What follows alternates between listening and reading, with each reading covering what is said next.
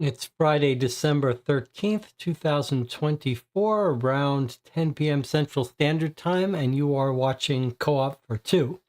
Tonight we are playing through a fan-made case for Sherlock Holmes Consulting Detective. This one called The Winter Trilogy is a set of 3. The chapter we're going to be playing tonight is called The Cutting Edge of Winter. Let's do a little bit of catching up, check in with the chat before we get started here. Looks like we are live. People can see me. Melissa says, I've been rewatching the show Elementary on Hulu. I don't know what that show is. Elementary. So a little bit of bookkeeping before we get started here. On Wednesday, we played Box 2, which is behind me here, and had a pretty bad time with it. I guess that matches the experience of many people who really liked Box 1 and said Box 2 wasn't very good. I have to agree with them. It was pretty frustrating. It was another one of those streams where I was right on the edge of flipping the table. And I'm not proud of it. It's not a good look to get so snippy and angry, but it was really bringing it out in me. So I'm glad to be back on more firm ground here with Sherlock Holmes Consulting Detective. Now, if you haven't seen my holiday mystery game gift guide on YouTube, you may want to check that out. I cover 70 games in 24 categories in 30 minutes. So a real whirlwind tour of a lot of different games, but I think you may find something of interest there. Many of those games we played here, most of them on the channel together. So it may bring back some memories. Jonathan says, I've been craving another film like Police Adjective or Cold Weather lately. Got any more suggestions like those? Well, Cold Weather I love. Real indie mumblecore movie. Police Adjective is a much more of a strange movie where nothing really happens and people hate it, but it's a different movie. I don't want to spoil it. Jonathan, were you here when I recommended They Look Like People? A horror film, a different kind of horror film. I do recommend it. I just rewatched Mandy. If you're looking for another horror film, a lot of people have seen Mandy. It's one of my favorites. And if you haven't seen Heretic, I would highly recommend that. I'm going to have to give some more thought to some more odd movies. Jonathan says, I don't think I've seen They Look Like People. Okay, well, I forget what game we were playing inspired me to recommend it, but it's a very low budget movie. You should go in with very low expectations, but I liked it. Okay, so what else? I also just posted the review of The Case of the Crypto Killer, which we played together here on this channel. A little easy for this group, but nevertheless a good system.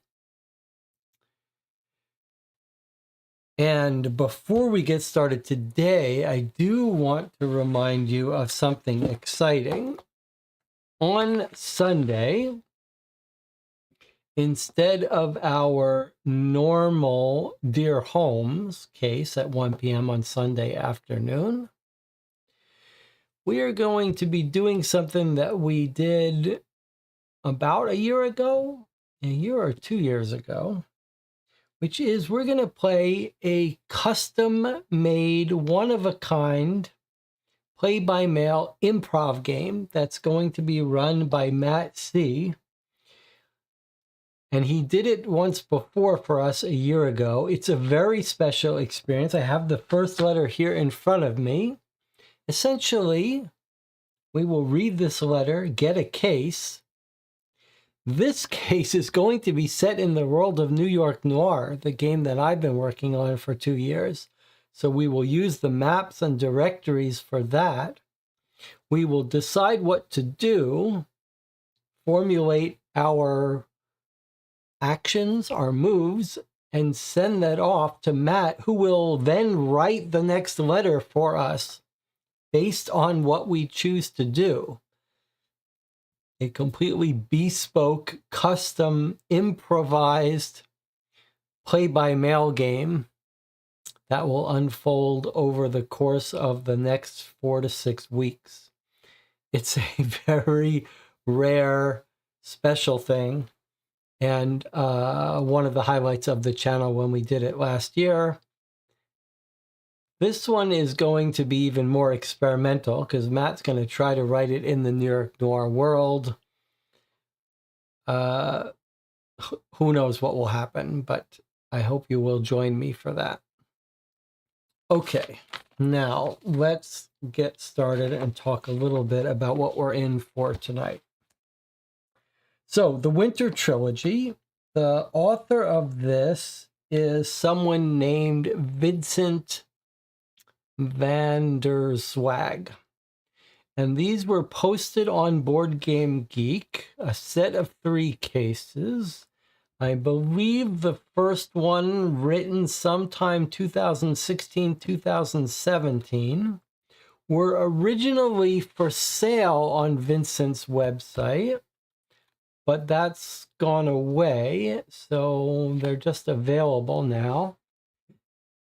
They were at some point reformatted by a different person, Catsy, on Board Game Geek, Catsy83, who remade them, reformatted them in the form of the new Space Cowboys look. So this is the new cover, beautiful layout and art by Catsy. I think it was Catsy83 who did this. 3 separate cases. But for our purposes, I've used the covers of the new versions, but we're going to actually use the printout of the original just because the pure black and white formatting is easier for us to play on screen. So there are things that are a little bit concerning. We played a Sherlock Holmes consulting detective fan case recently called The Witches of South Bank. And we saw that there was a custom directory used. And because Vincent, the original author of these cases, is still on Board Game Geek, but I haven't been able to get a hold of him. So I've done my best to print this out, but there are some issues that aren't exactly clear to me. And so I hope that we encounter this relatively painlessly, but there are a couple things I'm not sure about. And I think the best way to go over that is to look at the original printout of material that Vincent released with these cases. So it looks like when he released these, he released them as sort of a self-contained thing, much like the Witches of South Bank, in that he provided his own duplicate list of allies, informants. It looks like it's our standard list here. No new people added. And same thing with directory. It looks like he's just provided a copy of the directory. Now, I'm not sure how he got this in this format. And you'll notice it's not, you notice if you look at this, and you look at this directory, it's closer to the format of the original. This looks like not the Space Cowboys directory.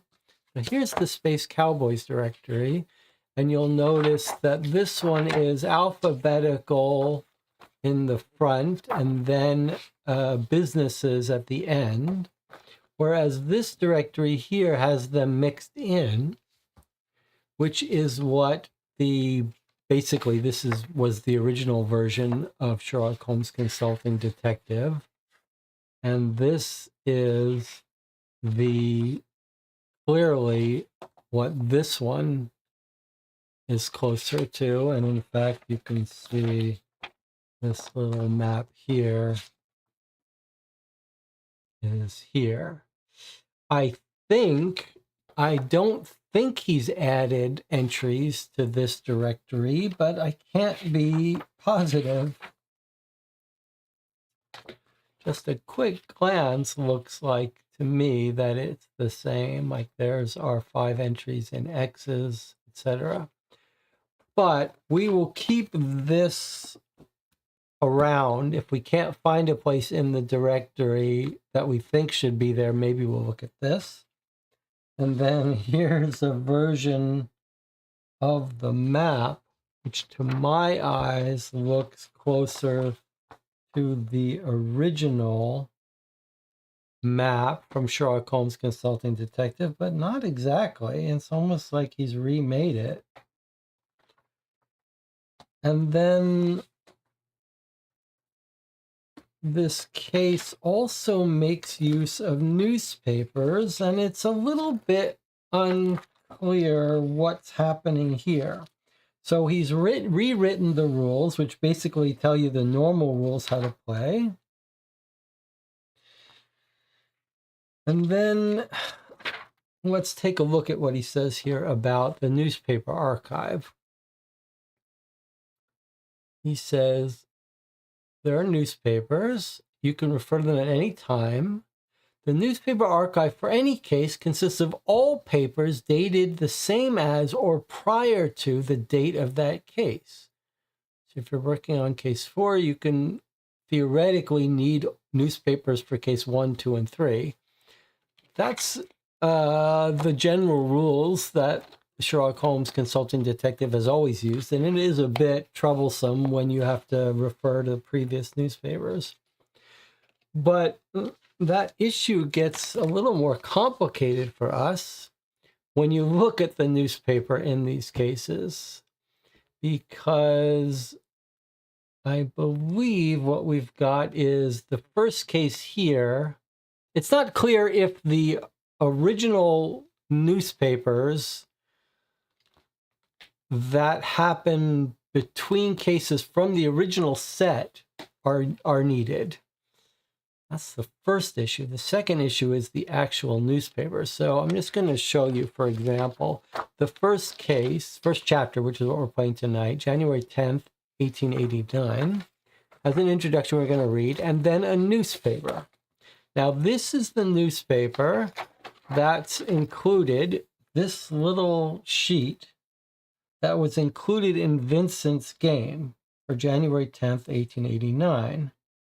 And he also included, though, as you get into further cases, copies of the base newspapers that occur prior to this third case. So we don't have to worry about that now. For this case, this is the only newspaper here and in the base game that happens before January 10th, 1889. However, there is one extra wrinkle. And the extra wrinkle is that when the reprint was made by a separate person, again, I think this username Catsy83, for the January 10th newspaper, here was the file included with Vincent's game. And then here is the newspaper that's in this reprint, which supposedly didn't change anything. And yet, we've got a much bigger newspaper in the version that was supposed to be just a reformatting. So I don't understand where the extra content for the reformatted newspaper has come from, or why. I don't know if we should just read this one, which was the original released with this case, or if we should consider reading this one. Maybe the person who reprinted it, reformatted it, threw in some extra stuff. It's a little bit confusing to me. But I guess we'll play it by ear. I mean, one of the things to remind you when we play these fan-made cases, we try to be a little more gentle, a little more constructive in our criticism. These are very hard things to write and very hard to play test. So you can expect some rough edges. So we will try to approach it in that spirit. Now, one more thing before we read the introduction. Recently on Board Game Geek, someone named Eric1984 created, and I showed you this at some point before, some new custom business cards for the Allies. And Eric stopped by on the channel one day and he actually sent me some professionally printed version of these cards on this nice plastic stock. And these are beautiful period looking cards for all of our allies. And so we will be using these as we play to go to our allies. And he even made this wonderful card for me for the channel, which I had made into a mug. All right. So we will put these aside. Anna wants more newspaper. Okay, well, newspaper is a little bit of a divisive issue here. Sometimes it can feel exhausting to have to go through the paper. Sometimes it's the most enjoyable part.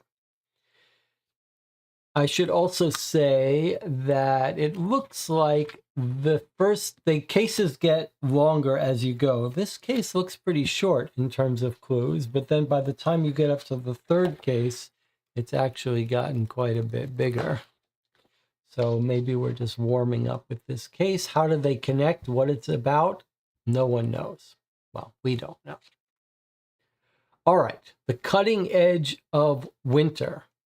Chapter 1, January 10, 1889. Before I start, is there anything else we need to discuss? Anything else anyone wants to talk about?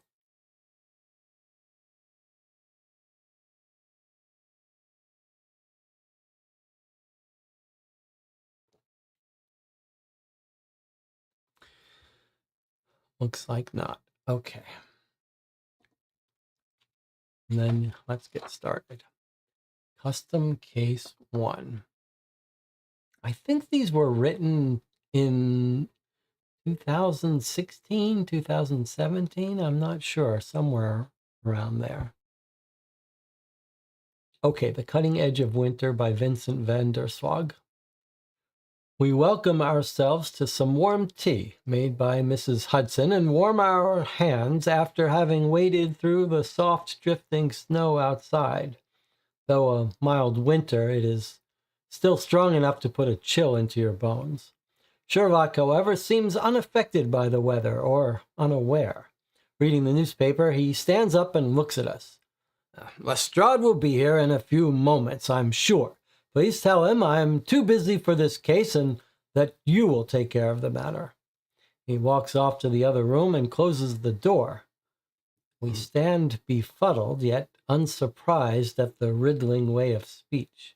After having half finished our tea, Mrs. Hudson enters once more, this time with Inspector Lestrade in tow.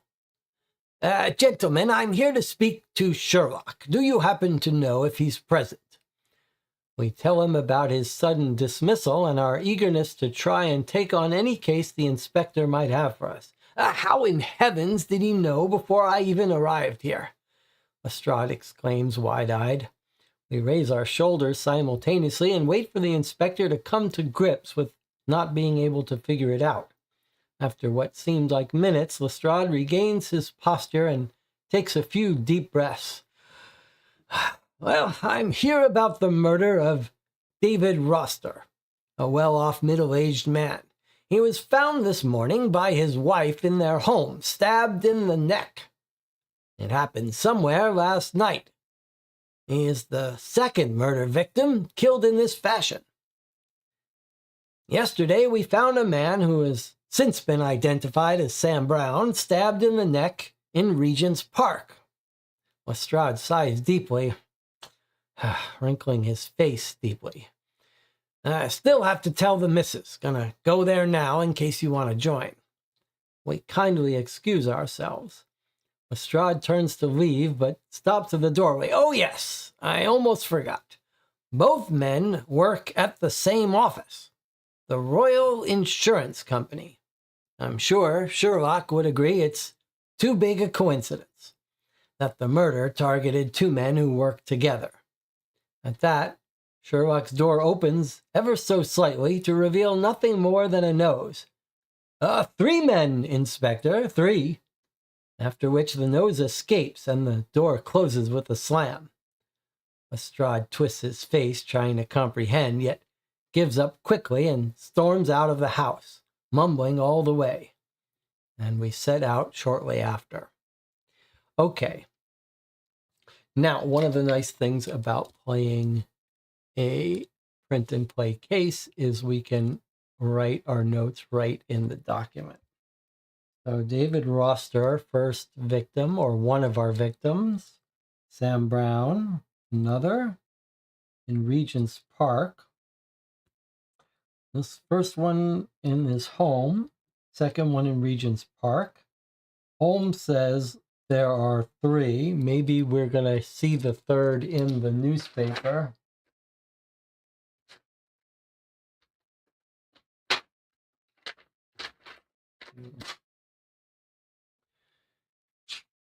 Okay, and then he says he still has to tell the missus. Gonna go there now in case you want to join. Okay, so he's talking about Sam Brown's wife, Regent's Park. So if we want to join, we could follow him to Sam Brown's home. We could go to Regent's Park as well to check out the scene of the crime ourselves. And then the Royal Insurance Company is where they work.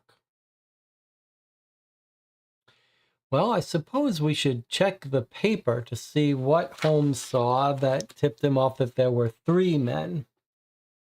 So Anna wants to use the bigger newspaper. All right, let's take a look. This is our Thursday, January 10 paper. On the afternoon of the 8th of January, the body of a man in his late 20s was found in a private cabin on the London train to Cambridge. The man had a heavy wound to his neck, making for a shocking scene when discovered by the trolley lady. Beside the body was a thick gem, of which the origins are unknown. Did not originate from his wedding ring, but the search continues to identify the man. In his possessions were blank insurance documents, an untouched wallet, a gold pocket watch, a ticket to Broxbourne, 2 sets of reading glasses. Police are inquiring in all stations between London Liverpool Station and Cambridge, Maine, including Cheshunt, Broxbourne, Harlow, Bishop's Stortford, and Whittlesford. Okay, so this clearly is related to our case. Stabbed in the neck in his 20s on the London train.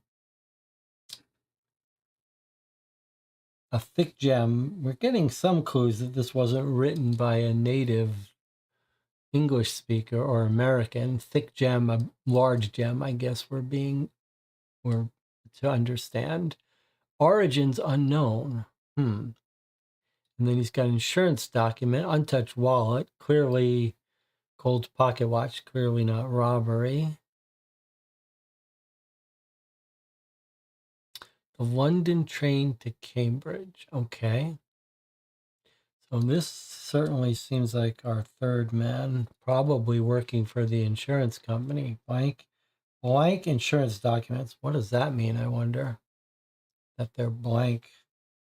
What is a blank insurance document? All right, let's skim through the rest of this paper just to see if anything jumps out at us. Indian importers started a strike. Eclipse of the sun. English cricketers at the Cape. 7 wickets down, 83 runs. English cricketers. An ad here for H. Colton, corn merchant.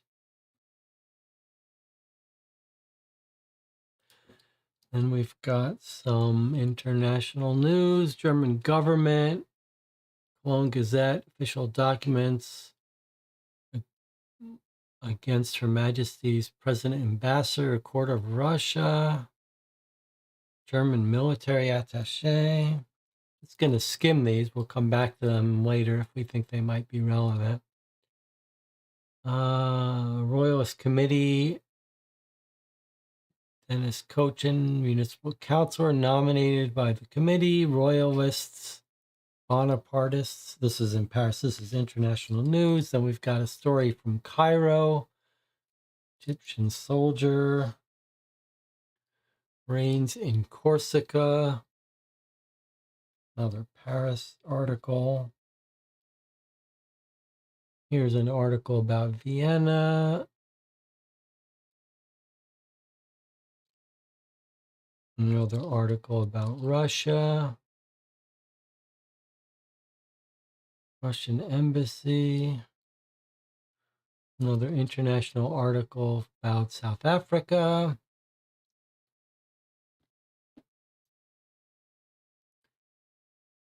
Article from Haiti.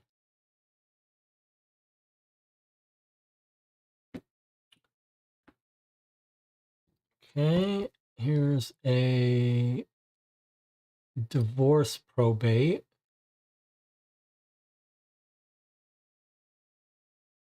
Steamship Longford recover damages for a collision. This could be something an insurance company might be involved in.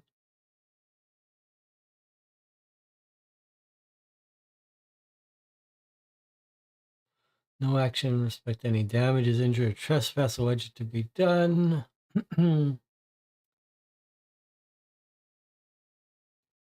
Brought against the City of Dublin Steam Packet Company unless 1 calendar month's previous notice in writing should have been given.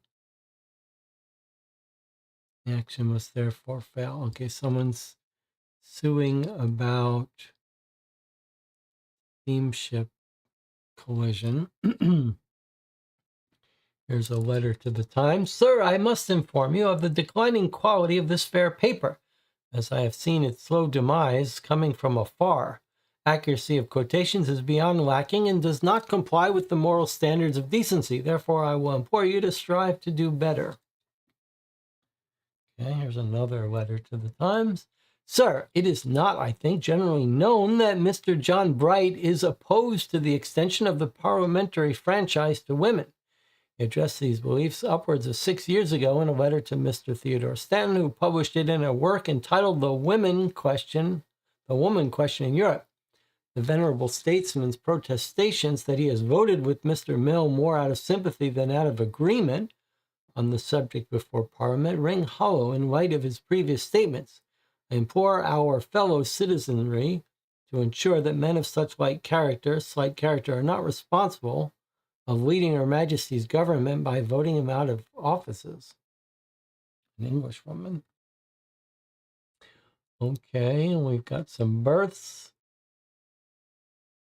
some marriages, some deaths.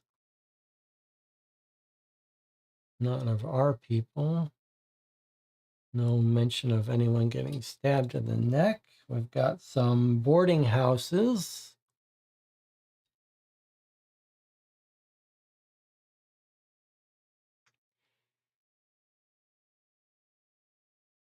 A lady wishes to find a home in a private family. Housekeeper. Lady courier or companion to lady seeking position, highly educated.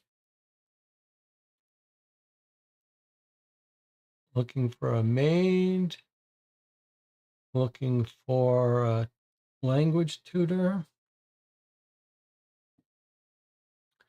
Josephine Wheelman is performing every night at the Pavilion Music Hall. Here's a play. Gallery of the Arts.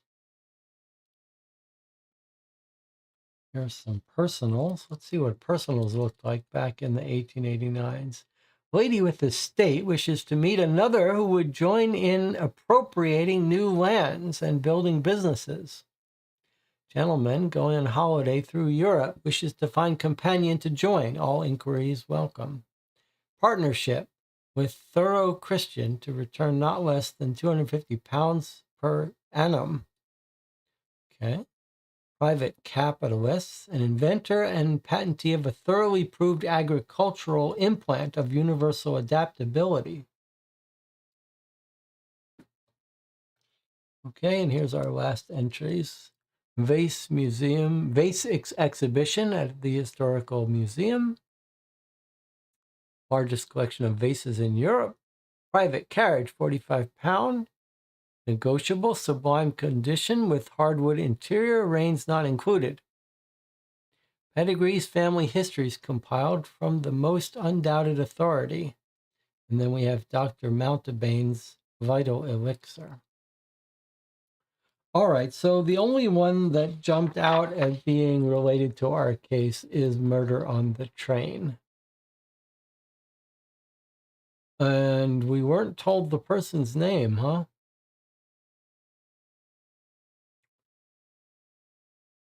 He's got his wallet. I wonder why it's not listing his name. If his wallet is there, surely they know his name.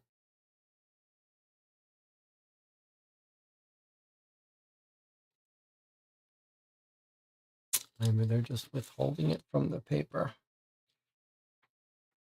All right. Insurance papers not yet filled out. He worked for insurance company. Well, maybe when we visit the company, they'll know about their missing man. Meanwhile, let's use our directory. Let's try using the Space Cowboys one, just because it's the biggest one. And then if we can't find certain places, we'll switch up. Okay, let's look. Let's just find all these people, all these places we want to go. We've got a David roster. So there's David. It looks like he's living with his whole family, 34WC. Okay, and then we have a Sam Brown.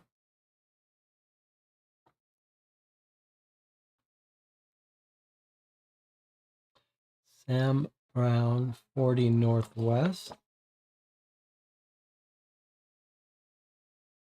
That's where Lestrade is going now. We might want to follow him on. And now let's look up the Royal Insurance Company.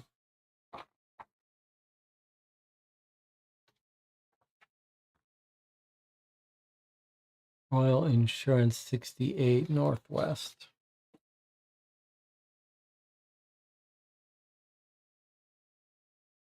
And then we said Regent's Park is where that body was found. Regent's Park is 97 Northwest. Now, it would be, if we knew what train station this was, we could go here, but I'm not sure we do. Ticket to Boxbourne, reading glasses. All stations between London and Liverpool. I guess there's our answer. It's possible that this train started at London, Liverpool, or that's where he got on. So maybe that's where we would go to visit that ourselves, 9EC. But maybe if we go to our the company he worked at, maybe we'll get that information. Okay, well, let's follow Lestrade on so that we can hear his conversation. He was going to Sam Brown's wife. That was 40 Northwest. So why don't we start off there?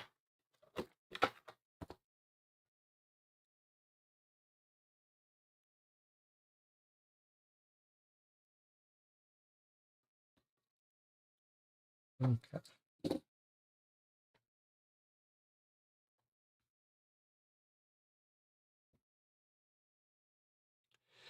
We arrive at the large house, and the door is opened by a butler. We're informed that Mrs. Brown has just received the terrible news of her husband's death and is inconsolable. Mr. and Mrs. Brown didn't always see eye to eye, but they loved each other. Of course, every couple has their fights, the butler says. We notice his hesitancy in saying any more and employ him to help us solve this heinous crime. Well, the rows most often happened when Mr. Brown went to a club with his friends. I'm afraid they often spent a bit too much. Mrs. Brown did not approve, but it was nothing to break a marriage over. They would have the same routine each time. Mr. Brown would go for a long walk in the park, and when he came back, everything was cooled down. They usually take carriages everywhere, but Mr. Brown preferred to walk to the park. Just as the butler finishes up, we catch a glimpse of Mrs. Brown entering the hallway. Mrs., you need not worry. I'll send them on their way, the butler tells her. Oh, it's all right, Alfred. Her red face shows signs of crying as she approaches us in the doorway. Swiping away some blonde locks of hair from her face, she says, Ask your questions. What do you want to know? Where was I yesterday? I home most of the day. Alfred can verify that. The butler nods his head absent-mindedly. And earlier that day, I went out to lunch with my dear friend Martha. We went to Appenratz and stayed for a quick bite. Then later, I was going to meet up with Emily, but she let me know by courier that she wasn't feeling up for it. Now, if you will excuse me, I'm not feeling up for any more questions. Alfred? Without getting a single word in, Mrs. Brown leaves to go back into her room. The butler kindly sees us out. Okay, so he tells us that our guy normally walks to the park. Otherwise, they take carriages. So maybe there's a clue about carriages, a clue about walking to the park. And then she gives us some alibis without even skipping a beat. She says, Martha, we went to Appenratz. I guess we could check up on her alibi there. And just put this down, Appenratz, so we don't forget. Probably a restaurant.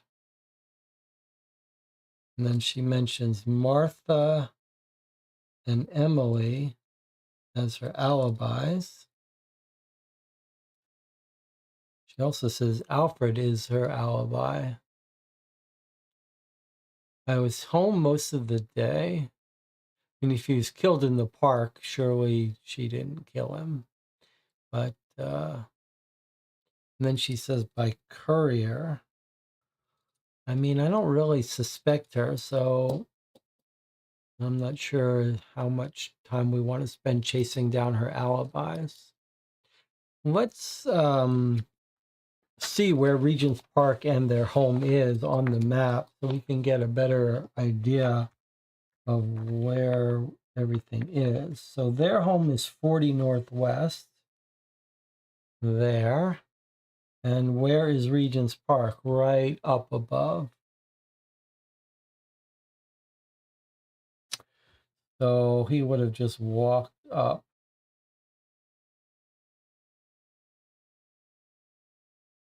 I mean, I am curious to head up to Regent's Park and check out, see if there were any witnesses or seen for ourselves.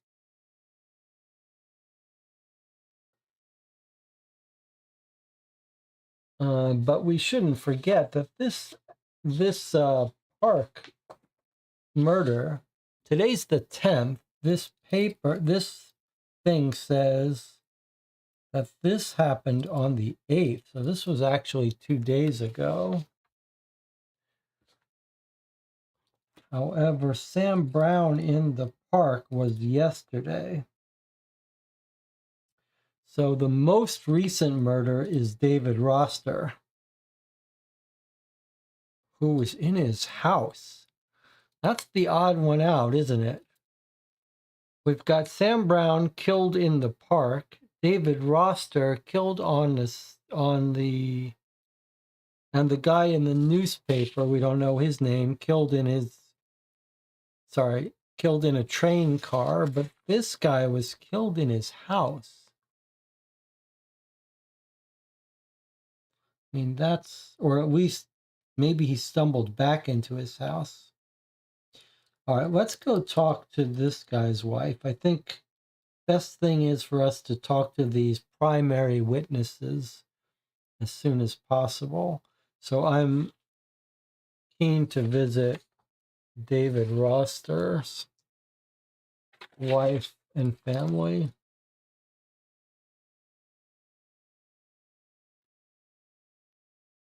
Especially since I want to see if this guy was attacked in his home. 34WC. What is the chat up to? I read it like someone who had been watching or knew a good deal about Mr. Brown knew he walked to the park while normally take carriages everywhere. Well, that's an interesting observation. 34WC. Okay, so this is David Roster's house talking to his family. We arrive at the address to find quite the commotion. The normally carriage-filled High Holborn is left vacant of travel as a crowd of people stands outside the house trying to catch a glimpse of what happened. As we make our way through the crowd, a bobby steps forward. "No one allowed," I said. "Now go back." We employ the man to let us through, as we're here to help, on request of Sherlock Holmes. The name raises one of his eyebrows. "All right, wait here a second. I'll go check with the chief." We try and make our time in the crowd useful and ask some light questions to the curious crowd. "Sad thing this is, very sad," a young lady whispers as she covers her nose with a kerchief. "I saw her leavin' with a bruised eye yesterday evening," an old lady says. "Bollock," a finely dressed gentleman barks back. "She was out with her friend, that one with her big hat."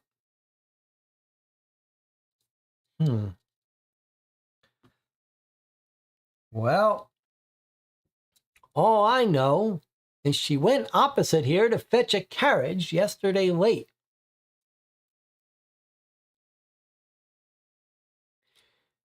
We take a look across the street and stare up at the main entrance to the Daily Gazette. Just then, the bobby comes back and noticeably coughs. "All righty then. Come along. Don't touch anything, you hear?" We make our way up the small stairs and go through the doorway. There lies the body of a middle-aged man. His silk night robes are stained with blood, as is the carpet beneath him. The blood pools heavily around his neck, where we see a deep and wide cut. He lies less than a step away from the entrance on his back, hands to his side.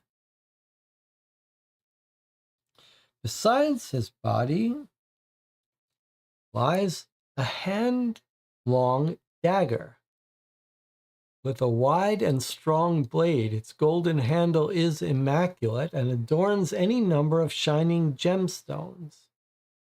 A closer inspection shows one of the small gemstones is missing, yet it is not anywhere to be seen nearby.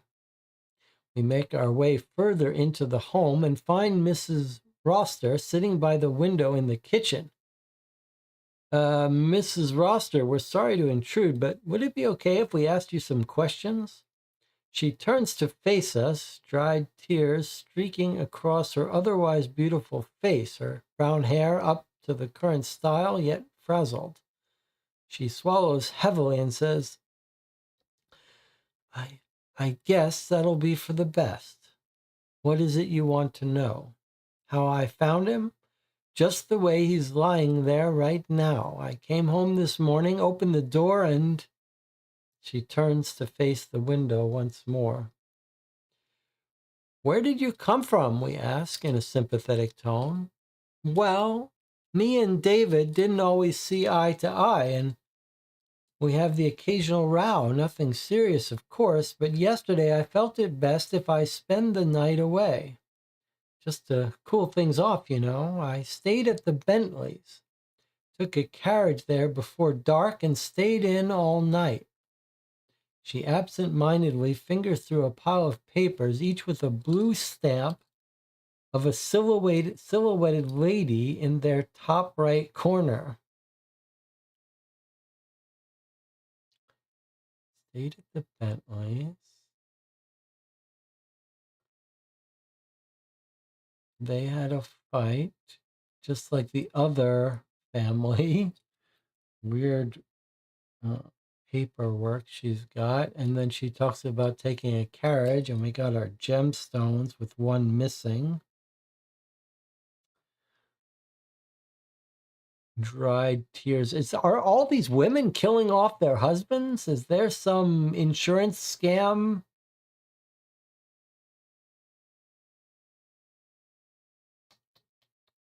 Carriage there.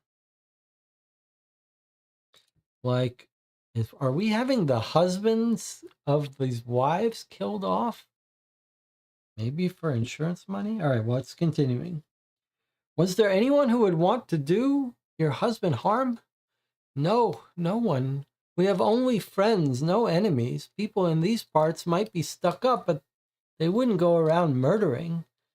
I'm not saying South Londoners are murderous or anything, she quickly adds, somewhat shocked at what she might have insinuated. I don't feel well. Could we continue this talk some other time? She asks politely.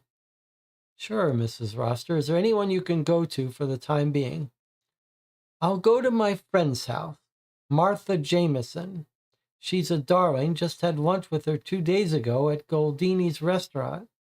Early lunch, more like brunch. You can ask the people working there. We were both enjoying the lunch for quite a long time. Well, I'm sure you've noticed what I noticed, that Martha was also the first name of the alibi that the previous woman told us about. These women also have alibis ready to spew out. She's like, sure, what do you want to know? You probably want to know where I was. Let me tell you where I was. A little suspicious. You can ask the people working there. We were both enjoying the lunch for quite a long time. Her eyes widened as though we needed to believe her drastically about lunch. Yeah, these women have set up their alibis. We excuse ourselves and leave her in her confused state. On our way out, we take a second look at the house. There are small signs of objects being broken and repaired. A vase with a crack through its lid, a hole in the painting of Mr. and Mrs. Roster that has been patched up. As we take our final steps out of the house, we close the door behind us, which locks perfectly in place. Little clue here about an automatically locking door.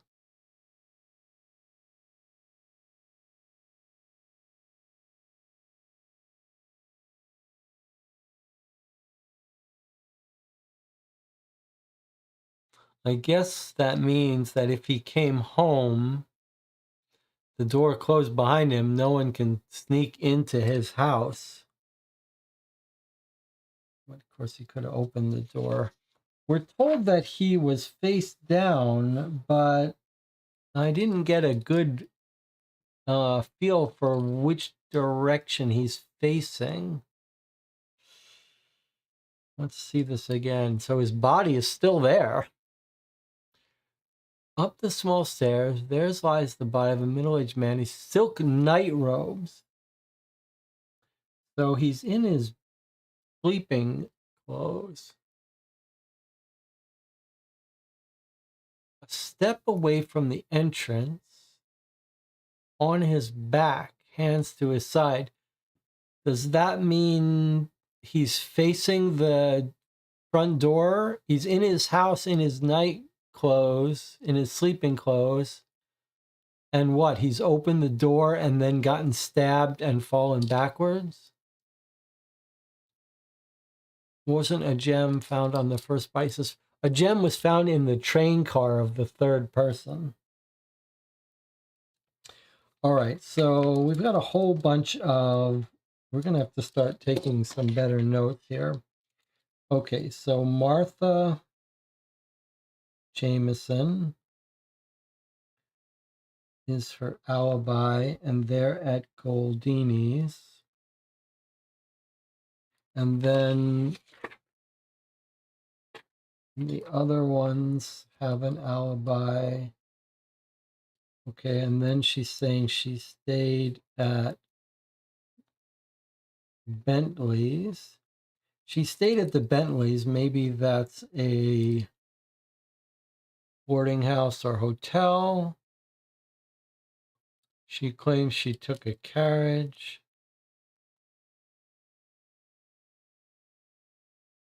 And then we hear more from the crowd. She went opposite here to fetch a carriage yesterday late. That's consistent with what she's saying. We look across the street. We stare up at the main entrance to the Daily Gazette.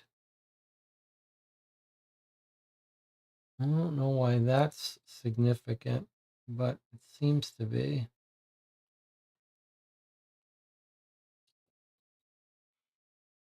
Hey, chat's trying to get my attention. The Goldini's alibi is for the 8th, the day of the train murder, I believe. So it's an odd alibi for that day.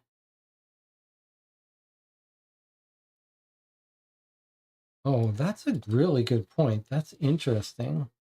So in other words, today is the 10th, and she's telling us, is there anyone you can go to? And she says, I'll go to Martha Jameson, my friend Martha's house. I had lunch with her 2 days ago. That's a very good catch by Jonathan. That's the 8th.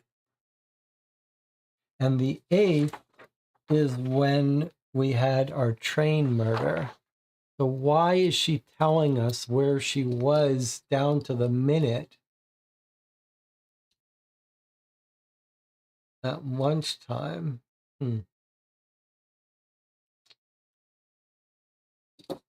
Goldini's. That's not her alibi for today. It's her alibi for the 8th. That's interesting. Okay, and so what is she saying where she was today?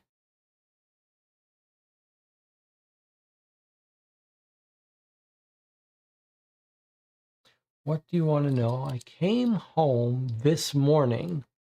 Okay, so they had a fight yesterday, which is the 9th. Yesterday, the 9th.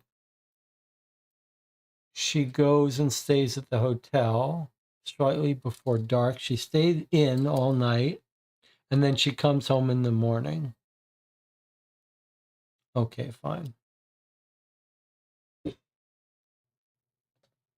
So her alibi for this murder is that she was at the Bentleys and she takes cabs everywhere.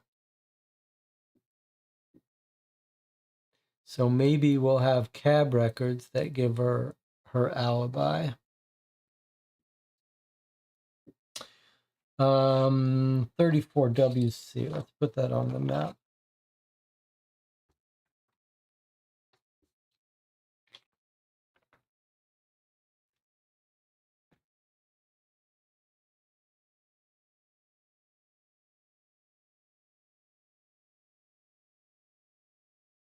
That's not WC.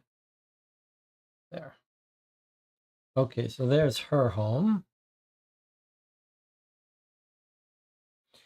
Why don't we find the location? Okay, I see the Bentleys is right here.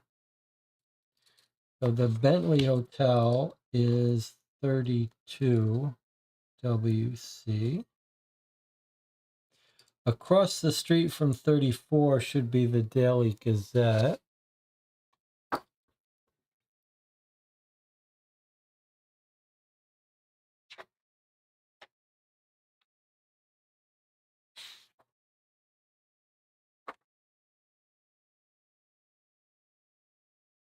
Daily Gazette, 74 WC, right across the street. But that's where she went to get a cab, we're told. We're also told she had by someone in the crowd that she had a black eye. Okay, and then the Goldini's is where she claimed she was at 2 days ago. Goldini's is 48 Southwest. Okay, and then let's find Martha Jameson, who looks like she's knows both of our wives. Very suspicious. Or it's just a coincidence. Martha Jameson is 39 EC.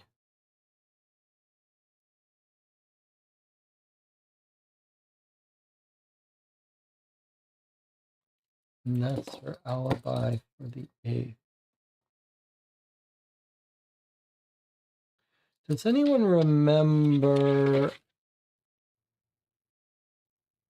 Let me look up this place, this restaurant. And then what I want to talk about is a reminder of when our first wife said she was with Martha.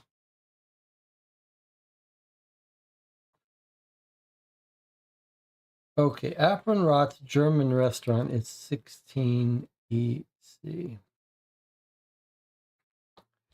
Okay, does anyone remember when our first woman told us she was with Martha? Maybe I'll just go to it.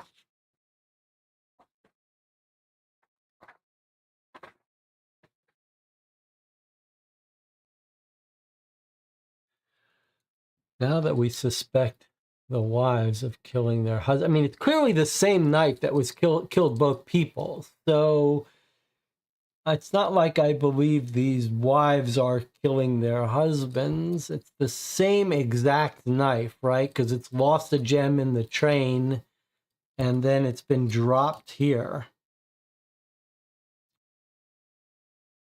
Went to a club. We don't know what club. Usually take carriages. We have another woman here with fake crocodile tears. Let me see. Signs of crying.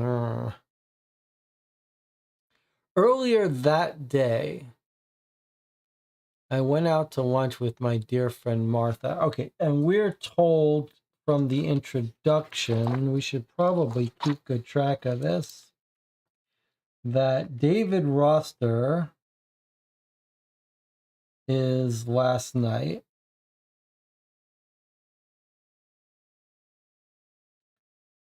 So that would be January 9. And then Sam Brown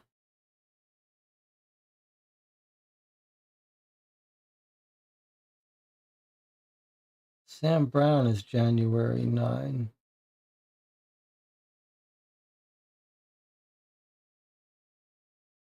This guy was found this morning. It happened somewhere last night. How do we know it happened last night? He was found this morning. I guess we're assuming she walked in on it in the morning and it happened last night rather than in the morning. January 9, January 9. So both of these murders are January 9. And then the train was January 8th.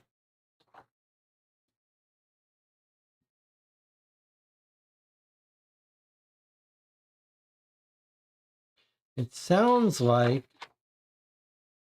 they think, Lestrade thinks, that the two murders here both happened on the 9th, not on successive days. Is that how you read it too? It happened somewhere last night. That would be January 9th. And then yesterday, which is also January 9th, is our other guy stabbed in the park.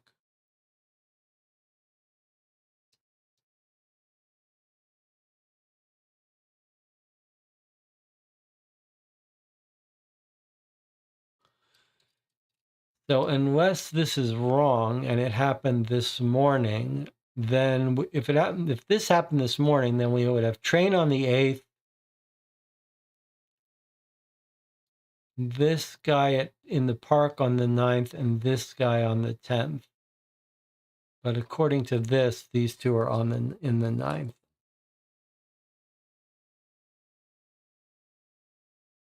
All right. Well, why don't we take our first break here? A very intriguing case to get us started. Okay, I'll see you in 8 minutes.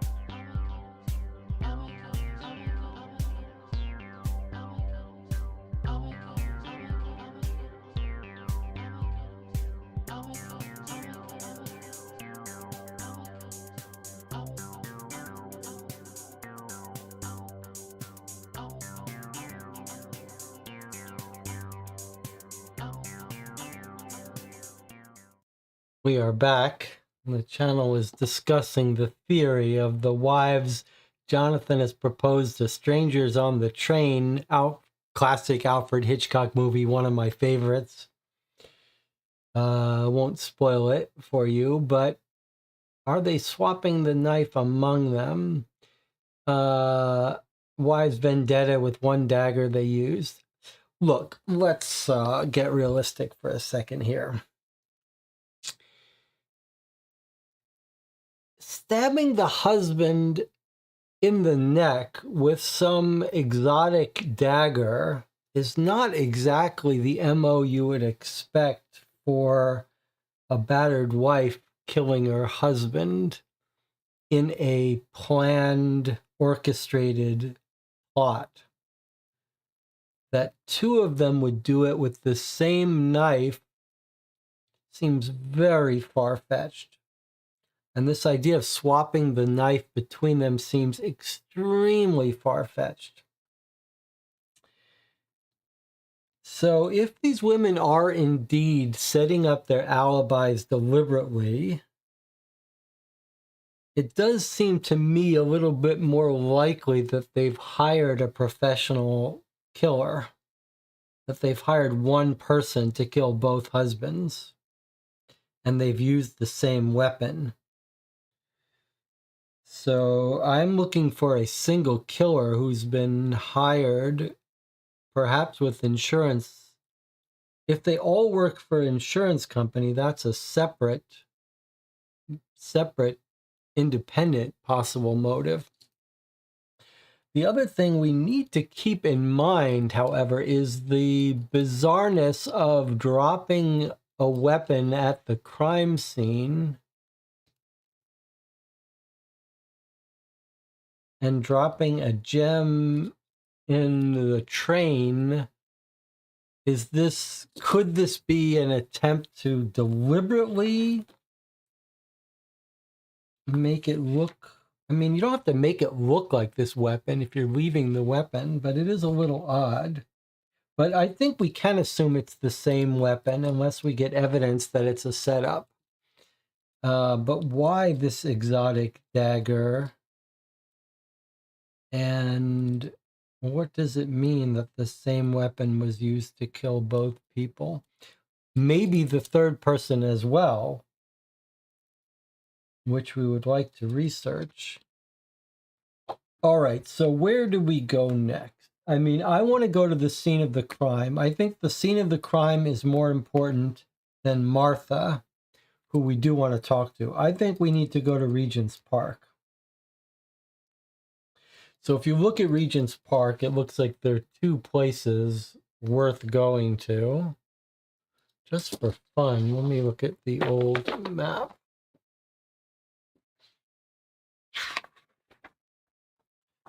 Regent's Park, 98, 97, Botanical Garden, Regent's Park, Zoological Gardens.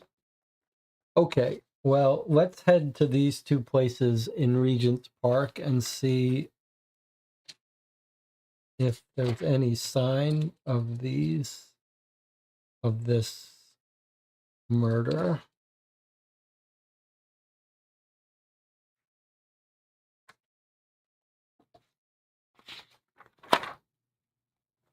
Okay. Here's 98 Northwest. The winter lies heavy on the Botanic Garden, yet some flowers remain. We take a stroll and ask a few passers-by if they were present a couple days ago. Unfortunately, none were. Okay, but there's something more at 97.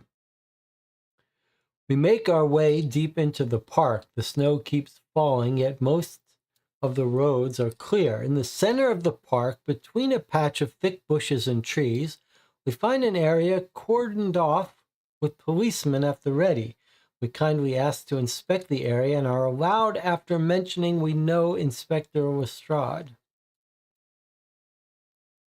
The patch of dirt between the bushes is darkened by blood. From the imprints in the dirt, it can be deduced that a man lay here with blood pooled mainly around the head and neck area. Body's already being examined, one of the bobbies tells us. You'll have to talk to Meeks to know more. We walk around the premises and eventually find a homeless man staring at the crime scene from a distance. We ask for his time, yet his appalling stench keeps us at a distance. Yeah, I saw some. The grizzled old man rubs his fingers together. We toss him a shilling to loose his lips. That man, he walked around here most of last evening. Heard him mumbling about his angry missus. Think the missus came later on. Brown hair, almost as messy as I have 'em. The man laughs with a toothless smile. We leave the man be and walk out of the park. He was around here most of last evening, mumbling about his missus, and then he says, the missus came later on? Brown hair, almost as messy as I. Who is this woman? Is this the wife? Did the wife had blonde hair? No, she had blonde hair, right? Woman came late, messy brown hair. That's not the wife, is it? I think this is our killer with brown hair.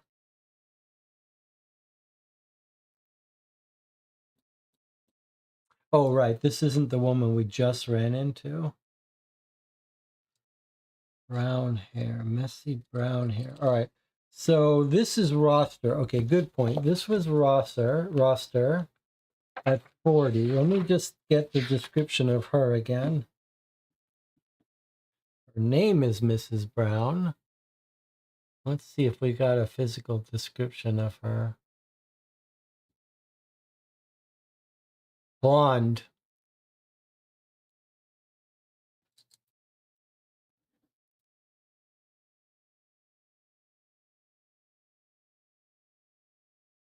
Okay, let's make a note. Mrs. Brown has blonde hair. We've got our first clue, possible description of our killer, messy brown hair.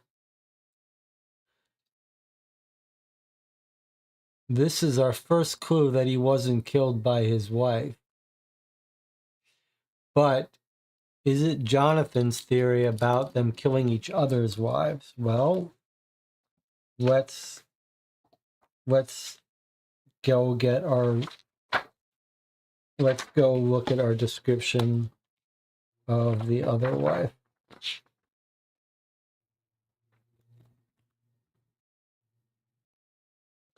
Okay. So we talked to the crowd. The crowd told us something, right? She was out with her friend,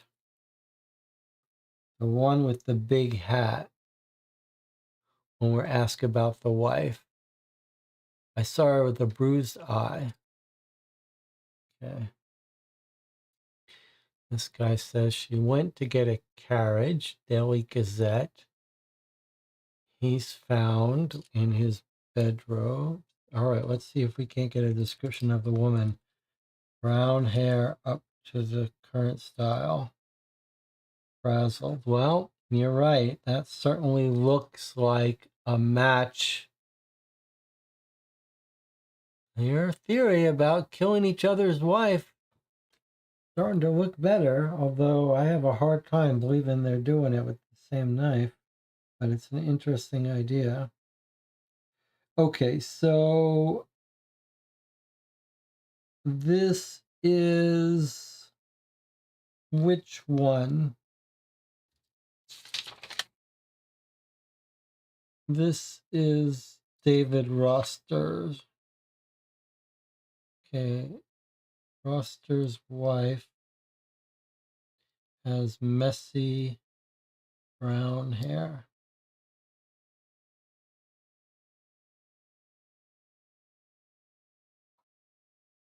So she matches the description of the woman who met up with Sam Brown in the evening.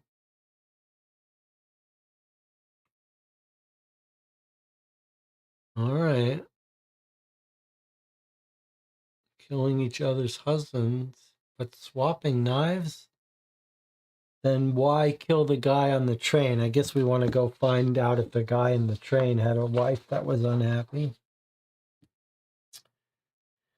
We don't know his name, but if we stop by the station, we might be able to get it. Okay, this is still my primary, like go to places before the witnesses disappear or forget. So I'm inclined to go to the insurance company. They both worked at the same insurance company. That's another big coincidence, isn't it? Let's go to the insurance company. Maybe we'll get the name of the guy on the train.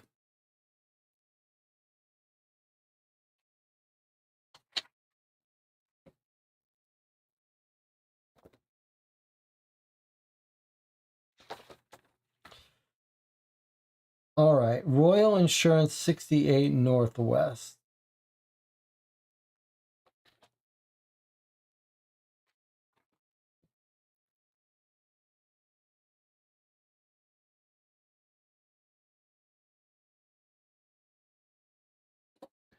Okay, 68 Northwest.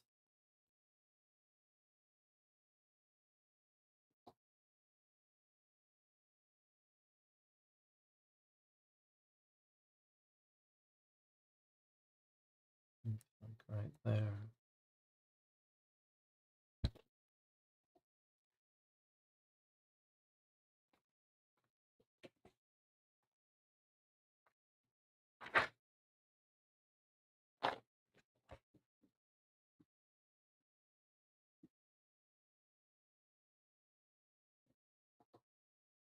As we enter the premises of the Royal Insurance Company, we're greeted by the round-figured manager, Egbert Tubbs.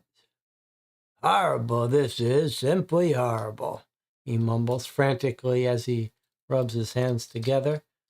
Would you mind a few inquiries into your employees, Mr. Tubbs? Oh, not at all. I want this matter taken care of as fast as possible. It's horrible enough as is, but won't do good for business either. Can you tell us about David Roster and his employment here? David, yes. David's one of our best. Well, he was. He handled the big clients. Very competitive business, this, but him and his friends were top-notch. His friends, we ask, just to verify? I mean, Sam Brown and Frank Jameson.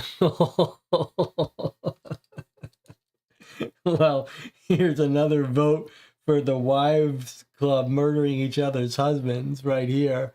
Because Martha Jameson was the other alibi. And look, this is going to be the guy who's killed on the train, no doubt, right? Oh, very close friends they were. There's also Randolph Milburn. He's not so much a friend, I think. They're the four I rely on to get in the bigger clients. I give them free range, travel around, as long as they bring back business, which they all do. Milburn most of all, although here we've got another person. One of these is going to be the guy on the train, but is the other guy, could he be involved in this, or could he be in danger? Is Mr. Milburn present? Oh, maybe it's Mr. Milburn that's going to be dead. Is Mr. Milburn present at this time? No, afraid not. He felt rather ill after hearing the news, so I sent him home early. He'd be sitting over there if he was in. The heavy-set man lifts a heavy arm, points toward a desk in the distance. From this distance, it's easy to notice the gem-encrusted dagger that has been placed center desk as some sort of trophy. May we inquire as to the significance of the dagger? Seems a strange object to have in his line of work. Oh, it was a gift we recently negotiated with an Arabian client, and a big one at that. He gave the three of us each such a gift. I'd say that's a good sign, just need to get some final signatures. Darn, hope this ugly business doesn't change this deal. The man seems only to think of numbers and clients, yet we press on. The three of you? Ah, yes, that's Milburn, David, and myself. I have my own dagger in the office. Don't know where David's is, though. How would you describe David's marriage? Well, I'd describe it as none of my business, to be honest. But since you ask, I think the missus should be all right. David had a death insurance, as do all the high earners here in this company, of course. Thank you, Mr. Tubbs. Lastly, was there anything strange about Mr. Roster or his friends in the last couple of days? Not really, no. Frank didn't show up to work, but I guess he'd be home after hearing the news. Poor Jameson is off to Cambridge. So he hasn't heard the news yet, I'm afraid. He left 2 days ago, excused himself from work by courier. Bit strange that was. He'd normally drop by in person, easy to do by carriage. He wouldn't send a courier, and a female one at that. He barks a laugh, which is quickly stifled as he realizes the circumstances. In the days before, they all went to the Cavendish quite often after work, but that's not unusual at all. There's the name of the club that they hung out at, the men's club. The heavy man looks around, noticing the general gloom hanging over the office. All right, lads, best I get back to work. These people ain't going to do a thing if I don't make them. We thank him for his time and take our leave. Okay, this is kind of fun. So we're told they have life insurance that the wives are going to get. They all work here, all three of them. And now we got a little twist in the story of the daggers. So Milburn is home sick. He's going to be dead too, isn't he? His dagger is here. So there were 3 daggers. Milburn got one, David got one, and this guy got one. David Roster, that's one of our victims.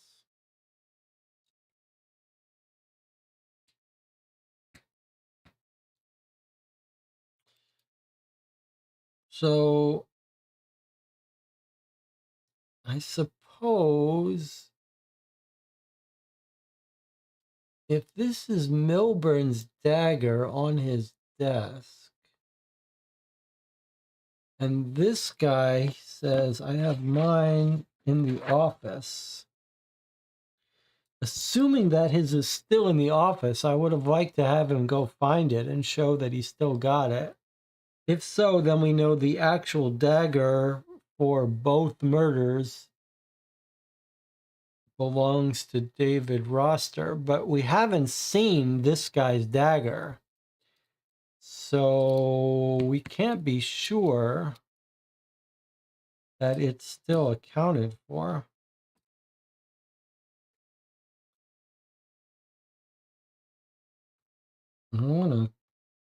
I'd like to get my eyes on Frank Jameson in person. And then we've got Randolph Milburn, who says he's sick at home. No explanation for why, though.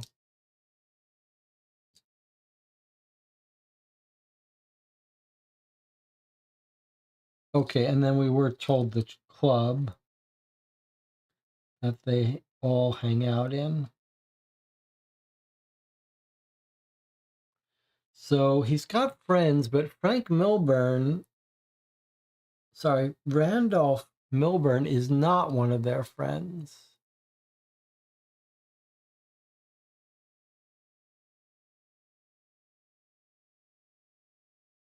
Not so much a friend.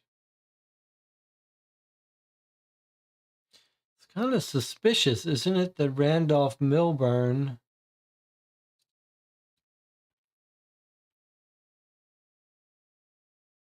is missing. I like to go knock on his door, make sure he's okay.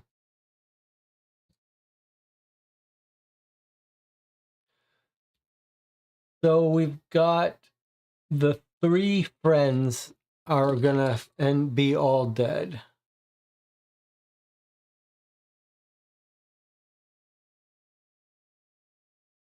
I mean, let's go verify that. Let's go. I positively identify the person killed.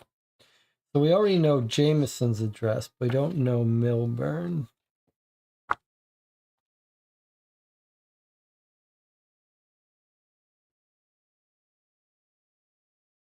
Milburn 50 Northwest.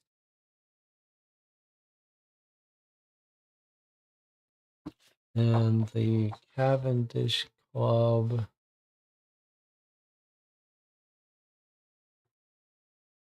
25 Northwest.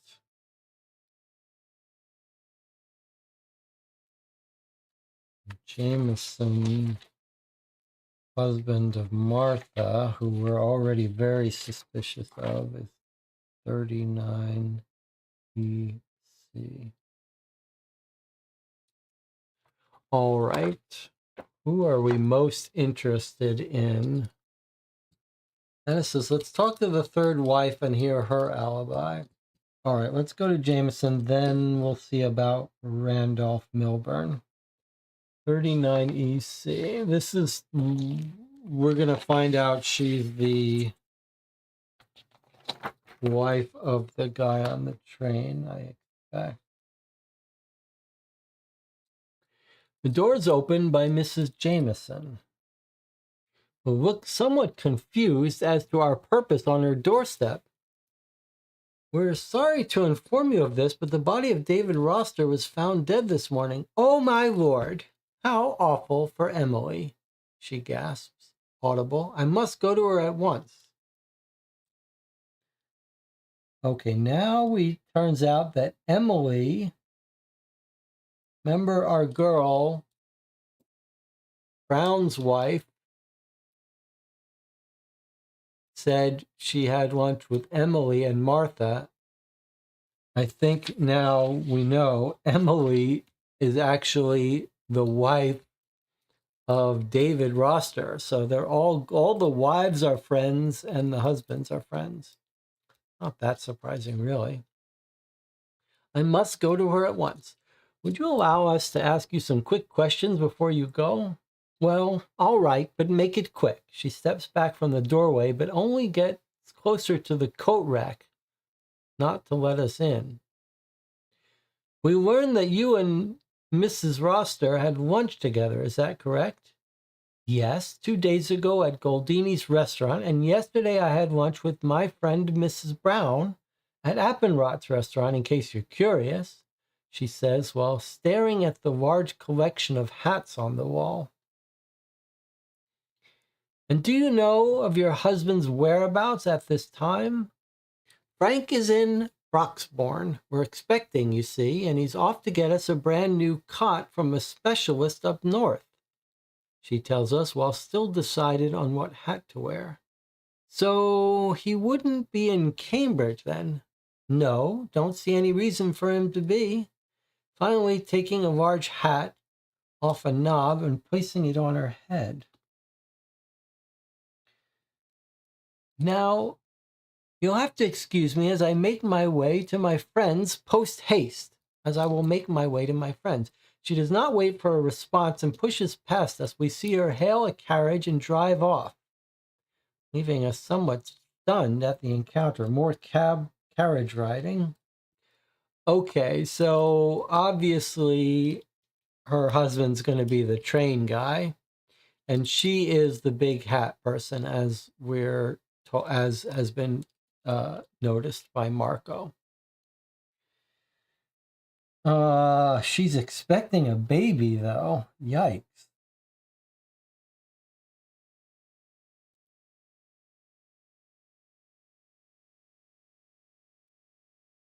All right.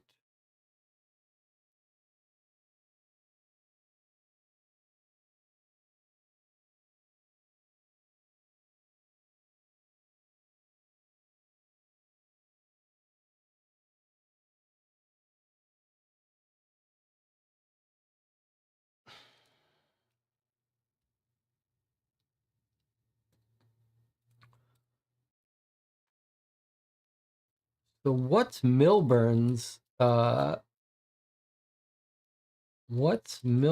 relation to all this?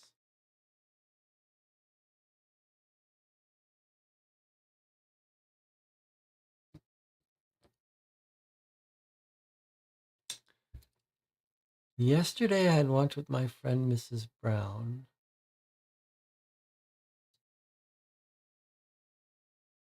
2 days ago and then yesterday. Okay.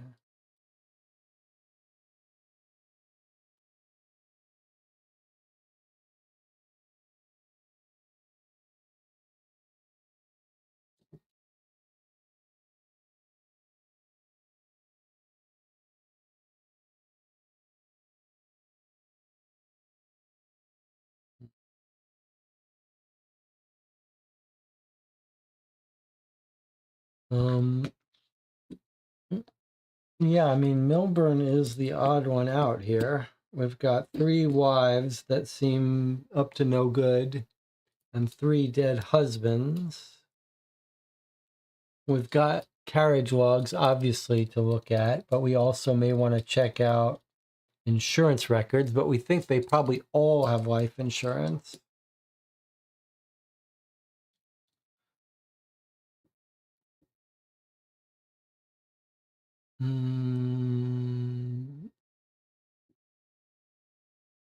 Why are they all so anxious to give us their alibis of having lunch? Are those good alibis?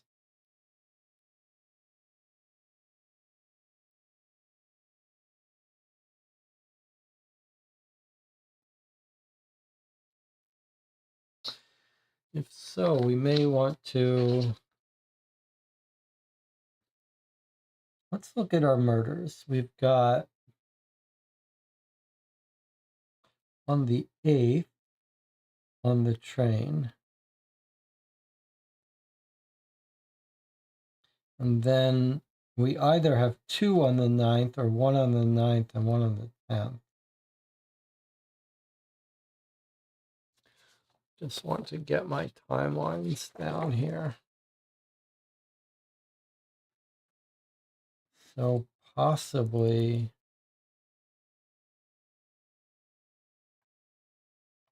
yesterday is Sam Brown in the park. This is going to be Jameson. This is going to be Brown in Regent's Park.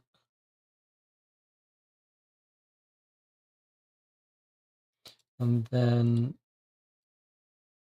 the one this morning is home. And that's David Roster.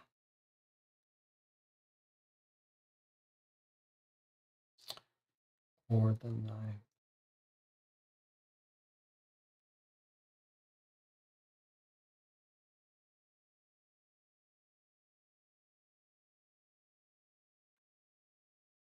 All right.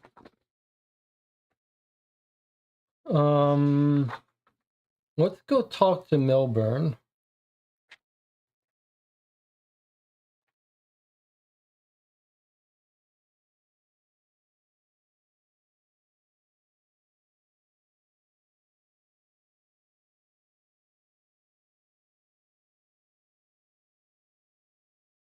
And we should probably make some notes about...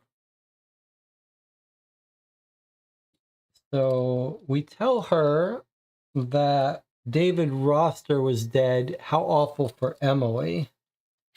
So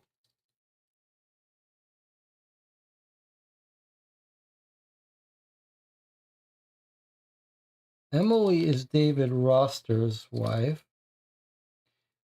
Frank,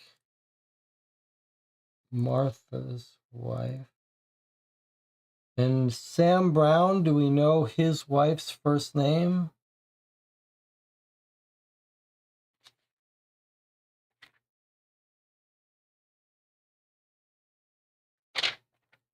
I'm not sure we do. Okay.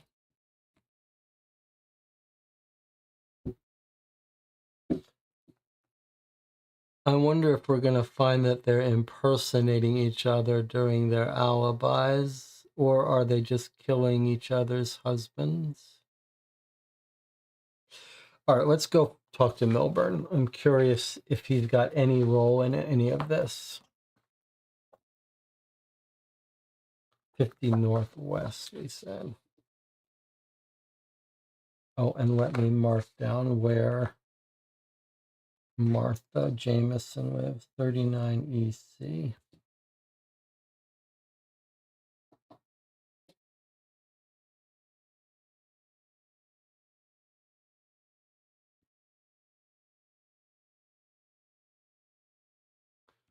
All right, Milburn's 50 Northwest.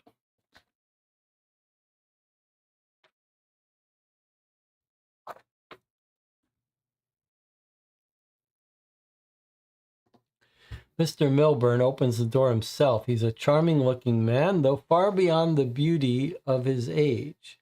The white hairs of his trimmed beard and hairs are well combed and neatly in place. We're here to talk about your colleague, Mr. Roster. Terrible, terrible thing that happened. Really shook me to the bone. He was a good man. We worked together a lot. I taught him most of the tricks of the trade, I might say. We were just about to finish another deal with a big client, the Arabian client. Can you tell us more about him? Oh, Round Tubbs told you about that. Sure. The client's name is Yaha El Baki. He lives part-time here in London and was looking for the highest quality insurance. After a week of negotiating, we laid out our prices, and he gifted us a dagger each, real gold and everything, very valuable. He stops to scratch his head. I think something's off, though. We didn't really sign any papers, and Mr. Al-Baki isn't responding to any messages, even though I know he's still in town for a few days more. Maybe a gem dagger isn't the best of signs where he comes from. Well, that's an odd little twist to our case. He's given them gold daggers, very valuable, and now he's gone silent? What's that about?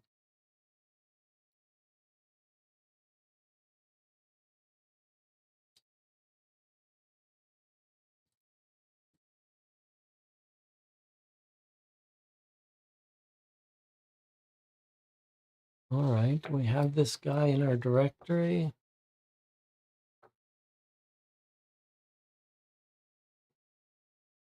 Al-Baki.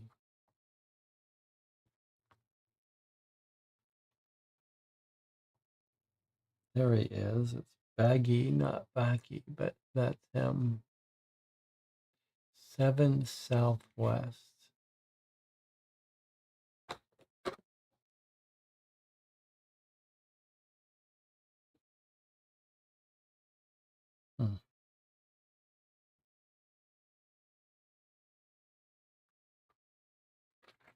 So Milburn is fine. May not even be married for all we know. Maybe that's what saved him.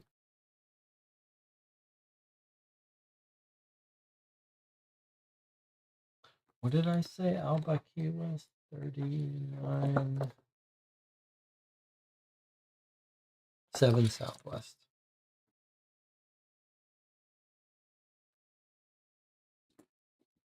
All right. I mean, I think we do have to follow up with this guy, even though it doesn't feel like he's going to be involved in this case.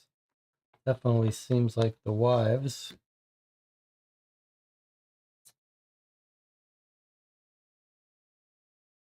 But gotta dot all our I's and cross our T's.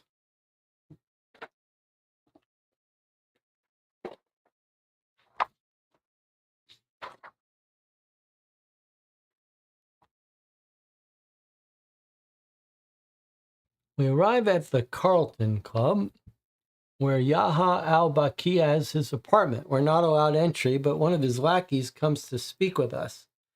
Master Yaha does not want to be disturbed. We came into the possession of a gem-encrusted dagger and want to know if it belongs to Mr. al-Baki. Master Yaha gives many gifts. Among them might be such objects, but only for those with whom he no longer wants to deal. It's a sign of ending the relationship, if you will. Master Yaha's kind way of ending on a good note. And with that, the lackey closes the door, leaving us standing outside in the snow. Okay, so maybe that was just a deal falling through, and he's got no reason, certainly got no reason to want to injure these guys. Anna says, let's go to the carriage company. Well, I feel like the carriage company is going to be... We like to, when we play Sherlock Holmes Consulting Detective, we like to leave the allies for last. We were told to go to Meeks, though, weren't we? I think maybe we should go to the autopsy of Meeks.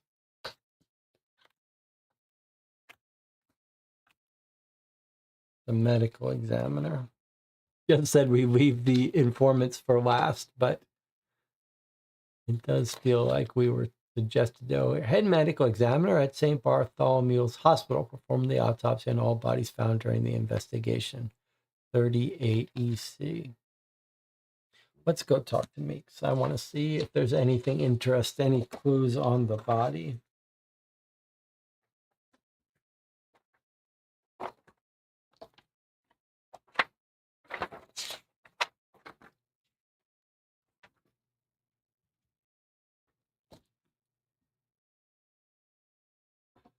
We enter St.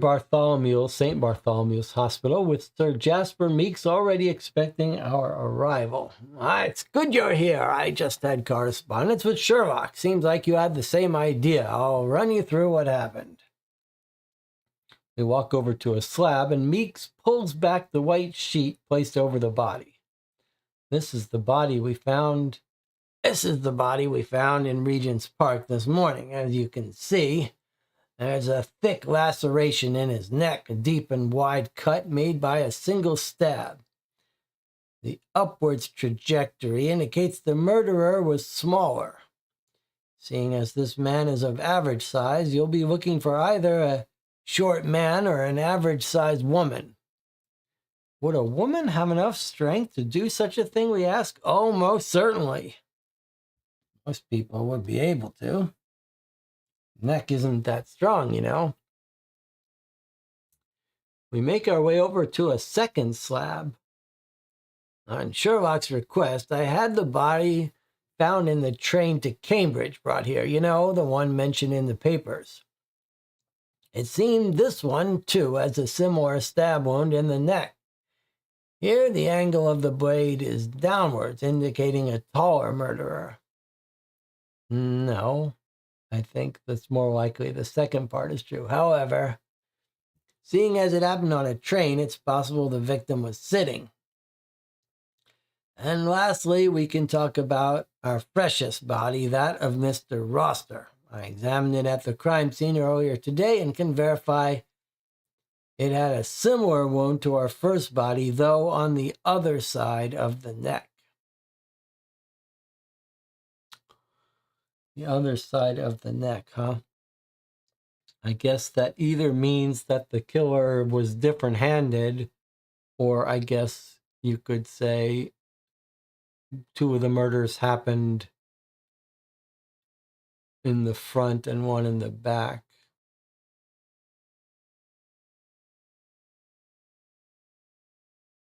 One of the guy is lying on his back near the door, so he would have been stabbed in the front. And the guy sitting down, he would have to be stabbed in the front. We aren't told what side of the neck they're stabbed in, were they? But it does seem like Roster might have been stabbed with a different-handed person. right? Because if we're right that he died opening the door, then he would have had to have been stabbed in the front, and the person sitting down would have had to be stabbed in the front. So it feels like if they're on opposite sides, but both stabbed into the front, this would tell us that they were different-handed.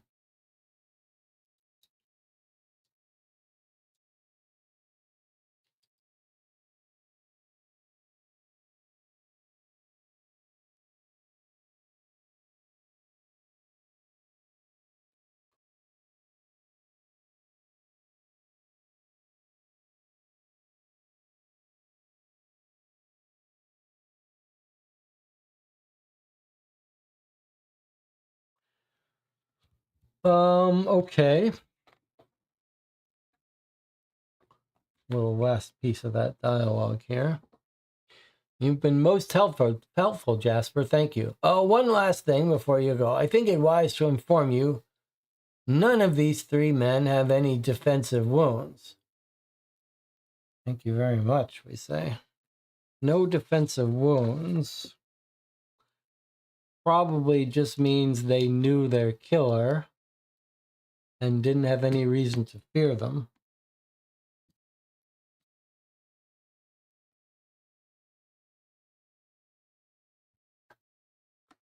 All right.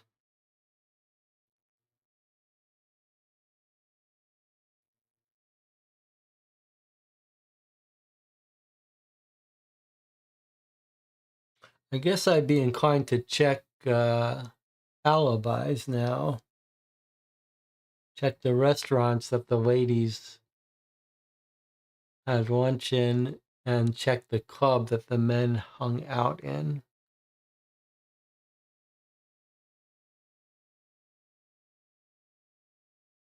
Eventually, we will check the cabs, obviously. I did, just looking at this, see that we do have, oh, Corn Merchant. I thought it was a cab company.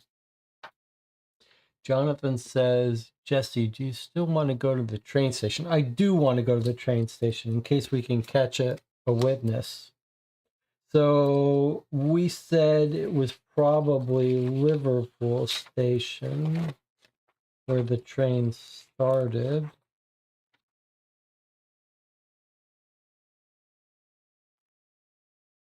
Frank Jameson is the person we think is dead, and the wife is claiming she doesn't even know about it. 39 EC.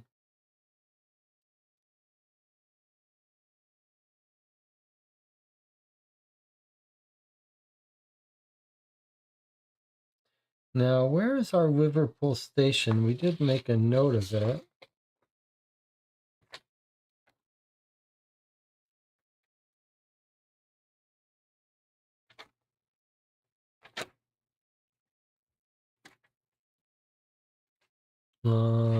Yeah, we did 9 EC.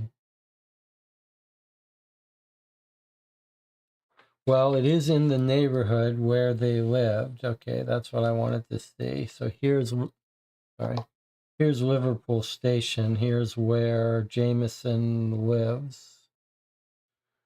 So it does make sense that that would be the train station they would go to. All right, let's see if anyone remembers anything about that guy.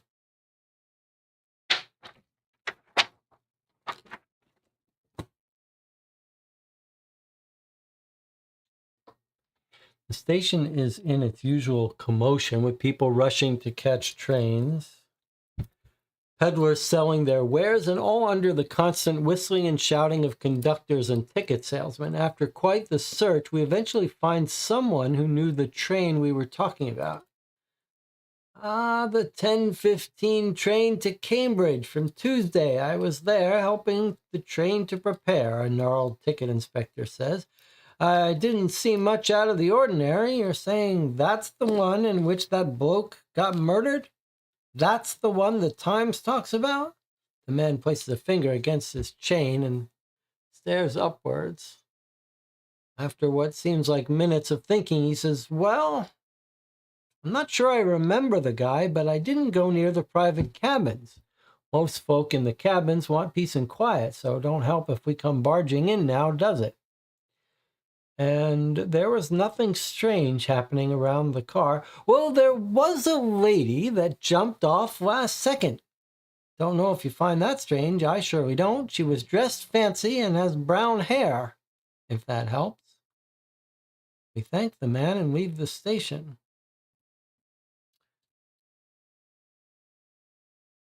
Well, we did find a witness. That's what I was hoping for. Now,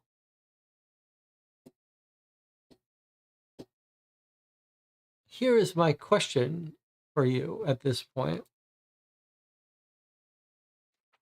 Do we have a situation where the wives are murdering each other's husbands, or do we have a situation where every murder is happening conducted by one brown-haired woman?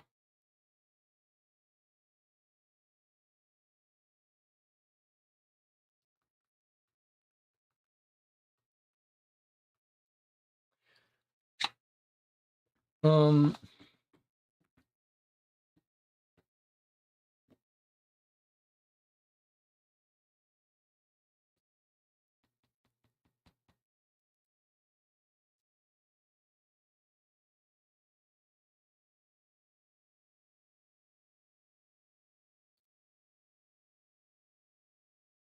so the Regent's Park was brown hair killer. We've got a brown hair killer at Regent's Park, a brown haired killer on the train.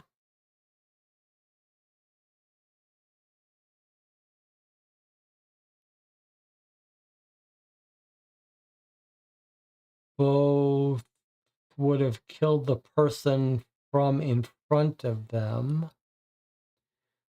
But this one, depending on how he was killed, of course, if he turns around and gets killed, then you don't have a different-handed woman. But if he's on his back, that seems like he was facing his killer. Now, David Roster, we don't have any hint about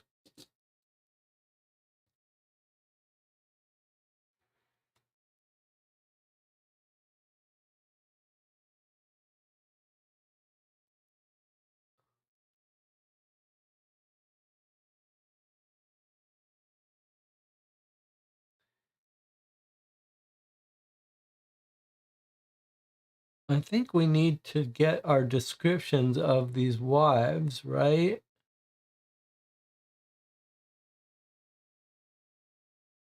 Brown hair killer, brown hair killer on the train, jumped off. Brown haired killer seen at the park. Brown, messy hair. Okay. Now, I wish I had. Did I take? What do the wives look like? Mrs. Brown has blonde hair. Okay, so this is the Mrs.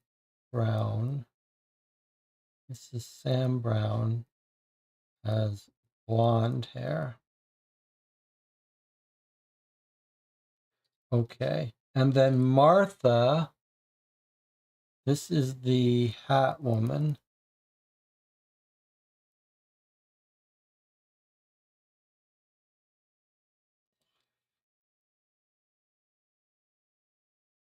And then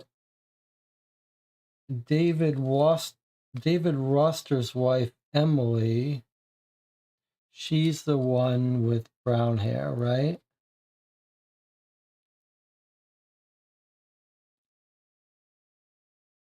I believe that's correct, right? Let's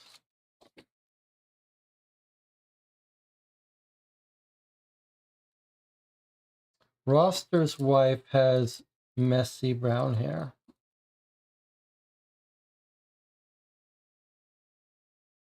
And right, okay. So Foster's wife has messy brown hair, and the park killer was a woman with messy brown hair. So we think this woman may have killed this guy. But then the train killer has brown hair. Was it also David Foster's wife?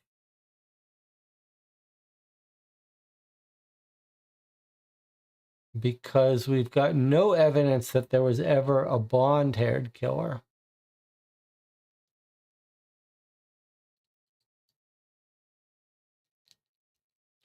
So far, it could be Emily doing all the killing, but we don't know. It's time to go start checking their alibis. It's time to check the restaurants where they said they were. Okay, so we've got two restaurants. One is App on Dots, 16 EC. Let's go there. We make our way into the restaurant, which is filled with German paraphernalia. A man in lederhosen bids us Guten Tag and wants to show us to our seats. We inform him we simply came to answer a few questions to help solve a criminal case. Well, whatever I can do to help. A German accent lies thickly on his tongue. We were interested if you remember two ladies having lunch here yesterday. Oh, ja, they were quite loud, I must say, hard to miss, really, but paid well so they can come back. Can you describe them for us? One had blonde hair and the other I couldn't see because of the large hat she was wearing.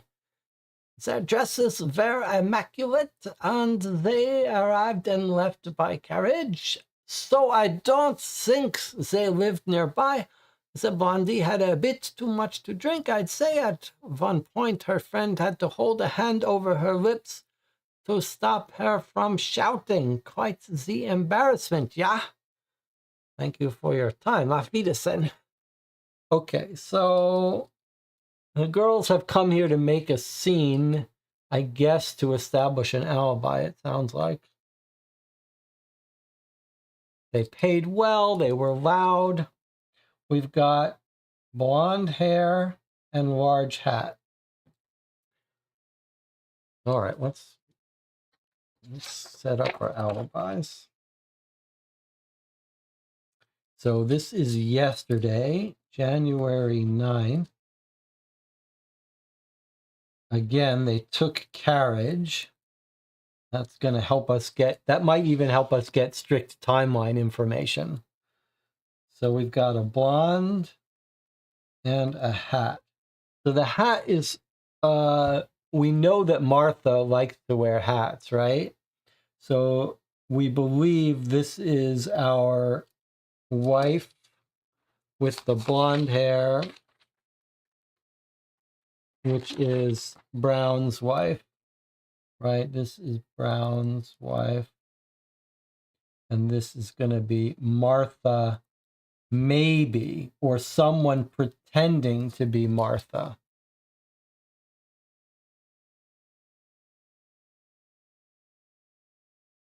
Right? Is that what's happening? Are the hats being used to disguise identity?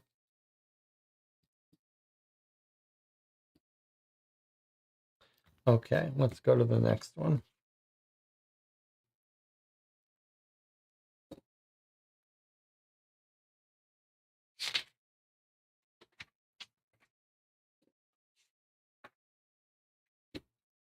Gold Finney's 48 Southwest. Well, let's mark.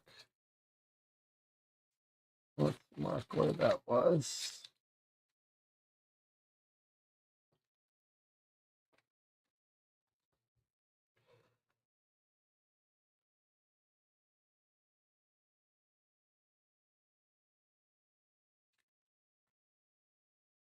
EC.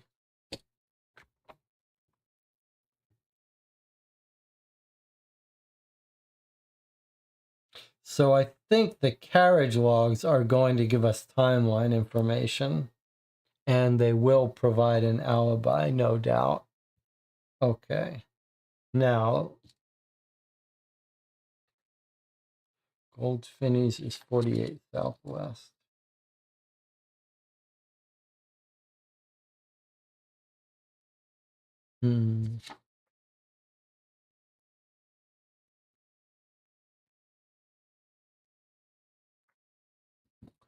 Okay, 48 Southwest.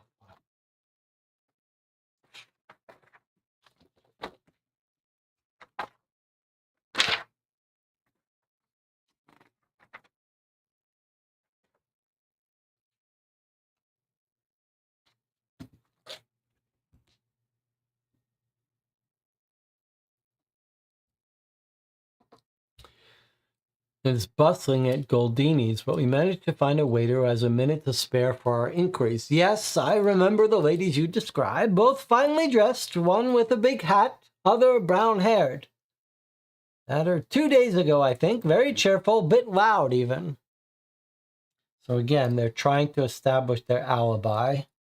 The big hat one is disguising her identified.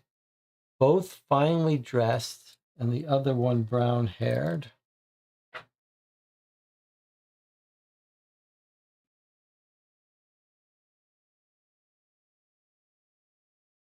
So again, we've got our big hat. 48 Southwest. Big hat and brown.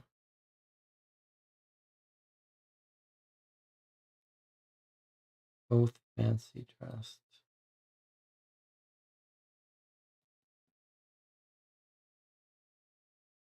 Okay.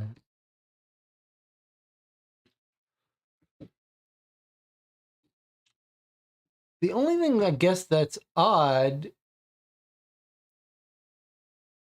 is that we've got 3 murders and 2 alibis. Why is that? Why do we have 3 murders and 2 very carefully crafted alibis? Why do we not have 3 carefully crafted alibis? Is it because the train one, they figure they don't need one? It really seems like these women have gone to a lot of trouble to craft alibis. So why are there only 2 alibis?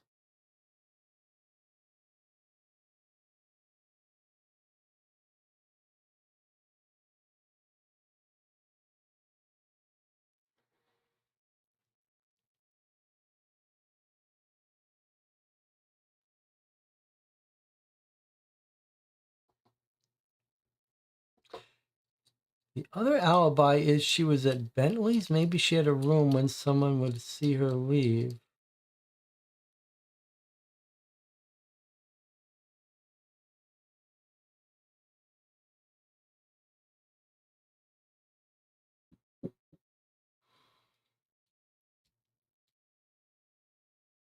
Yes, he does give us her alibi at Bentley. Which one is that? I feel like I need to summarize each of the wives' murders and their alibis because they're sort of blending together a little bit for me.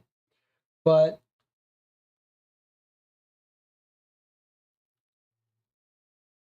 34WC. Let's read this again. All right, let's keep a little bit better notes now on each of the murders. Okay, so this is the one that happened this morning. Cops are still there. Okay, we talk in the crowd. She says, I saw her leave with a bruised eye yesterday morning. Another guy says, no, she was out with her friend, the one with the big hat.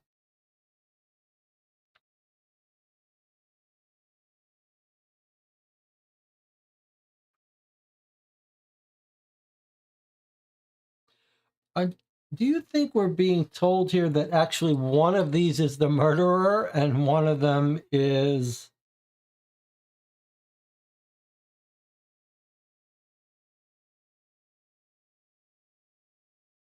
One is the murderer and the other one came by with a big hat?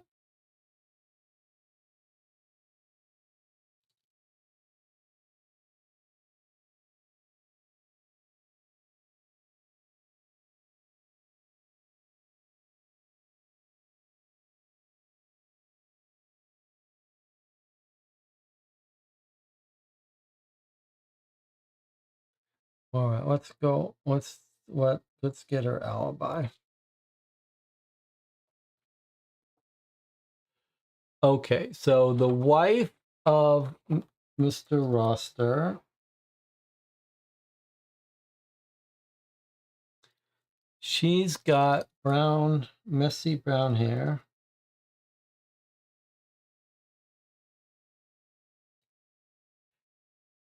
Okay. She says, yesterday I spent I spent at Bentley's. I took a carriage there before dark, stayed there all night. So her alibi for that night is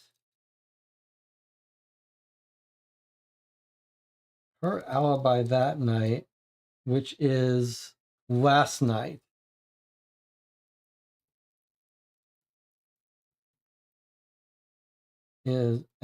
she was at Bentley's.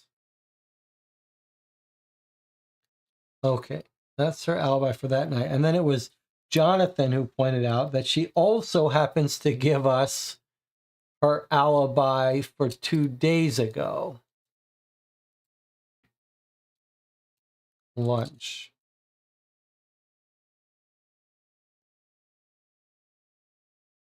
January 8th, lunch at Goldini with Martha. And that's going to be the train alibi.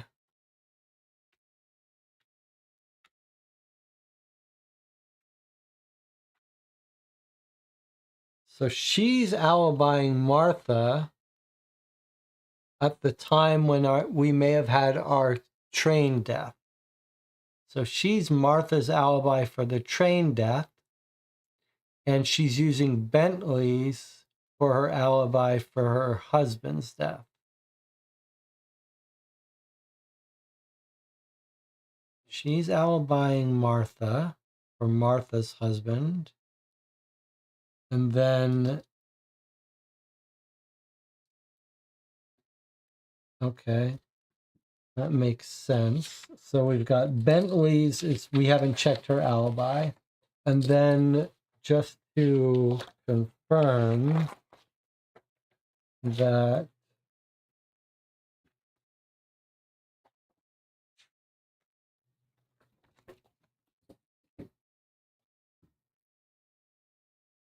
okay, now if we look at the Browns alibi, just to clarify things,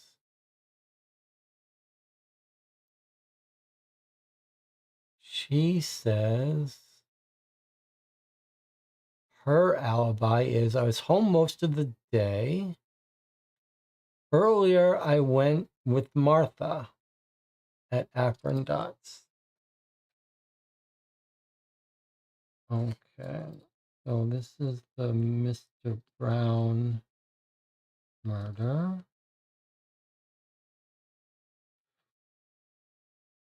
Her alibi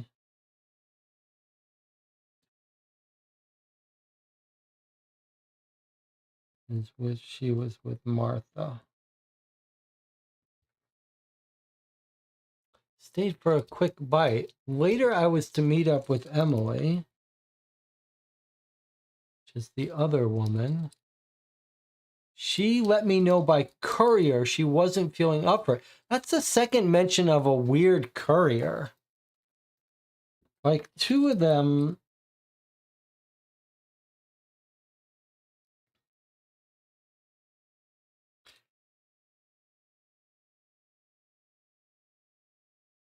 This is a very weird thing with this courier. What do you make of this? Remember, she says courier.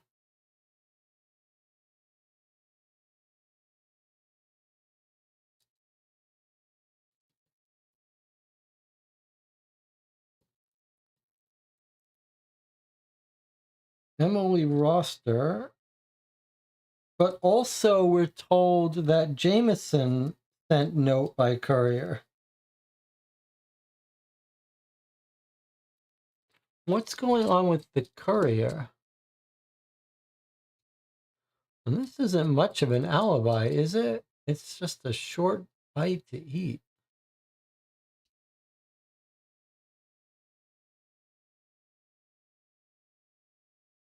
Maybe she's just trying to give an alibi to Martha.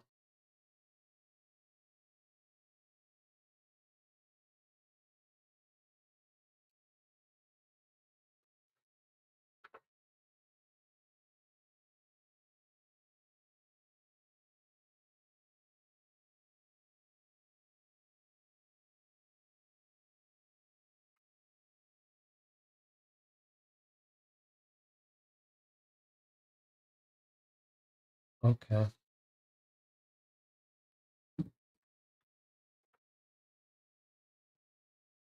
Let's take our break, and then we'll go to the Bentleys and check out her alibi at Bentleys and see if we catch anyone there with a hat or something like that. I'll see you in 8 minutes.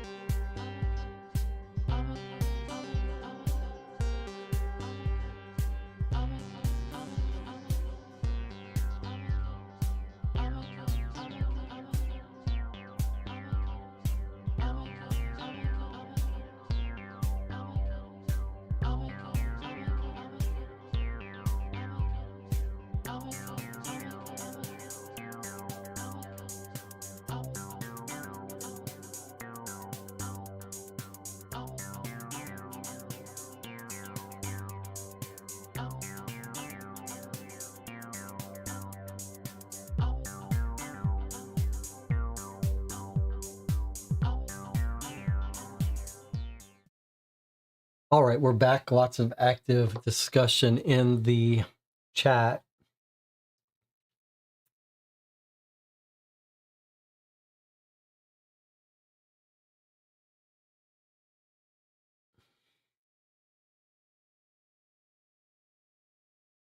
Can you remind me, Jonathan, how we know the train left at 10:15. Where did we get that information? Because I don't think I have that written down anywhere.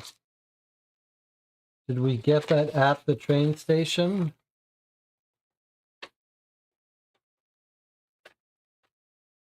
It seems like an important thing to want to keep record of.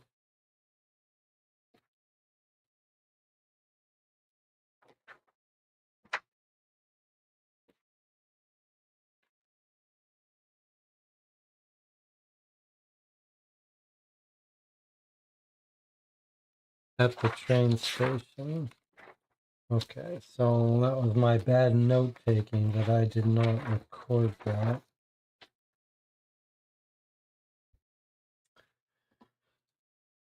Didn't even circle it. The 10:15 train to Cambridge. Okay. Don't look at anything else.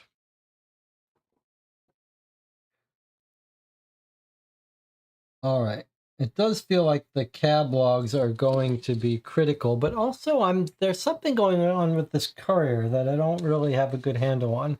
But our next stop is clearly Bentley's to check out her alibi.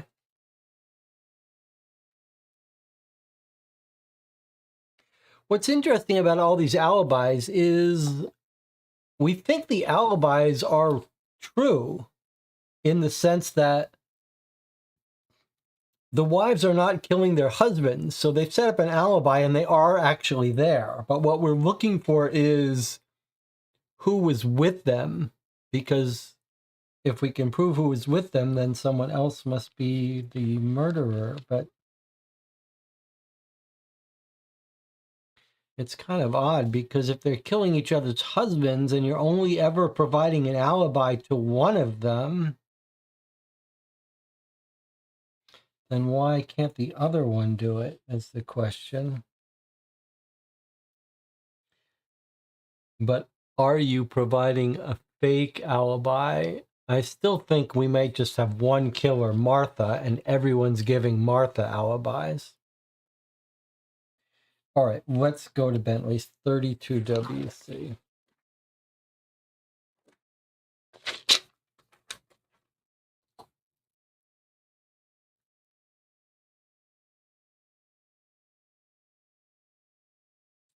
Which is right next door.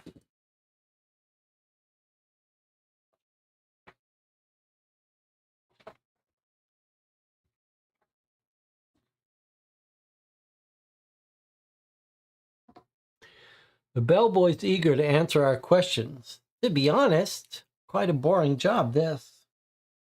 Not much happening. What can I help with? We're interested in someone who came here last night, a lady who arrived by carriage. Well, I don't know by any carriage, but there was a lady late yesterday who came in. He draws his finger through a ledger hidden from our sight. Signed in as Mrs. Roster. I remember her plain expression when she asked for a room. She was quick to enter it. Later on, she came downstairs again, this time a bit more tidy looking. She stayed and chatted for a bit. A courier from Ladies' Couriers came by and took a message from her. Then she went up to her room again. Ledger says she left this morning. Okay, so Mrs. Roster.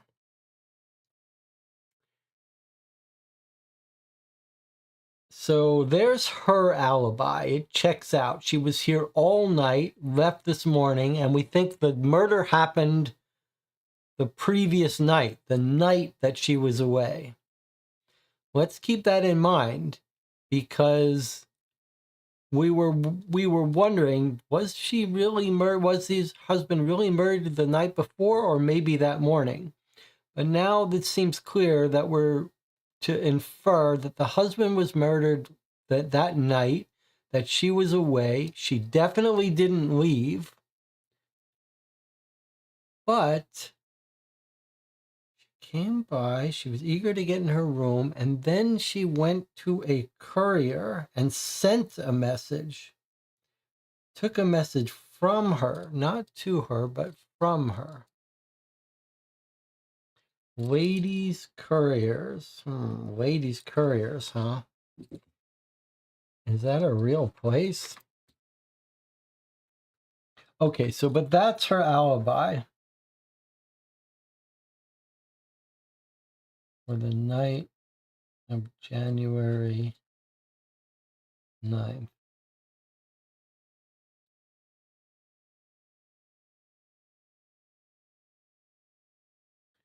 She sent a message using Ladies Couriers. Okay. What is this Ladies Couriers that I've never heard of? Well, there it is, 16 Northwest.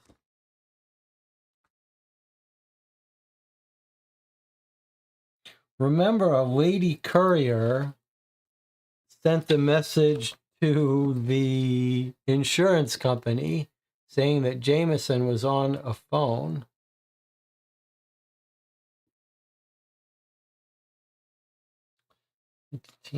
On a train.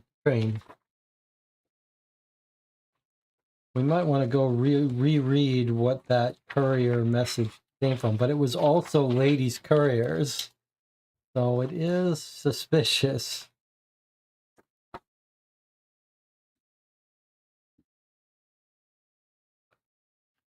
The large blue logo of a silhouetted lady is printed on the front door of the offices of Ladies Couriers. Okay, now you recognize this, right? We are warmly welcomed into the building and find an employee willing to answer a few questions. Yes, I know the woman you're talking about, but it's not fair of me to share any private information. I can tell you most of female high society uses our services, and we deliver all over London. That's all this person will tell us. Okay, now look, blue logo, silhouetted lady. We recognize that, don't we? Do you remember where we saw that? That was on the papers on the train, wasn't it? Or was it at the insurance company? I can't remember if it was on the train papers or at the insurance company.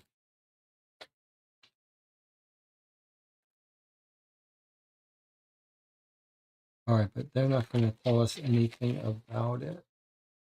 That's unfortunate.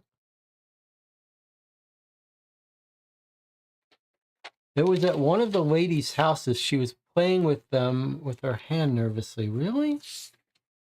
Now we're going to need to... Now we kind of need to know that. All right, let me write this down. We may need to figure out where we saw that.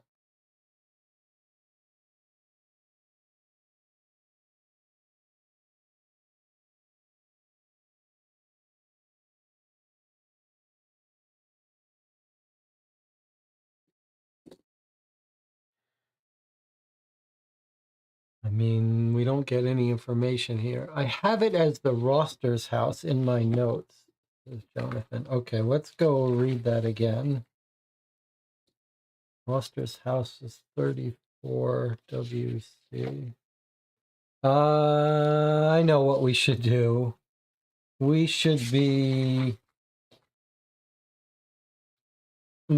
remember where places are, because if we catch someone going to the courier...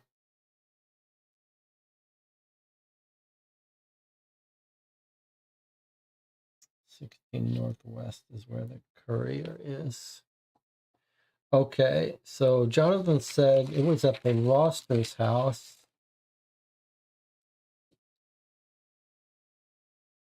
Well, this is the woman that used the courier.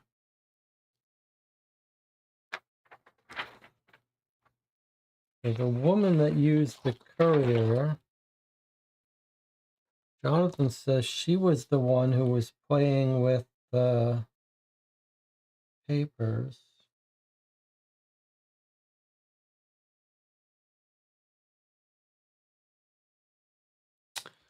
Okay, let's see if we can't find it. She turns to us right. We're sorry to intrude. She's sitting by the window in the kitchen.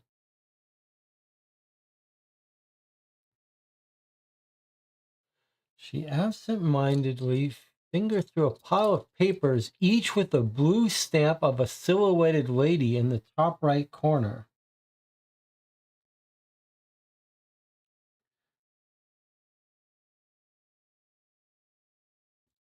What does that mean, that she's got a whole bunch of these couriers? Notes.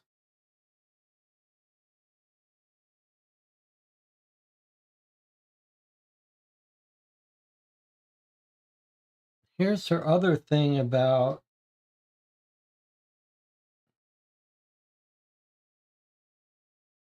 she says Martha Jameson at Goldini's.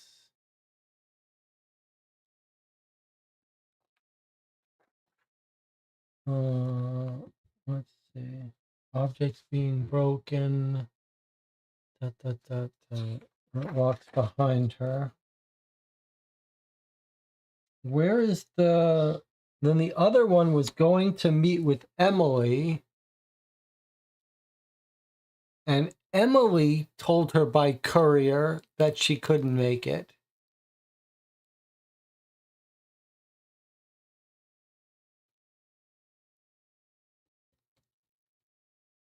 Remember one of them, I guess it wasn't Roster, it must have been Sam Brown. We've got 3 mentions of that courier now.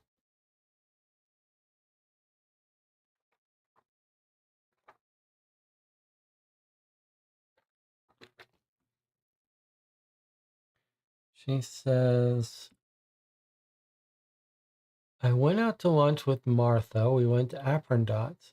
Then I was going to meet up with Emily, but she let me know by courier she wasn't feeling up for it.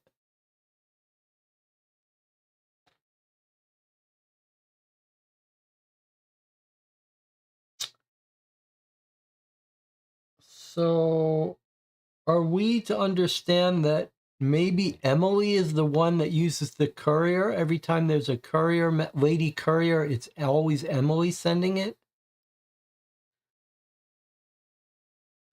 She's got the stack of those receipts. I think we might be figuring out that Emily is the one that sends the courier messages.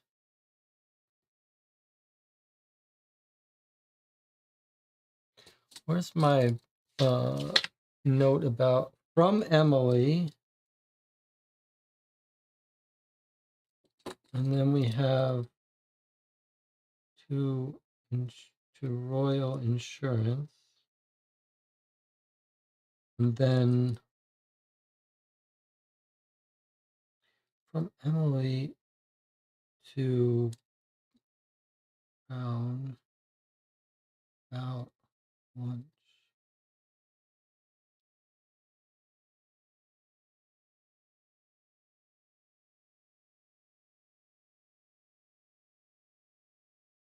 Is this the message?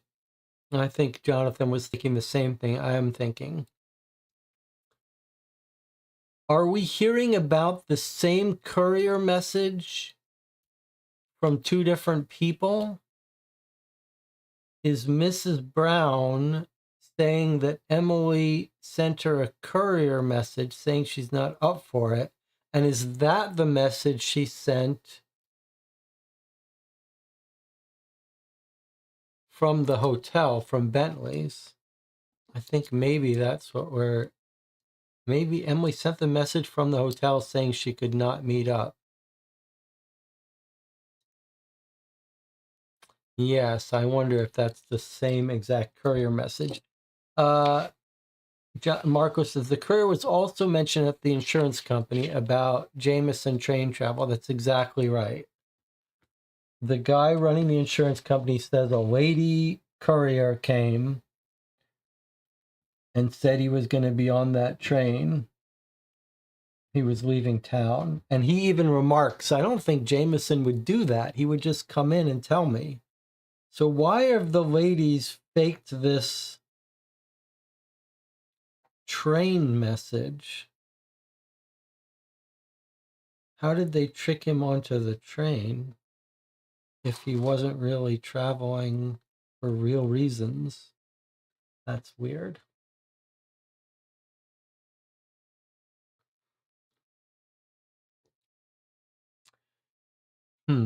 Okay. Well, where else shall we go then? We know there's lots to be gained at the carriage station, but we also have other places we could go. We could go to the criminologist. There's the carriage depot. We could go to check insurance records.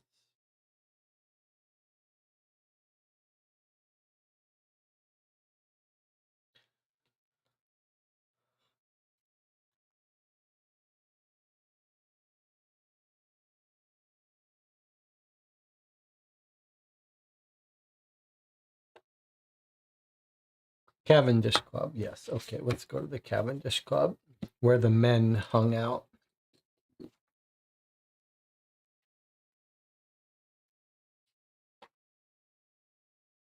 25 Northwest.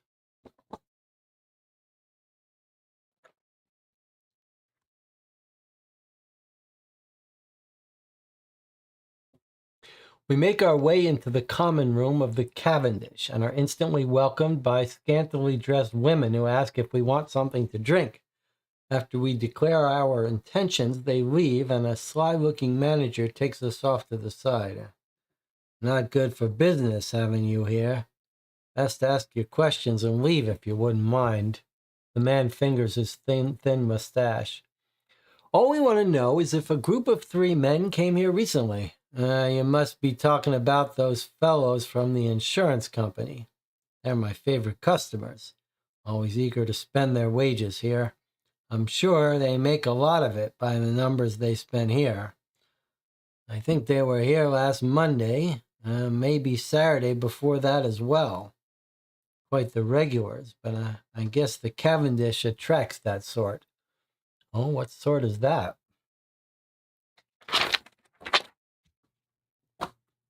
You know, wealthy, single, down for a good time. What makes you think they're unmarried? Well, I ain't never seen a married man without a ring. Have you? We take our leave. All right, so the 3 men are friends. They're out whoring around at the strip club, and the wives have had enough.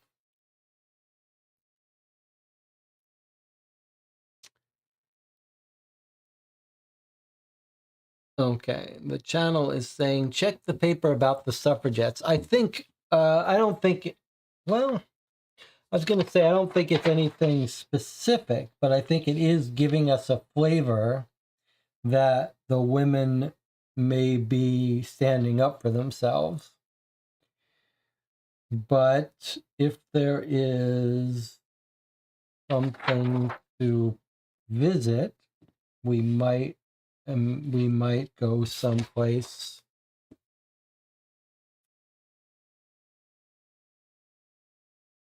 Maybe there is someplace of relevant for us to visit.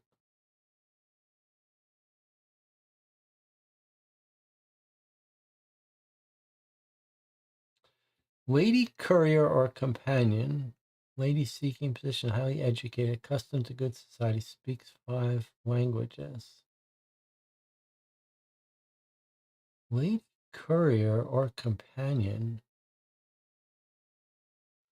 Do we want to check this out? Feels like a bit of a coincidence. It's called Lady Couriers. Okay, where are our suffragettes? Uh,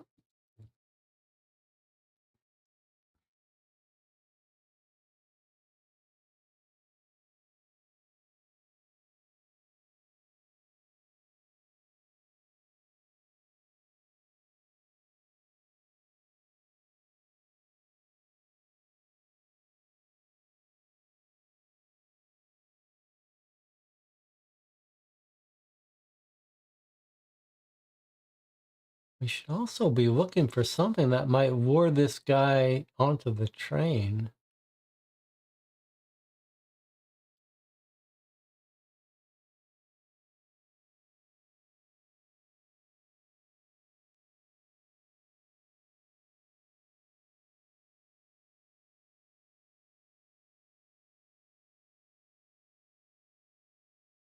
Here's about the suffragettes.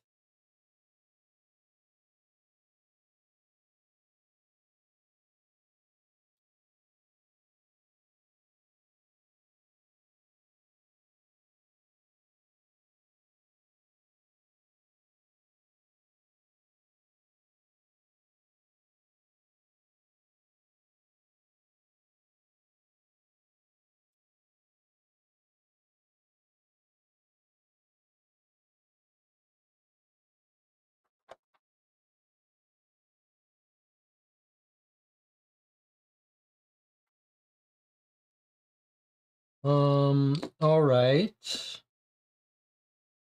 Where next?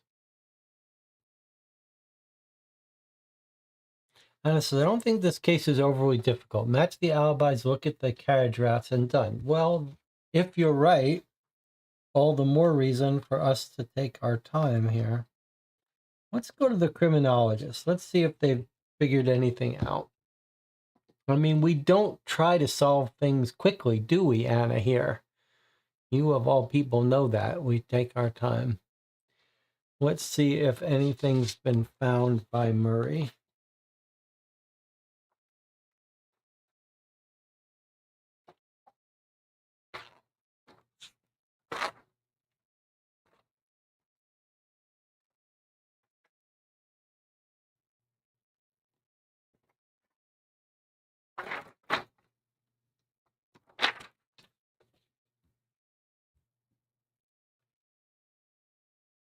Oops, that's not right. Murray invites us in, but besides a good cup of tea, he's no further use to us. Okay. We went to the Cavendish already. All right.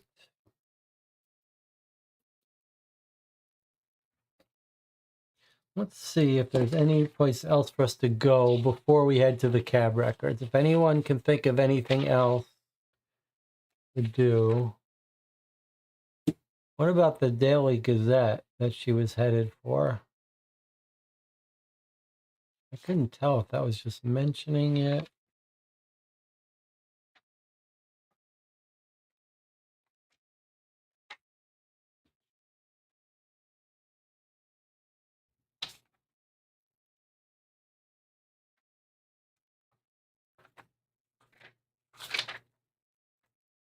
Daily Gazette was 74 WC.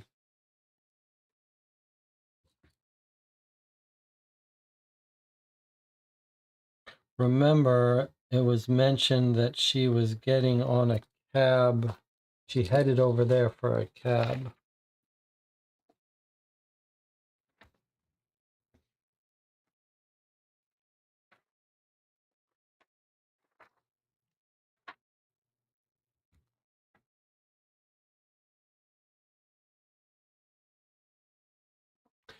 A crowd of people are beginning to lessen as we enter the offices of the Daily Gazette.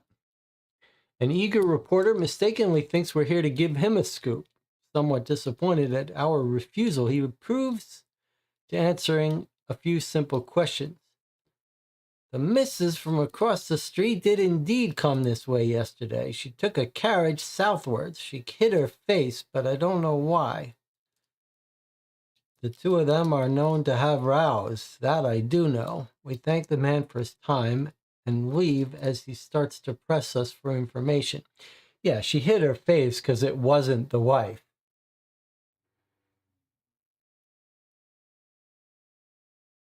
Right? This is going to be our killer, which is probably going to be Martha or Emily. I think it's all Martha, but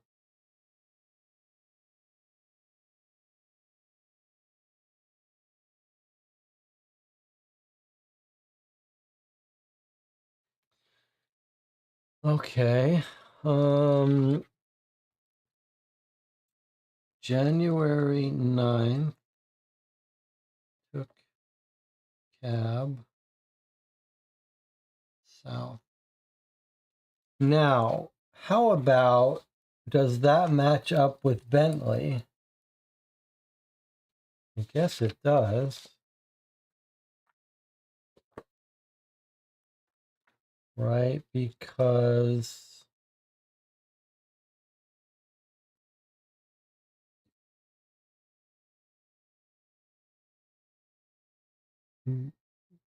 where am I here? Okay. So here is where she lives. She goes across the street and she gets in a cab south to go to Bentley's. Why not just walk to Bentley's? Unless you're getting in a cab because you're Martha and you live here, down here. Right? Otherwise, you just walk across to Bentley's. I think maybe she got in a cab to go here. And this is where Martha lives.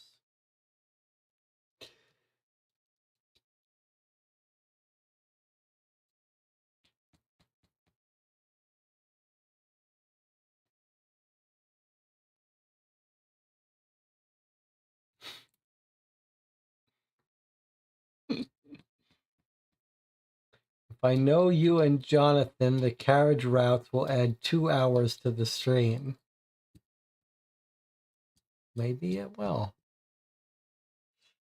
All right. Can anyone think of anywhere else to go to before we go to the carriage logs and try to reconstruct?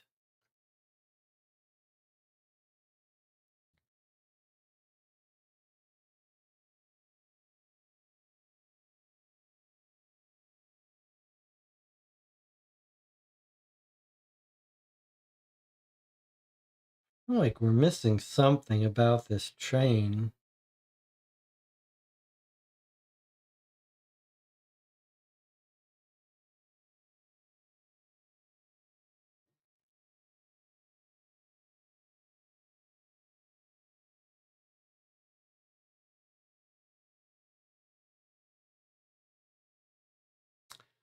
Can we try to confirm the bruised face? The people outside Roster said they thought Mrs. Roster had a bruised face. Did she or any of the women we talked to have one? I don't remember seeing anyone.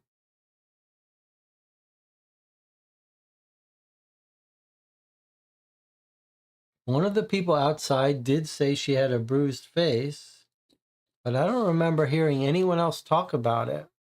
Does anyone else remember any woman, any of the 3 women we talked to having a bruised face?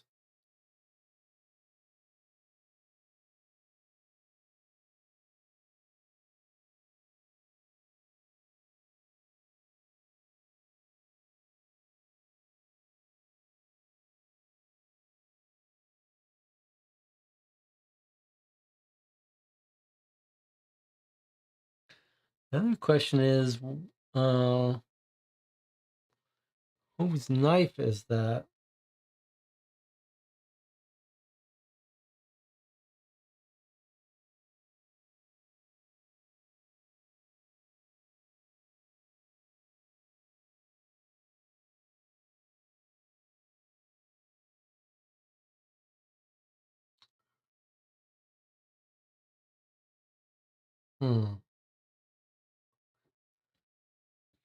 Well,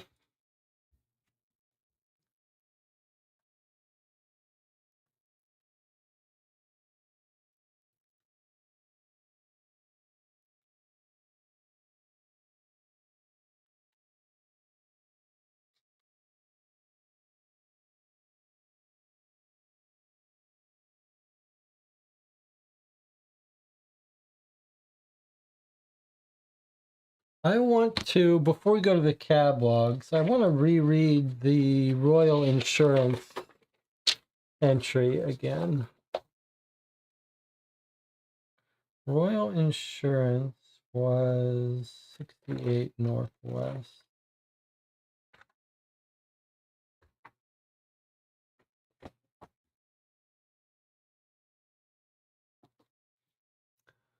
So Egbert Tubbs,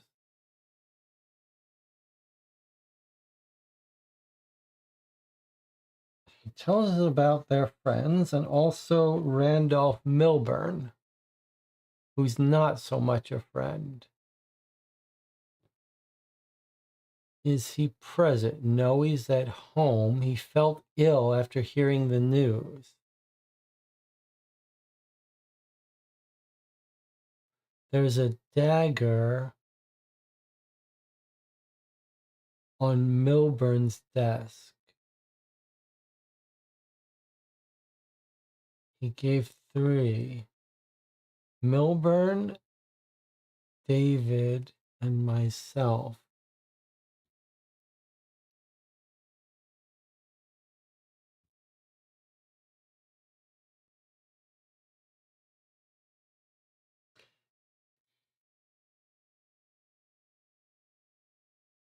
Trying to figure out whose knife is it that's being used, and how does the killer get hold of it, and why?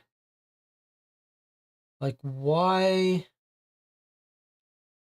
If it's David Roster's dagger, how does it get into the hands of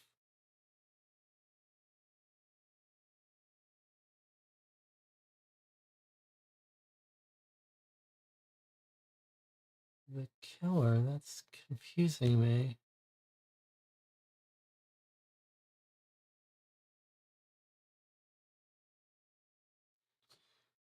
All right, now I want to see the part about why this guy Jameson has disappeared.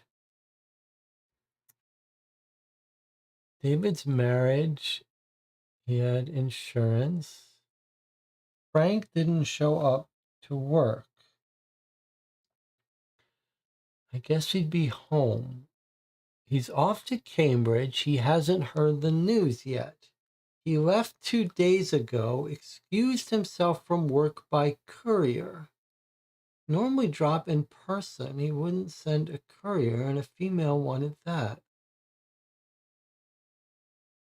I don't understand why they don't know I don't understand why.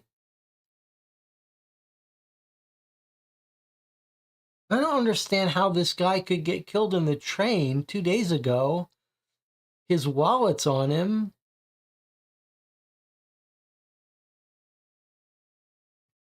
But they haven't notified his wife or work that he's dead. How is that possible?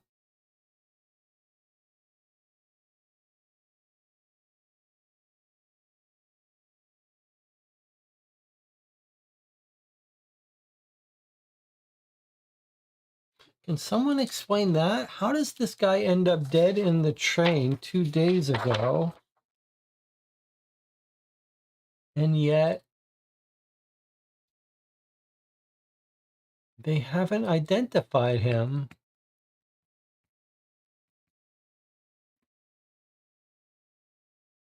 It's kind of weird, isn't it?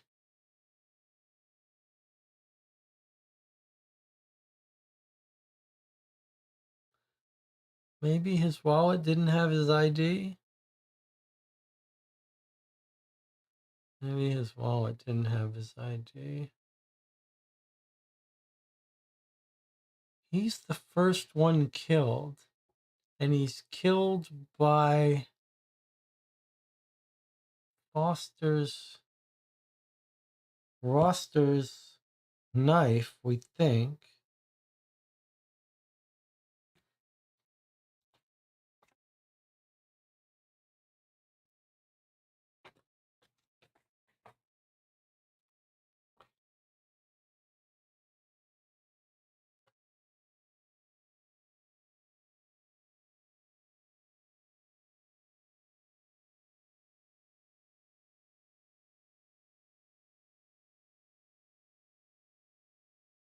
Is Emily our killer of everyone?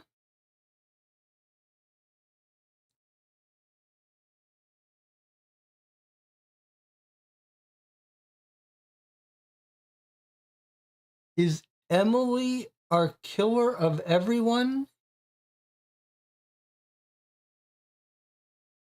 She has access to her husband, David Roster's knife.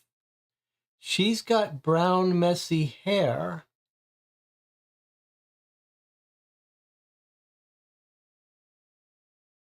Is she, and she's the one who uses the courier, so she could have done this. She could have sent the courier message to the insurance company, maybe lured Jameson away.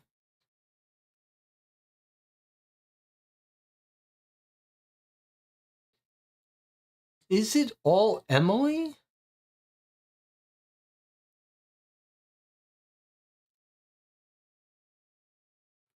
All right, I think maybe we got to go to the cabs for now. But I just don't.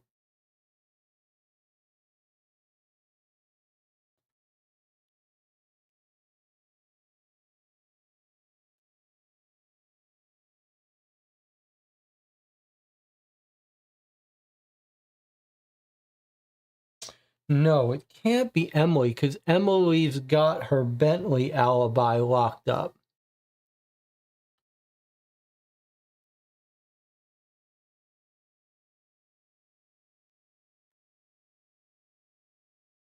Emily claims to be at Goldini. Is that right? I got to do a better job with these alibis because I thought it was.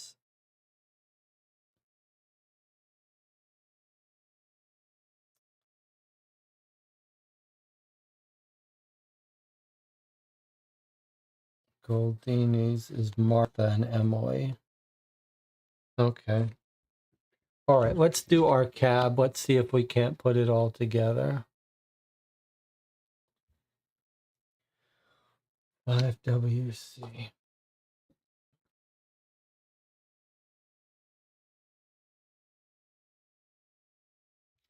As we make our way through the stables, we find ourselves looked at from every angle. None of the carriage men are willing to talk to us and eye us with suspicious looks. Those that refuse our conversations do so in broken English. We take our leave just as a young lad halts us. Sure, I'm willing to help. What can I do for you? We ask him for records about carriage trips throughout the north of London. I'm afraid that's too vague. But if you give me an address, I can look up what came and went during a certain time frame.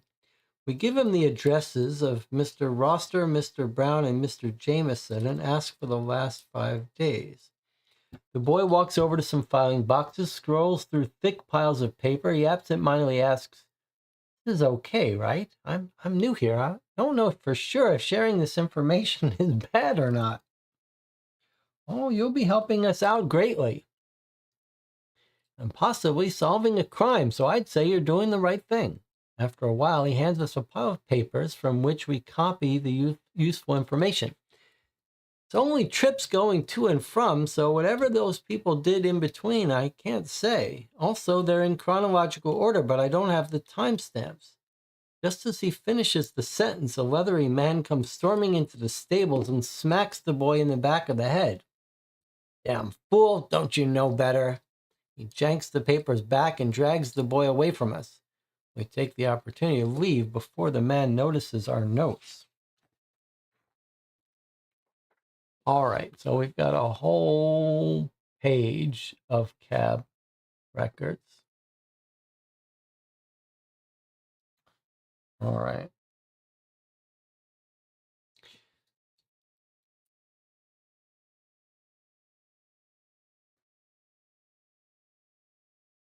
Wow, we have the coachman we could go talk to too.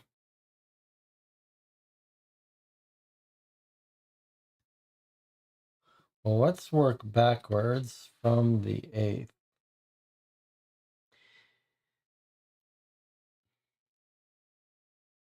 34.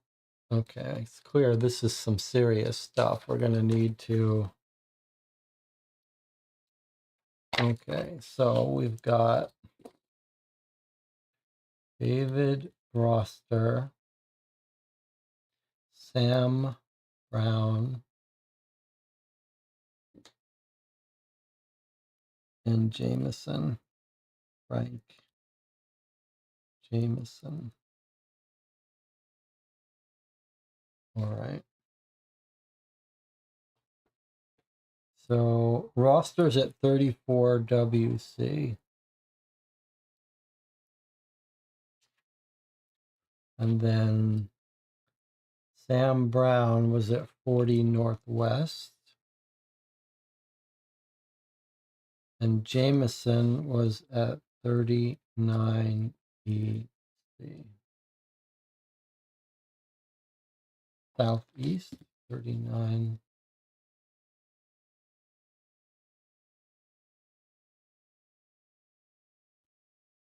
All right. So what if, whoops, what's going on here? Oh, sorry. All right. So this is going to be our 34 WC David roster. So let's see. 86 Great Portland.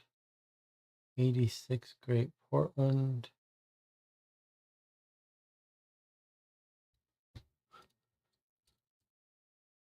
Okay, so the 40 high streets are going to be our northwest. 39 south, this is going to be our Fred Jameson. Okay, so this is, let's do it where we can. Let's follow where we can. This is our guy Jameson getting on the train. So we don't have times, but we know he's getting on his train on the 8th. Okay, so this is Jameson to the train station. Now, who else is going to the train station? Can we catch someone else going to the train station?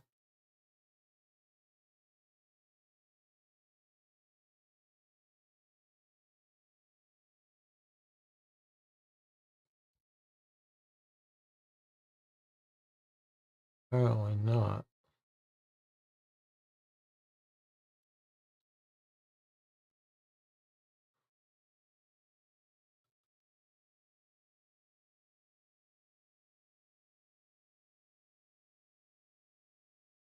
What about, can we catch any of them?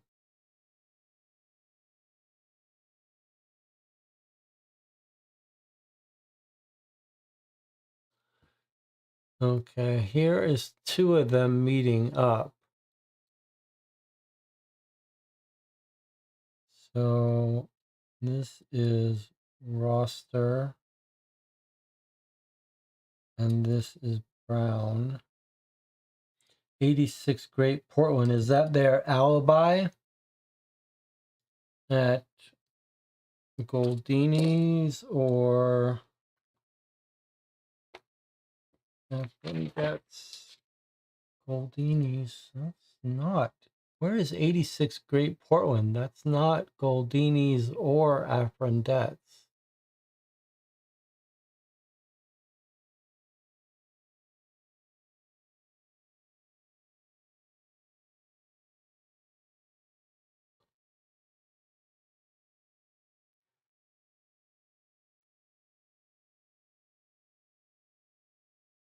So here's Jameson to the train, and here is Jameson's address again to 48 with the stop in WC, which could be to Roster's house.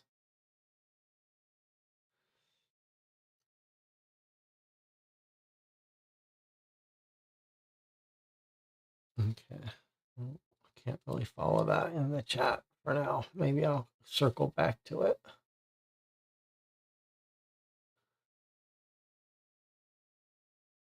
They're going to 48, stopping in WC first, and here they are coming back with the stop in WC. So these are connected. They're leaving and then they're going back. Oh, 48 is going to be Goldini's. Okay, so this is going to be Goldini. So there's our Goldini picking up roster. This is Jameson, Martha picking up Mrs. Roster. They go to Goldini's and then they come back, dropping off Roster.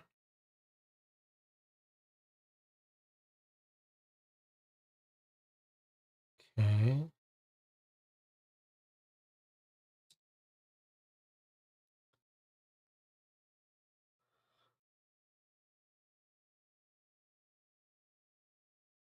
What is 86 Great Portland Street?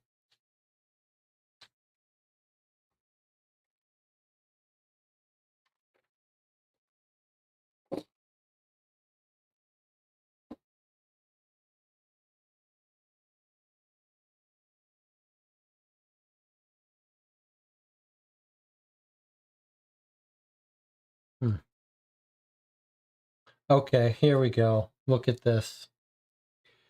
Look at 97 Bishopsgate. 97 Bishopsgate is right near Liverpool Station. So we've caught her.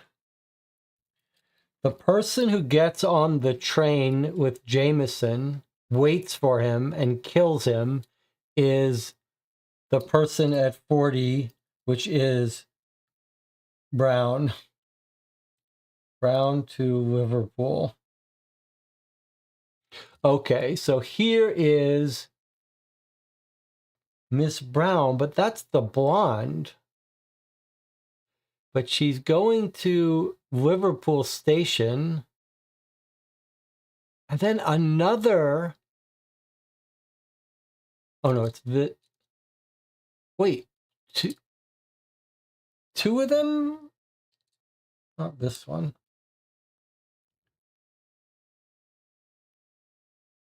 Two cabs from 40 High Street, one after the other one?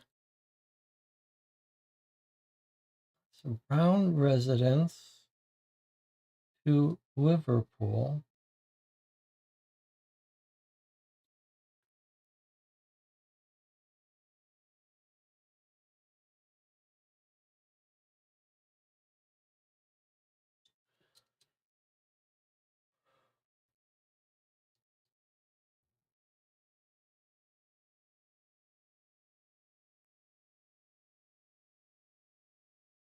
I guess Mr. Brown is alive at this point. Guess we could talk to these cab drivers.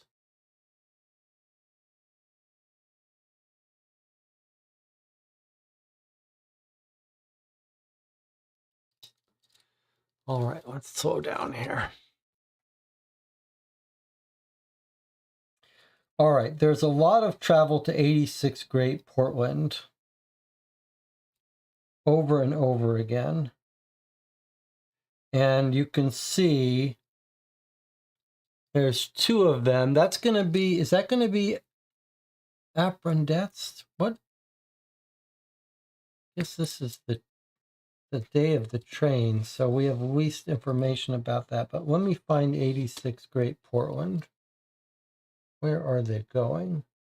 Okay, so that's northwest. 86 Great Portland equals 86 northwest, which we've never been, I don't think. I don't think we know what's at Great Portland. But two of them are going there. And then at the end of the day, the two of them are going back. Is this the insurance company?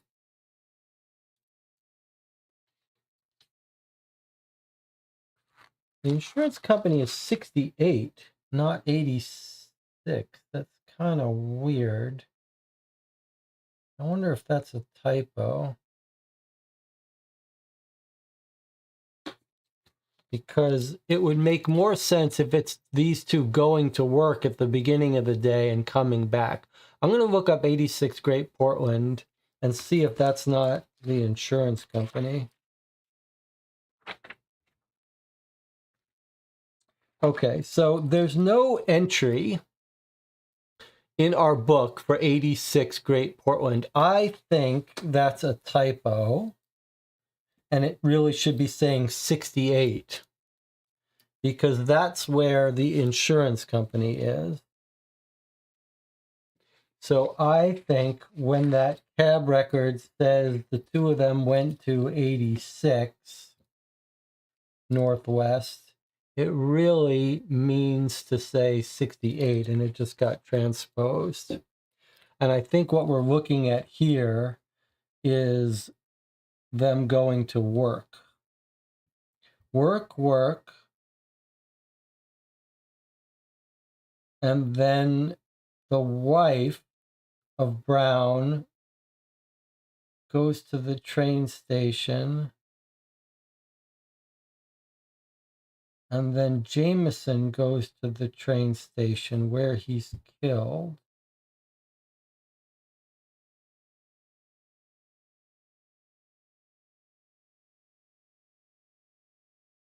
But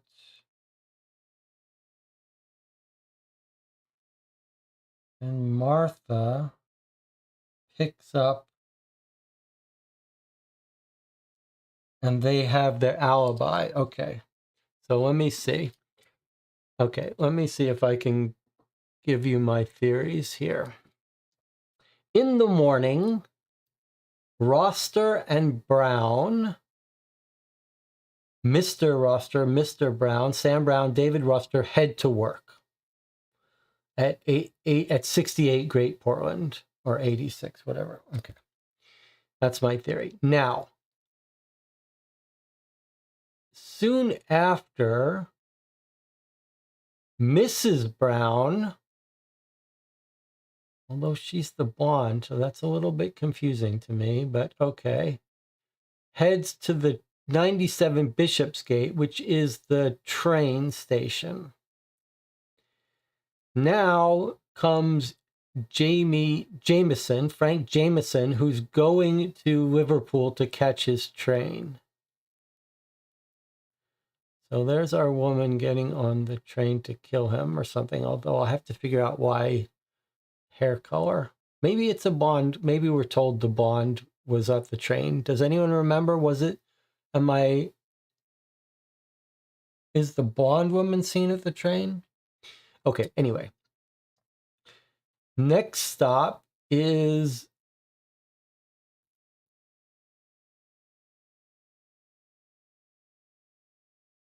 Mrs. Jameson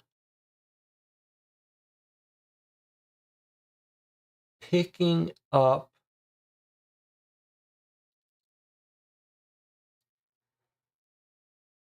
this is Miss Jameson, Martha, headed to Goldini's, picking up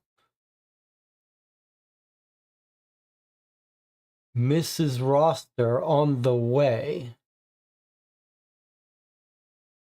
That's this one. And here they are coming home. Now this one is going to be the woman coming home after killing the guy on the train, is my guess. Is that going to be where 11 Broomfield Street is? It absolutely is. So here she is hopping on a cab. She got in a cab to here and then walked across to kill him on the train. She jumps off. She walks over to Bloomsfield, where she gets a cab back home. That's what we're seeing here. This is our girl here to the train and back.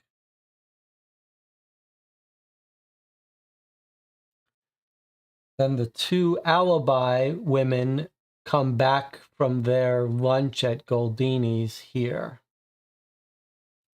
And then the two home from work. Okay. I think this is a complete accounting of Tuesday the 8th. David Roster, Sam Brown, they go to work. As soon as they leave for work, Mrs. Brown heads to intercept Frank Jameson at the Liverpool train. Jameson goes to the Liverpool train. Right before he does, Mrs. Brown goes to next door to the Liverpool train. She gets in the train. She kills him when it leaves the station. Meanwhile, the two other women have set up an alibi. One gets a cab, picks up the other one. They go to Goldini's. They hang out there for lunch. While they're eating lunch, Mrs. Brown jumps off the train, walks across the street, hails a cab from Bloomfield back to her house at 40 High Street. That's the Brown. That's Mrs. Brown. She's back home. Meanwhile, the two women come back from Goldini. They share a cab. One gets dropped off. And then the two other men come home from work. Now, the question I have to remind us is, this tells me that it's Miss Brown that killed him on the train. Now, my question is, this alibi here at Goldini's, who is that supposed to be alibying? Is that supposed to be alibying Mrs. Brown?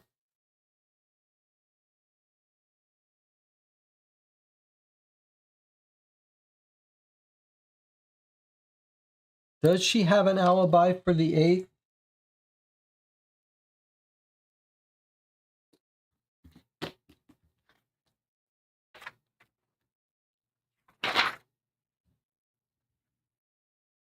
Yes. Here's Miss Brown.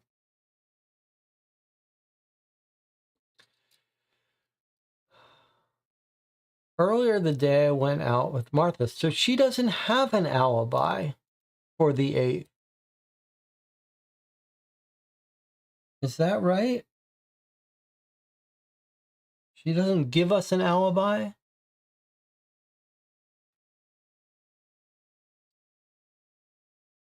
She doesn't give us an alibi. It's a true alibi for the two people that actually were. I guess they were just trying to have an alibi for Jameson's husband.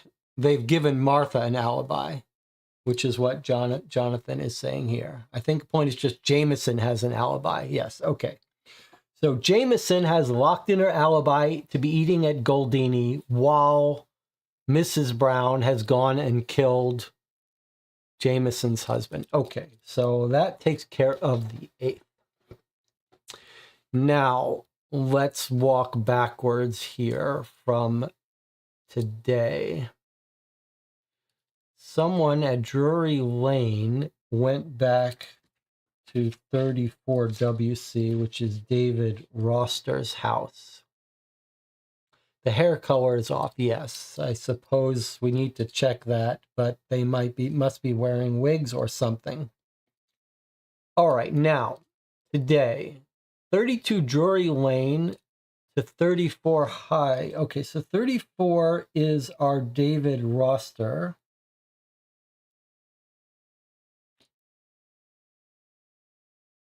This is the guy that David Roster was killed this morning, so he was killed last night. This is going to be the woman coming from the Bentley, right? Yes. Okay, so there's the Bentley Hotel. She actually took a cab from Bentley to her home. She did actually take that short cab ride home. In the morning, she discovers the body. Okay. So that's fine. No problem there. We believe her alibi. But now let's see who did kill him in the park. So there's the Royal Botanic Garden. right? This is where we think the killer met up with him. We know he doesn't take a cab. He walks there. Okay, so probably one of them sent a courier message saying he's off on his walk, or he's on his walk. Okay, so who does go there to kill him? The person, let's see, they're coming home to the 34. So this is the roster. Okay. So roster's wife, but that's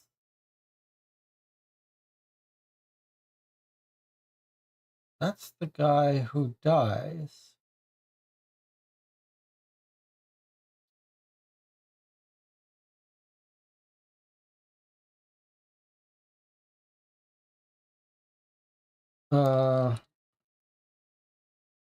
Sorry. David Roster is in his house. Stabbed in the park. Okay, right. So the wife of David Roster is the killer of Sam Brown in the park. Yes, okay, that's what Jonathan is trying to tell me. So here's Roster kills Brown at the park. And Roster is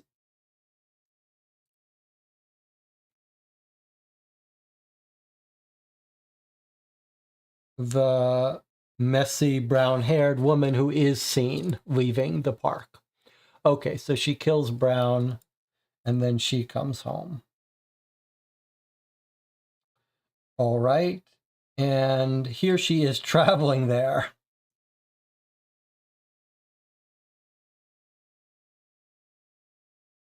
So she travels to the park, waits for him. He comes, she kills him, she gets a cab home. Okay, and here's before she does, her husband goes to work. Her husband's still alive at this point.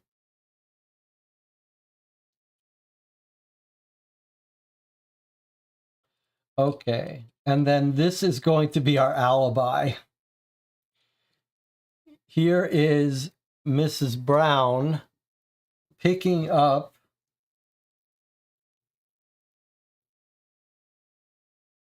one of them and heading to Aprendettes.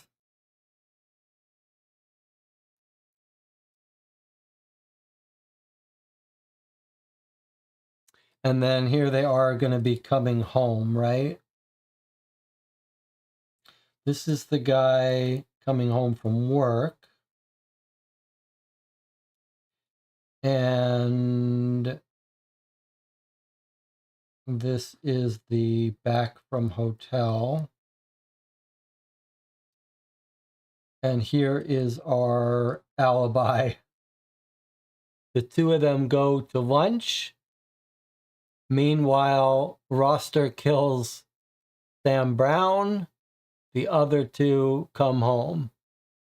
So you guys were right from the start. It is a kill each other's husbands plan, because here we've got Roster killing Mr. Brown. And on the previous day, we've got Mrs. Brown killing Jameson.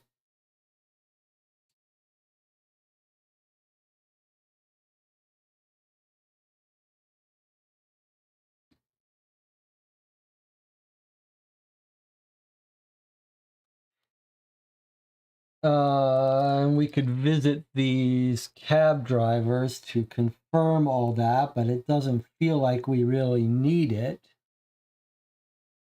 So this takes care of the death of Jameson. All right, so what do we know now? We know Jameson, Frank Jameson, killed by Mrs. Brown. And we know that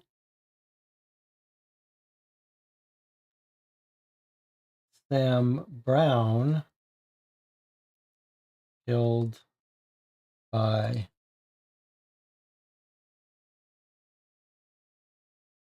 Mrs. Roster.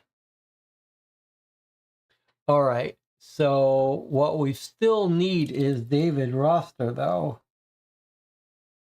This is the guy killed in his house. This is the train. This is the park. Okay, so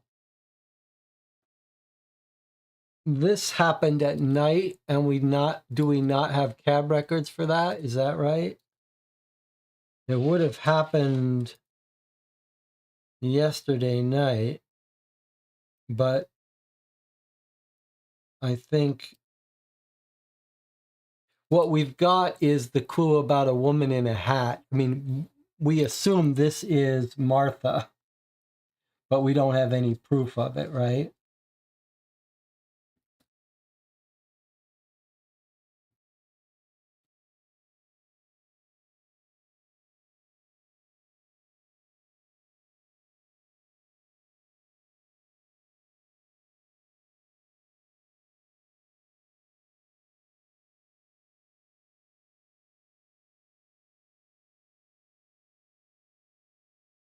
So clearly we've got a strangers, not strangers, they're killing each other's husbands, just as the channel had their initial suspicions. However, we don't have good evidence on Martha.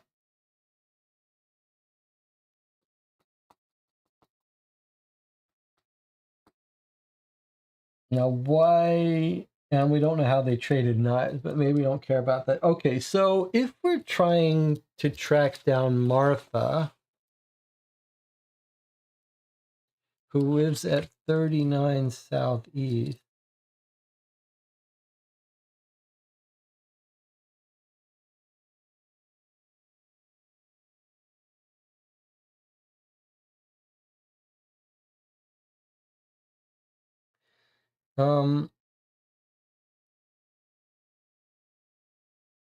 I do want to point out a slight problem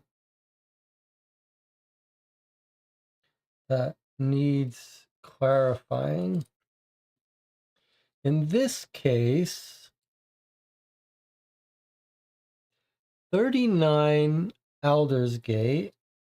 So this is Martha headed to the alibi, Goldini's,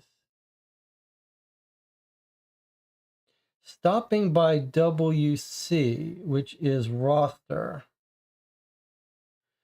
But what's happening here? This seems like it should be the alibi again. But why does it say EC? We don't know anyone who's in EC.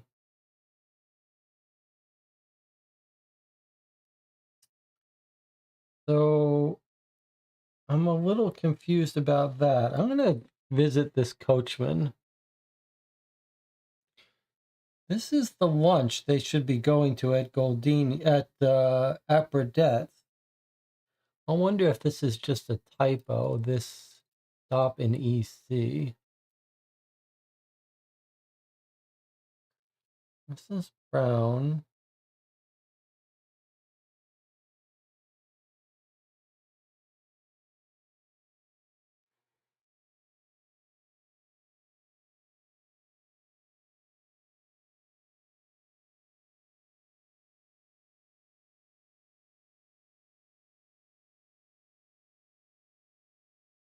Unless I...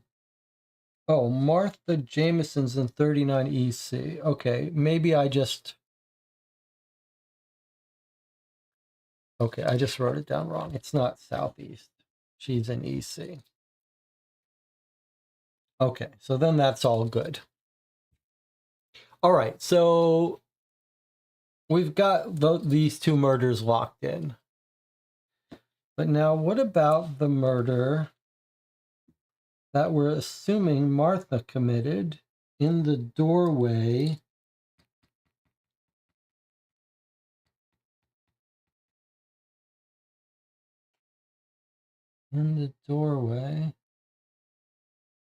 How are we going to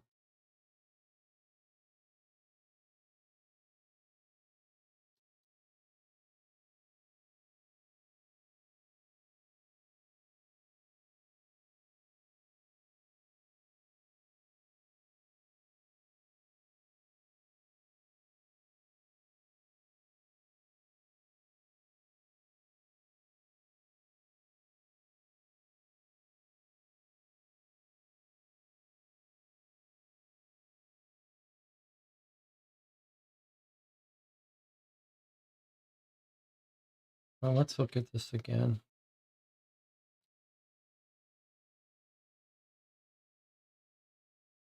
She goes kills Brown, and then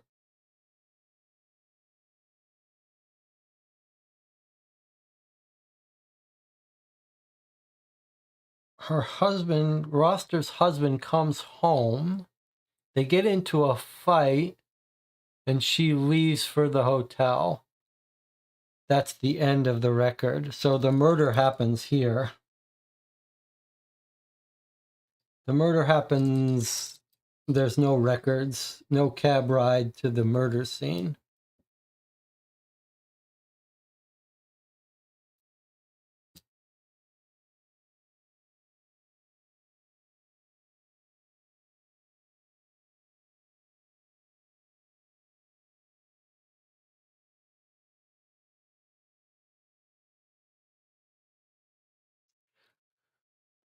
Jonathan says, maybe you could ask the cab driver who dropped Mr. Roster back home from lunch, the one that took her to the hotel, to see if they saw a lady in a hat when dropping or picking her up.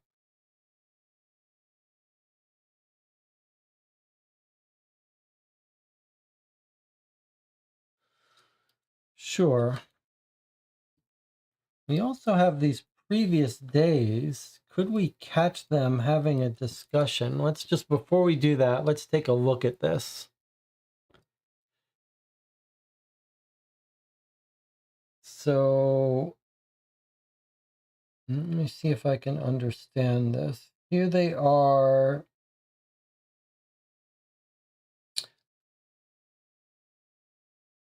Work, work, work. Here's the three men going to work.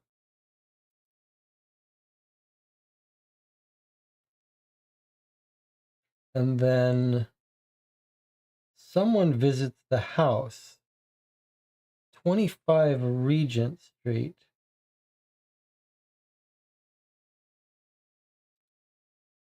While the men are at work, someone is going to Jameson's house. Who is that? What's 25 Regent Street?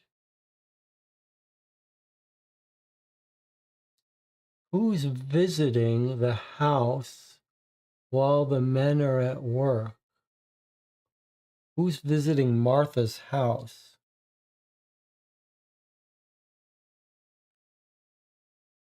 With stops in Northwest and West Central.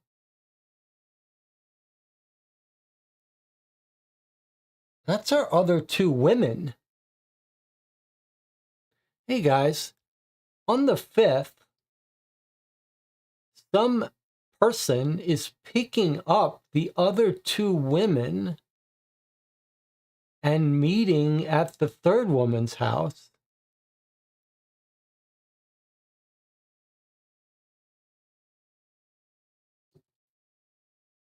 This is the three women getting together for a talk with a fourth person?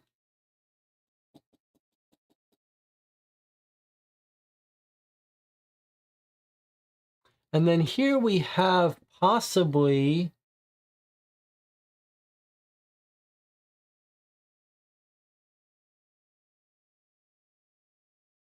Another mystery place. Here they all are meeting up at Villars. Stop in WC. So 39 is picking up WC and ending up in Villars. And here's the third person ending up in Villars.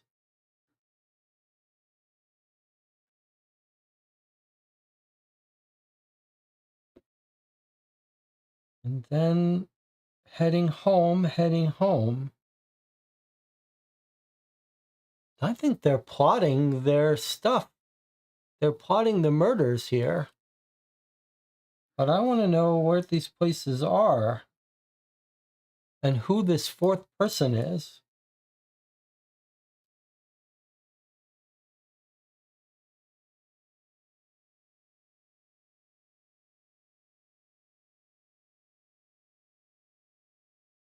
Is there a fourth person? Stops. Maybe it's just the three women. Why did I think there was a fourth person?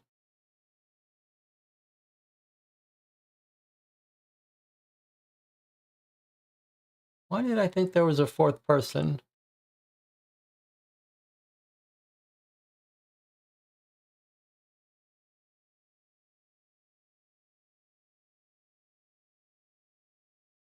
I thought there was a fourth person because they're going to the third person's house, but maybe this is just one of them heading home, picking up the other two. Okay, so I think I may have jumped to a conclusion that there was a fourth person, but I think it's more likely that this is the person who lives at 39, which is Martha, and I think she's headed home, picking up the other two to her house.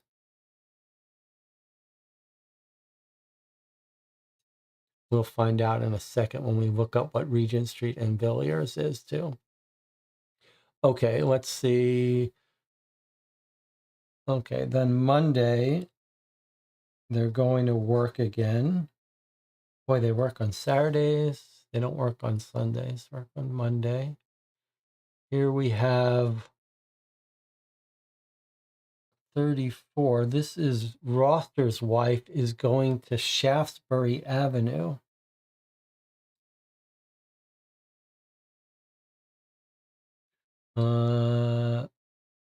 And then here we have back Regent Street again, picking up all three women. All right, so we've got 25 Regent that we're curious about, 20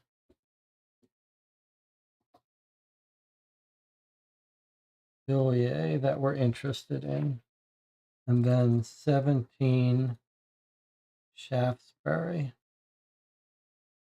And we could talk to the cabbie as well. Let's find these places and drop by them, and then we'll talk to the cab. Or maybe we should do it vice versa. Maybe it makes sense to talk to the cabbie first. All right, let's talk to William Sidmouth and see what he remembers about dropping them off. I guess we're supposed to take a break. All right. We'll take a break for 8 minutes. I'll see you then.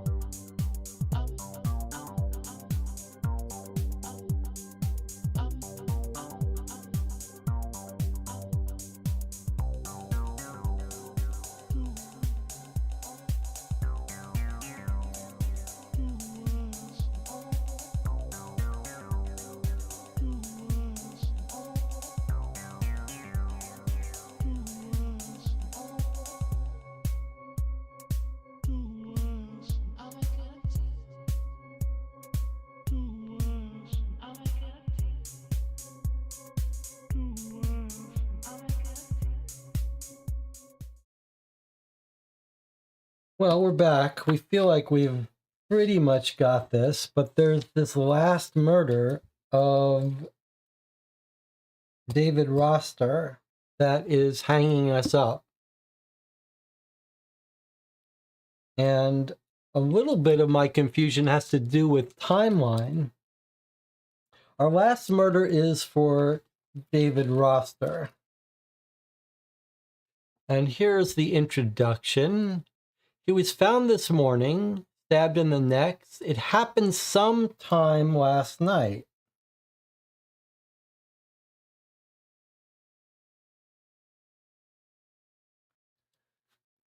So the question is, we're pretty sure that Martha is going to be the killer of him, but our cab records stop. Our cab records stop right when Mrs. Roster takes the cab to the hotel where she stays all night. And I guess this maybe we're meant to think that this is sort of late afternoon and he was killed in the early mornings.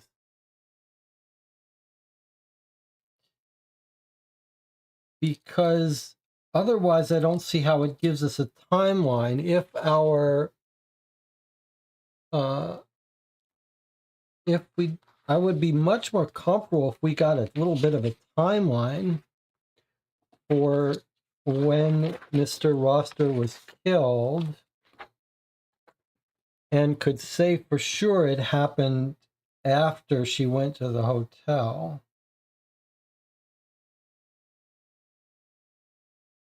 Let me just take a look at this again. This is the guy in Regent's Park. And so what we're told was he had a similar wound to our body, though on the other side of the neck.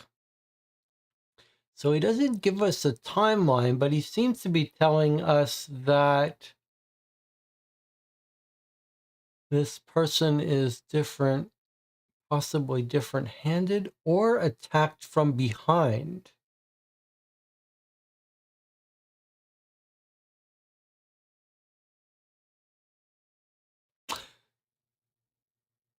Okay, I got something for you.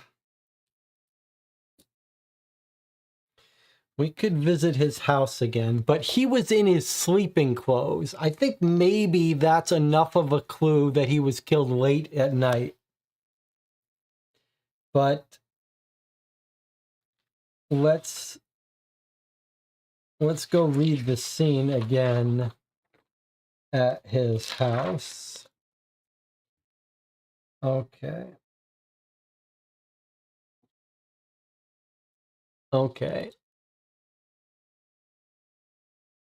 I saw her leaving with a bruised eye yesterday evening. And another guy said, no, she was out with her friend, the one with her big hat.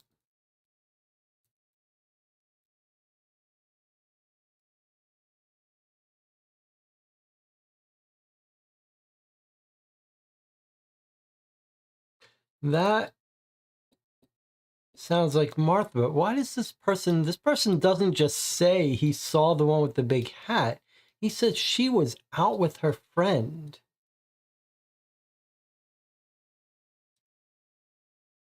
And then this one says, I know she went opposite to fetch a carriage yesterday late.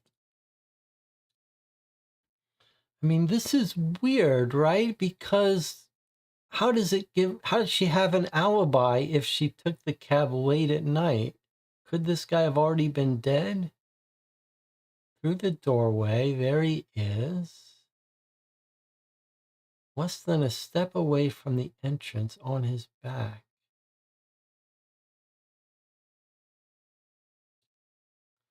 There's the dagger. Then we talk to her. See if we can get any handedness here.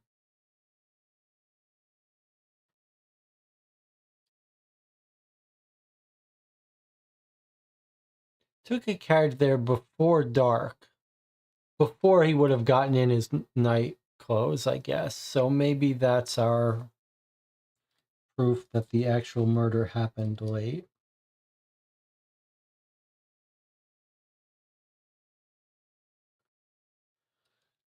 How about,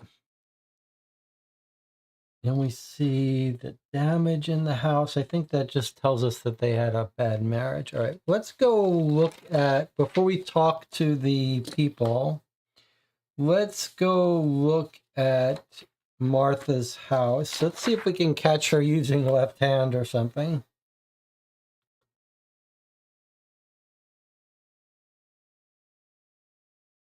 David Roster was found. Oh, Lord, how awful for Emily. I must go to her. We think she's the killer. We think Mrs. Martha Jameson is the killer. Let's see. She says, okay, make it quick. She steps back from the doorway only to get closer to the coat rack.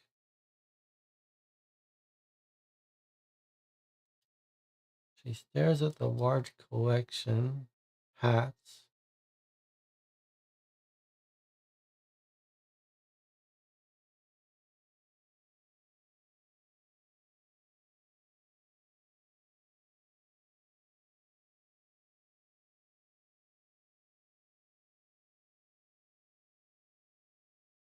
No sign of her being left or right-handed.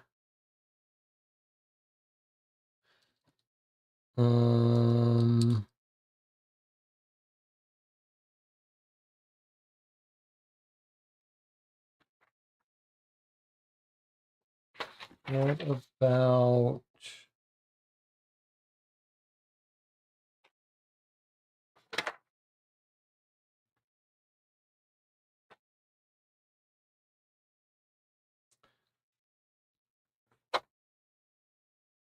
.48 Southwest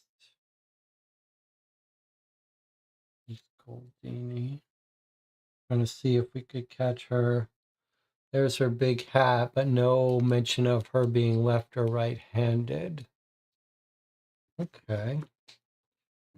Well, we've got a couple of things to check out. We can talk to the cab drivers. I did want to find out where they were going to those places. So I think actually that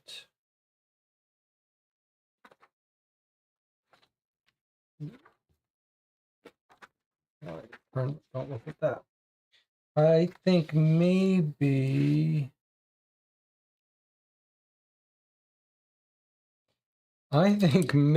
this 25 Regent is going to be Cavendish, the club. And I think this is the men going to the club. 25 Northwest is the Cavendish. Let's see if that's Regent Street.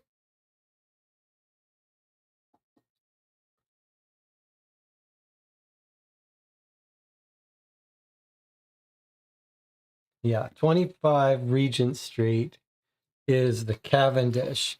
So we thought this was the ladies plotting, but really this is the men going to coming home from the Cavendish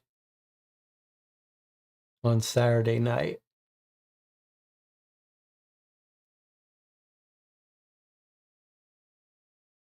They all go to work and then they all go to the Cavendish and stay till late in the evening.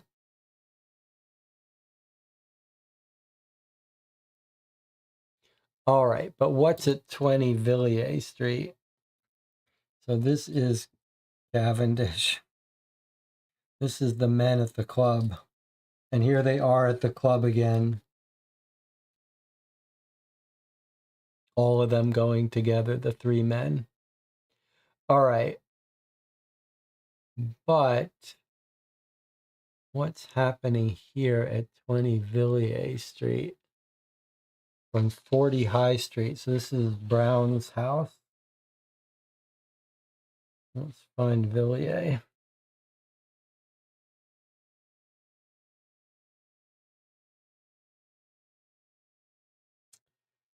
Well, here's Shaftesbury.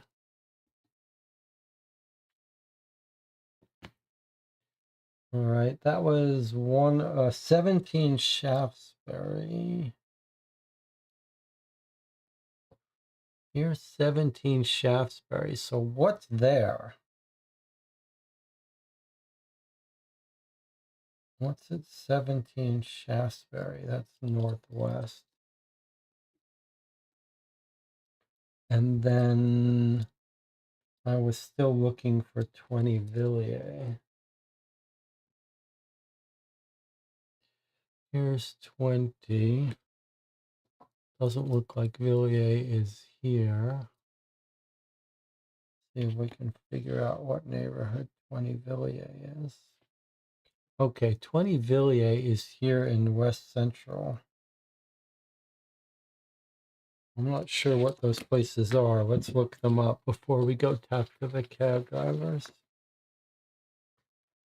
Okay, here's 20 WC. After some luck, we managed to find Simpson's Restaurant, where we see many high society ladies enjoying a late lunch. After a few questions and some refusals of lunch, we learned that Mrs. Roster, Mrs. Brown, and Mrs. Jameson often frequented this restaurant.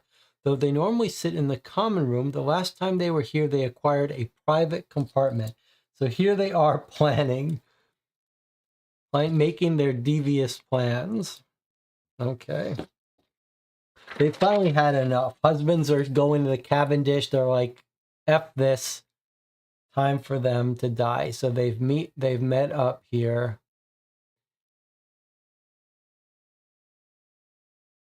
To have their plotting on Sunday, the 6th. Okay, now what's happening at 17 Shaftesbury, though?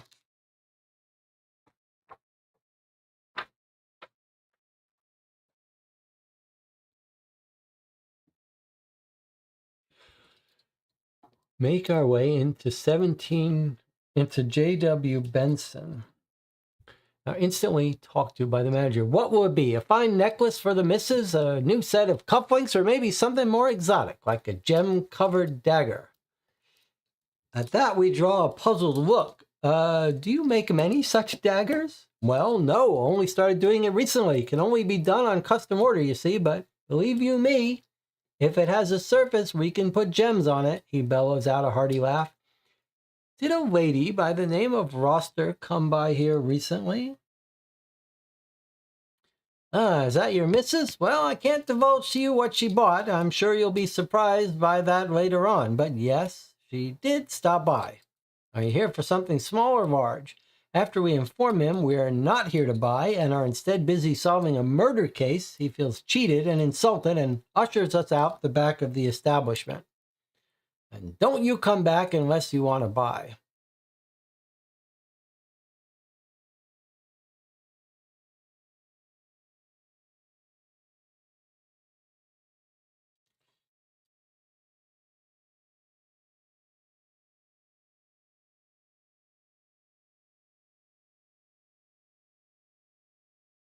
What's happening here?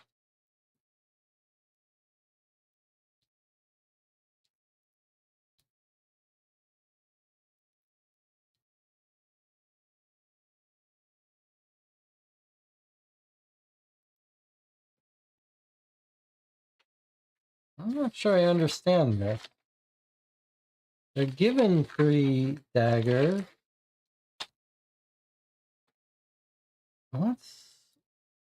Why is she purchased? And is she purchased a fake dagger? Is that why the gems are falling off? What's happening? Why is she not using the dagger that her husband has? Are they trying to frame that guy who gave the daggers to them as gifts? Why isn't she just using the dagger that they found? Or that he was given?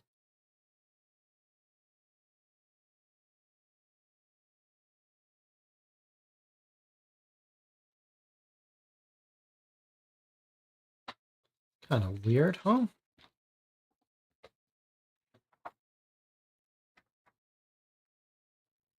So just to clarify when that happens, on Monday, the 7th,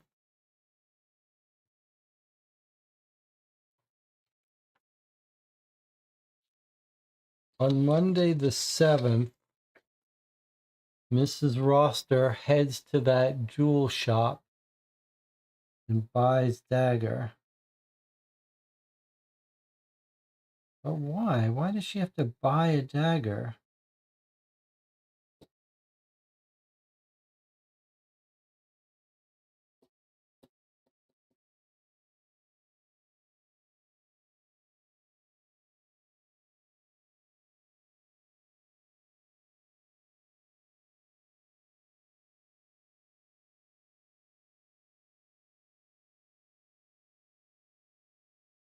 Hmm.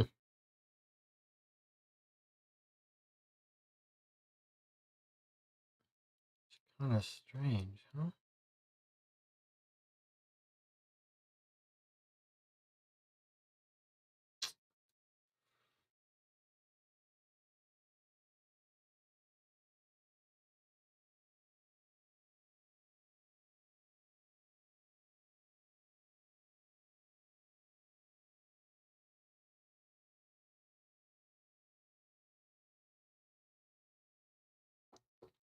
Can we visit the corn merchant? Seems like a long shot. Maybe for some reason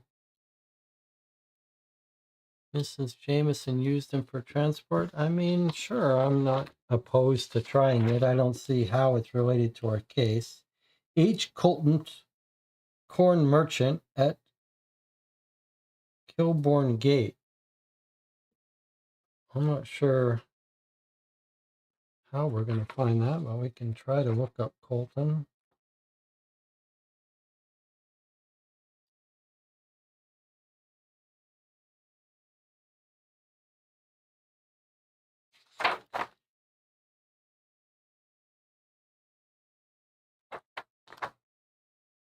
Well, there's no COU Colton.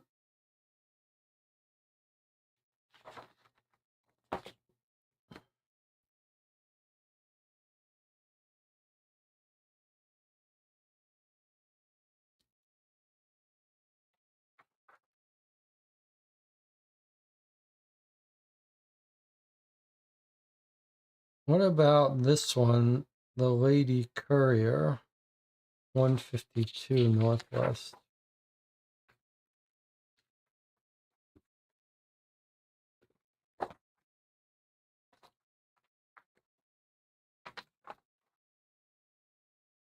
No entry.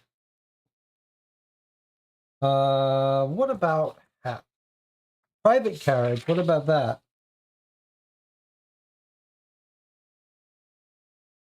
Inquiries to box 5, for sale, private carriage. What about this one? 668 self-advertising offices. Is that going to be a place?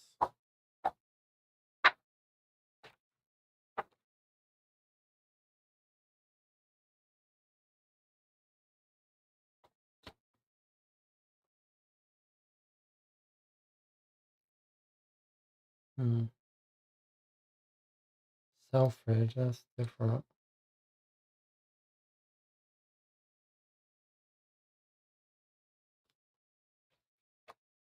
Um,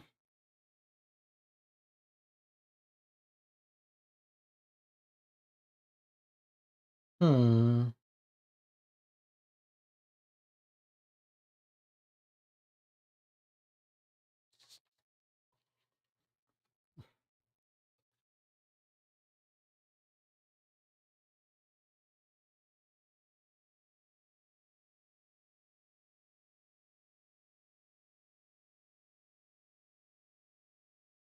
I'm gonna stop by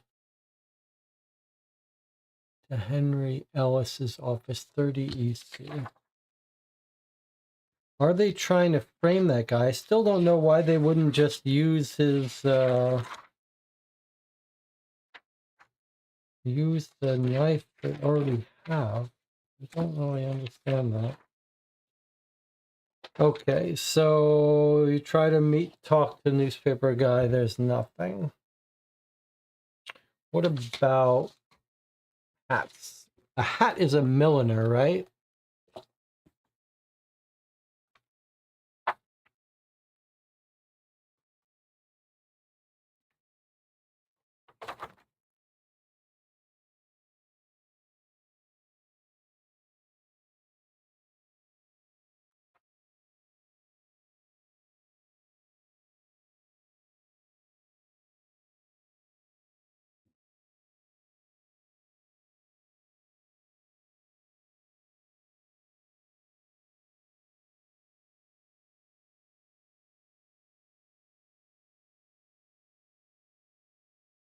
Or a furrier? Why don't we have a hat store? Is that really true that there's no hat stores? Tailor?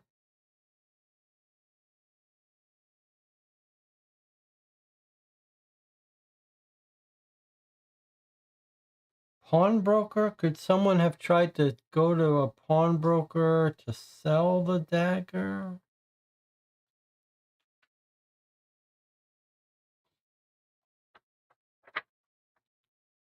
Hmm.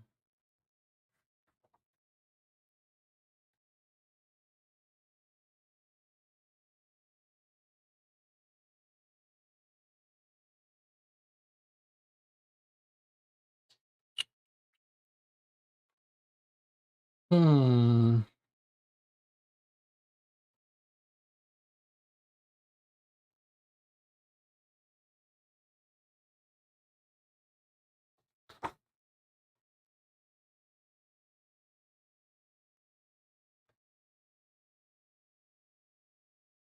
Well, let's think about it for a second. The person we suspect of doing the last murders in 39 EC here. So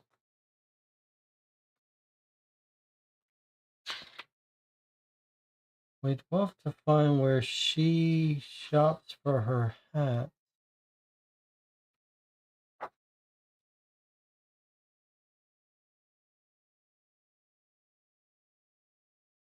We do have a tailor at 10 EC. Pretty far away from her.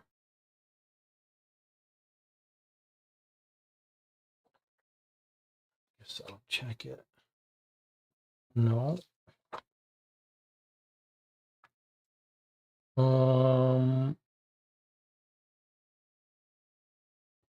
How about the pawnbroker? Could she have tried to sell it there? No.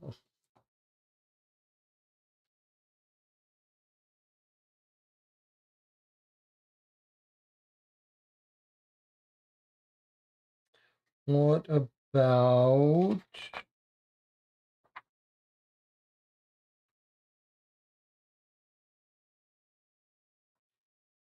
department store? Is that where you buy a hat?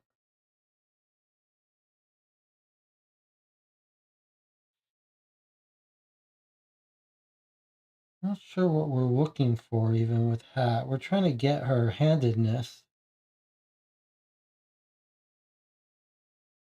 Hmm.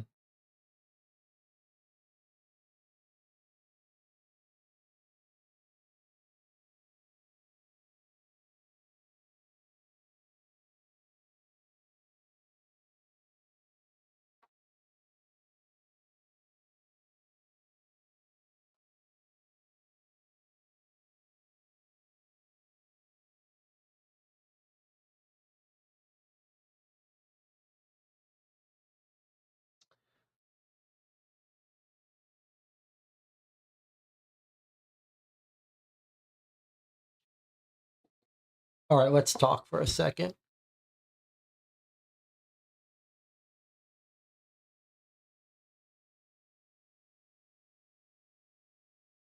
Let's put aside the issue of why she's buying a dagger. I know why.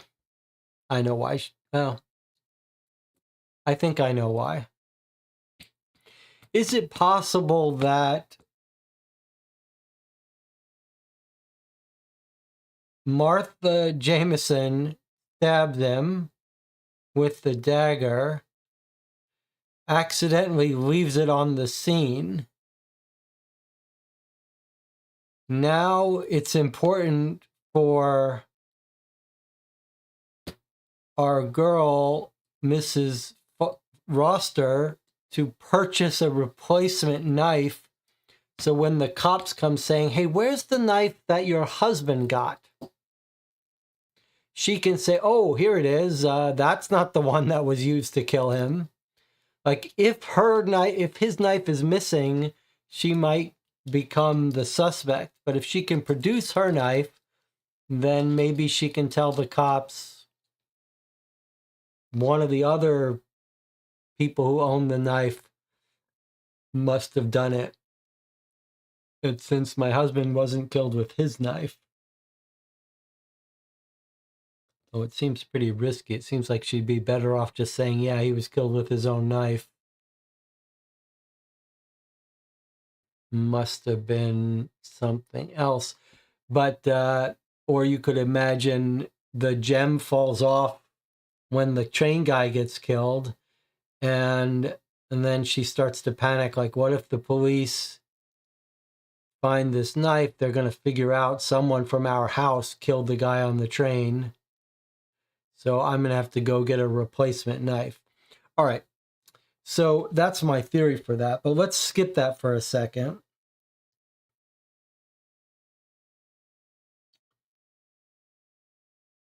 We need to find a way to prove our theory that Martha has killed the final guy, the last guy. How are we going to do that? How are we going to do that?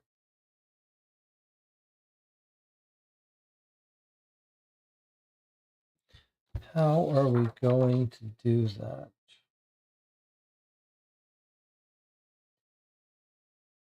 What about a bicycle? If she's not taking the cab or a train, there are two bicycles in EC where she lives. 92 and 90 EC. No. Okay.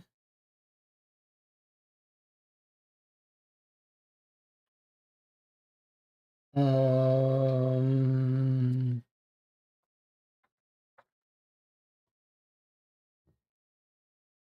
okay, so there's two angles. We're trying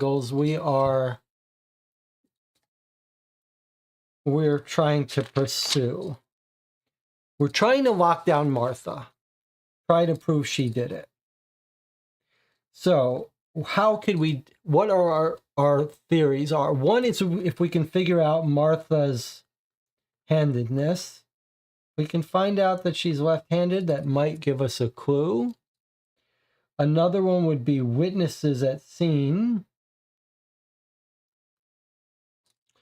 Another one would be we can catch her traveling there, although the cab records seem to be missing at night. So she's in EC. How does she get there?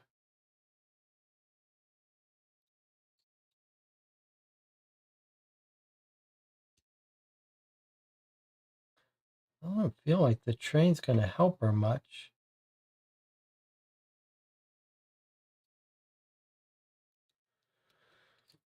We're looking for travel.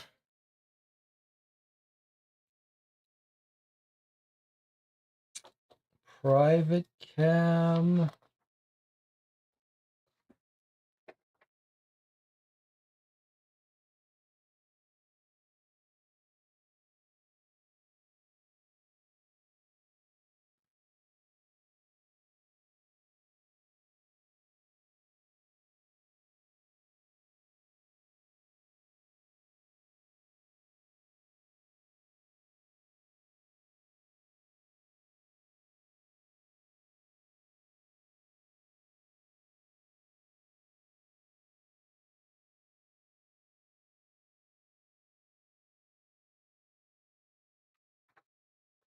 So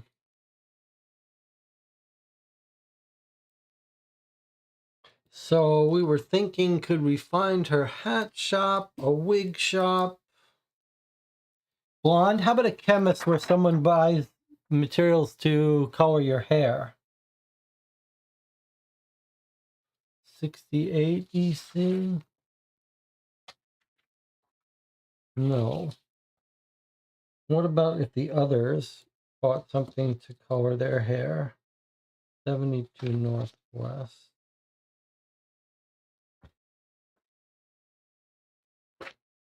No. 32 Northwest.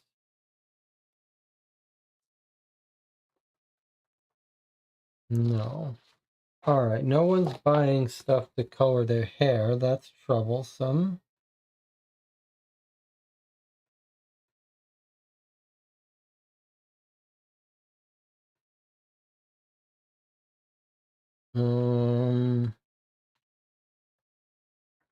How about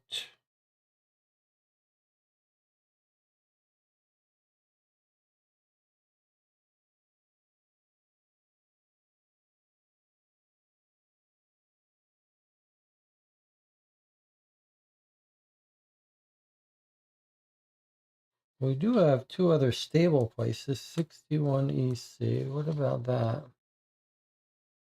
Is it possible she's hiring a custom horse? No.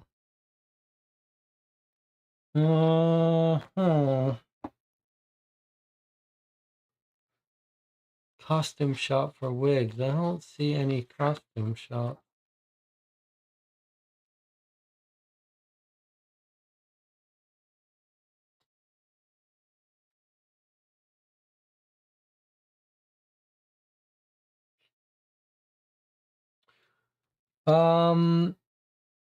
Well, we could pursue our other idea, which is we could talk to the cab drivers.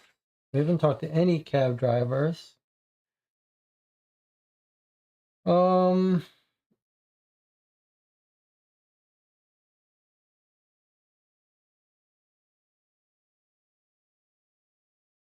Let's talk to this cab driver that drops our girl off at the Bentley.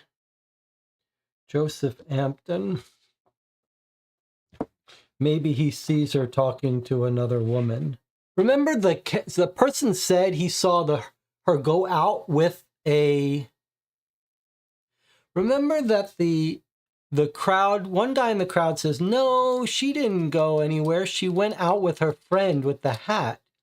And we were wondering, how are the two being seen together? Maybe the cab driver saw them together. When she gets in the cab to go to the hotel,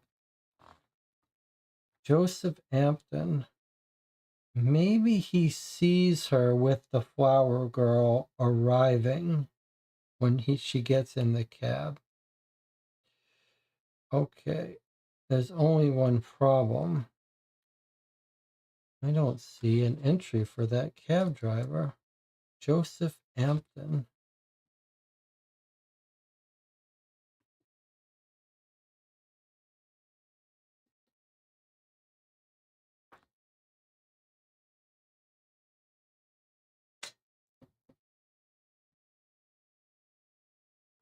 Is it worth checking our other directory?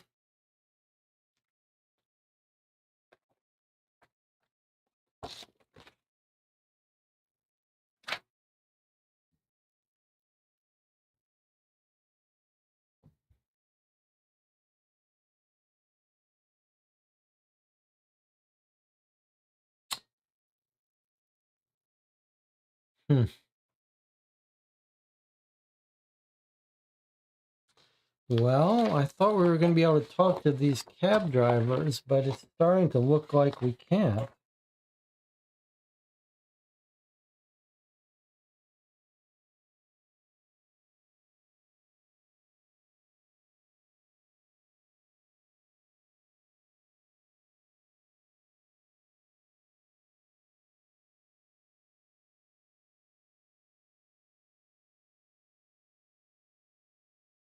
Hmm.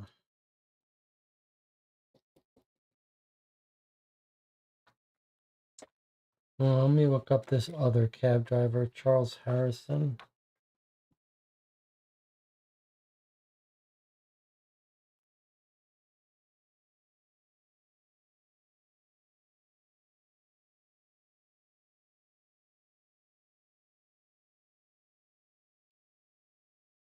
Doesn't look like you can talk to these cab drivers.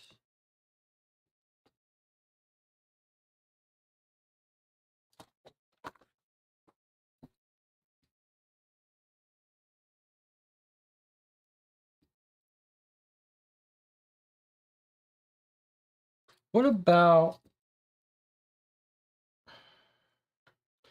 rereading the information from the Daily News, Daily Gazette, 74 WP?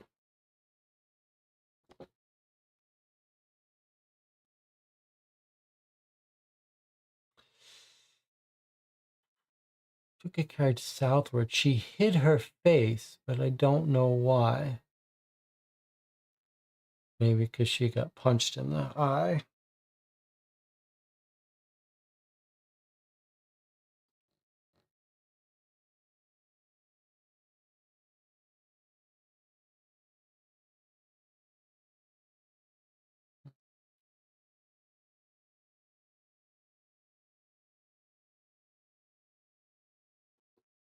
We find which woman doesn't have an alibi for each murder, assuming a different woman did each murder. Well, the problem is that none of them have an alibi for that evening.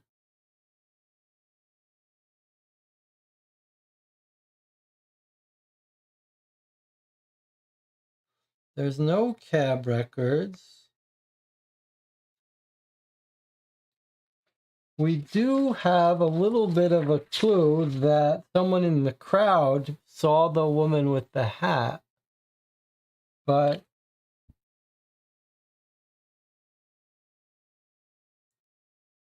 let's see. Here they are.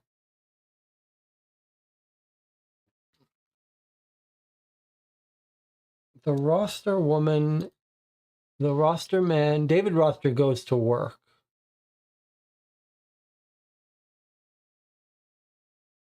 David Roster goes to work. Mrs. Roster goes and kills the guy at the park, Sam Brown, in the afternoon, while the other two have their alibi. But then the problem is that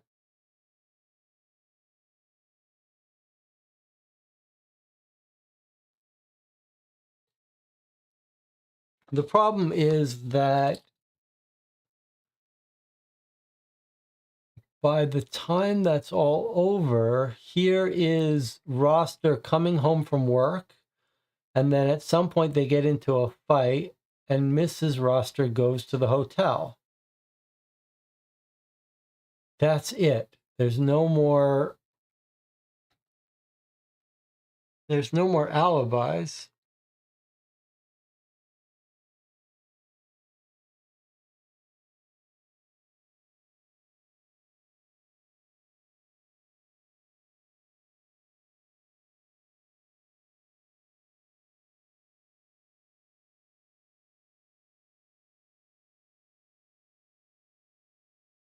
Jonathan says maybe Roster did just kill her husband after he started beating up on her. Maybe the plan just sort of fell apart. She canceled her alibi set up with Emily. Oh, I kind of like that idea.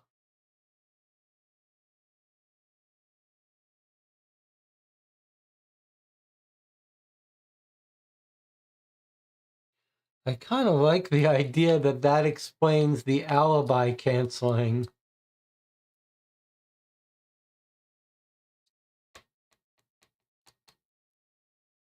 by courier. and that's why she doesn't have a good alibi.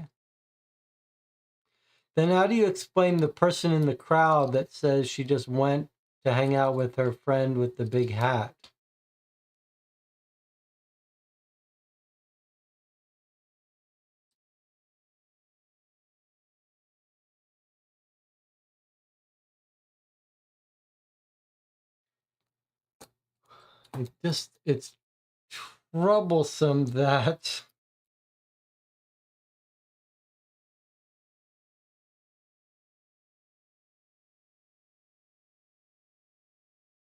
It's troublesome that we don't have hard evidence either way.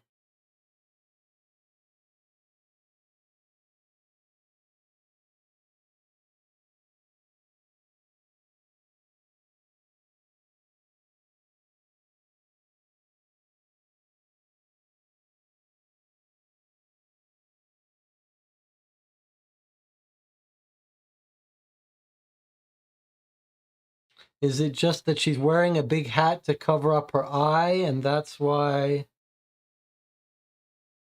But then why don't we see her eye?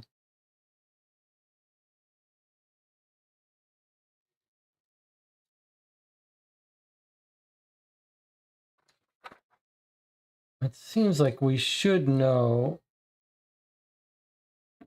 It seems like we should be able to prove this one way or the other.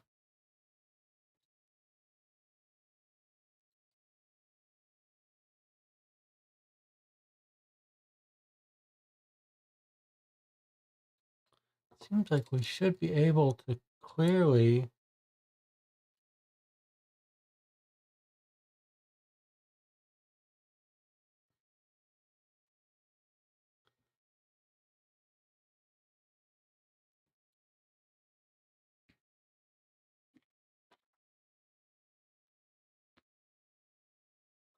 All signs being broken, repaired, a vase with a crack through its lid.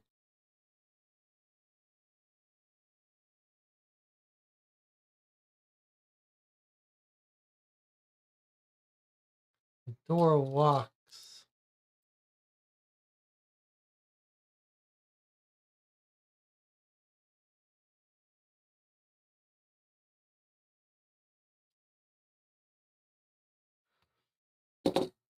I mean, it really feels like we should be able to have better proof whether David Roster's wife killed him or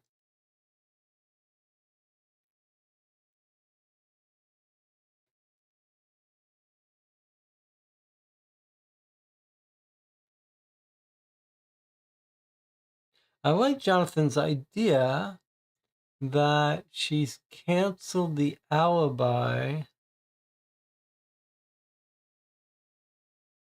because things went wrong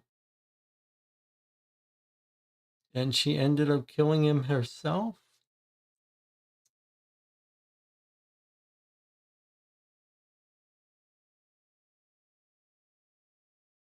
So she kills him, she leaves him in the doorway. She goes to the hotel. She sends a courier message saying she's not feeling well. She can't make their appointment. I like that. I think that might be. I think Jonathan. I mean, this combines my idea. How do we know that she didn't do it herself? She would have had the knife because she had just killed the other guy.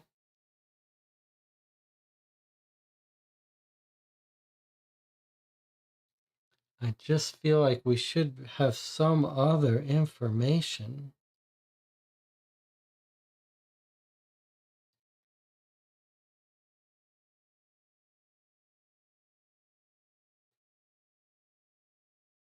Surely we should have some other proof, one way or the other. Right? Surely there's some other way. Where's my list? I mean, maybe we could, maybe the killed at a different angle means he was killed from, what if when we heard it's on the other side of the neck, it wasn't left, right, but a front, back. And we're meant to understand he was killed from behind. That would put more blame on the wife.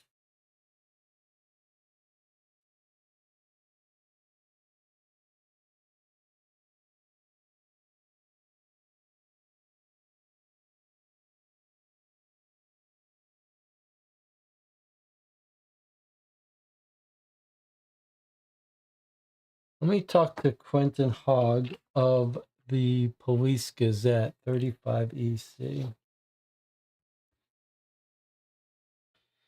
He's busy writing about the double murder. When we correct him, saying there are three, he has more questions for us than we have of them. That doesn't help us.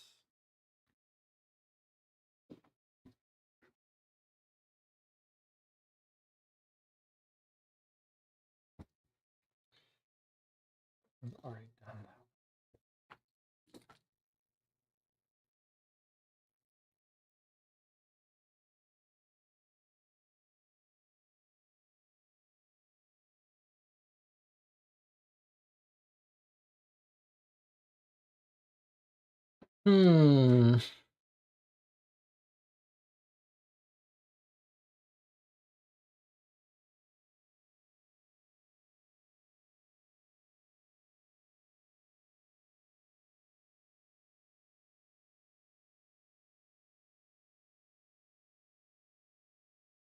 I guess another way to think about it is that maybe if Martha did it, we would see a cab from her before the day's end, but we don't. Maybe that should further tell us.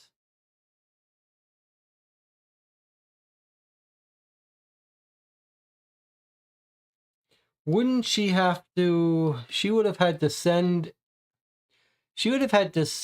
a note to Martha saying, don't kill him. It's off, right? We know she sent, and we think she sent a note to the other one with her alibi, but wouldn't she have had to send a note to Martha?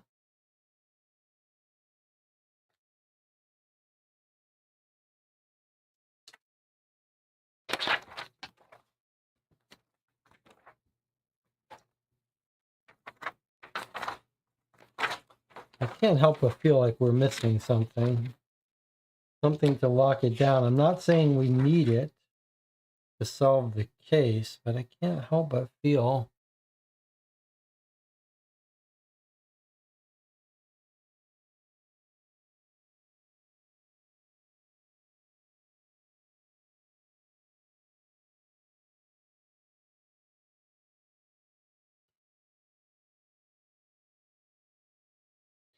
large collection of hats.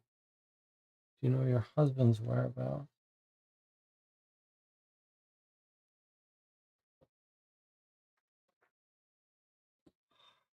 Are you really sure there's no place to visit hats?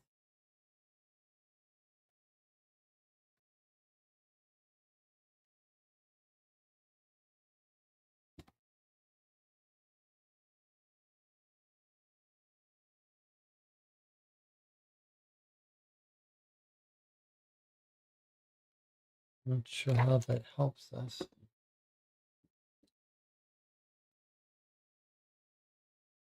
John says, we're in that part where it's hard to tell if there will be an aha moment. The odd detail about the hair color not matching the bruise cannot be confirmed. The potential purchase of the dagger are all slightly odd. It's hard to tell if they'll pay off. Hot shots are milliners, aren't they? I don't know what that means. Hat shops, yeah, but there's no hat shop. That's the point. And there's no chemist for them dyeing their hair, and there doesn't seem to be any wig shop.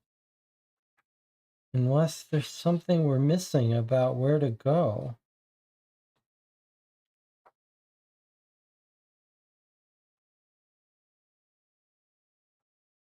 What about post office? Could they have been mailing the knife?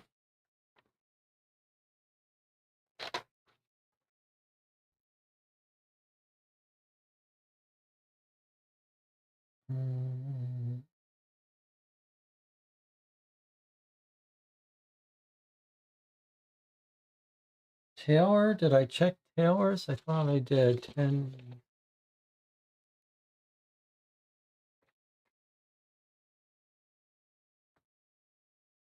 Would a Taylor be where you would?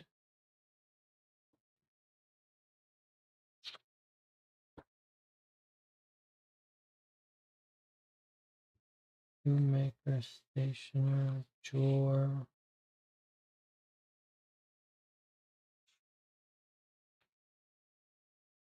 market.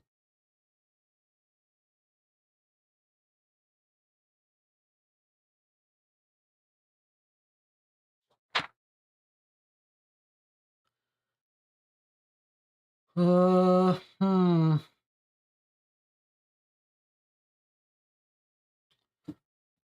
Furrier? But there's no Furrier in East Central where she lives. What about 68 WC?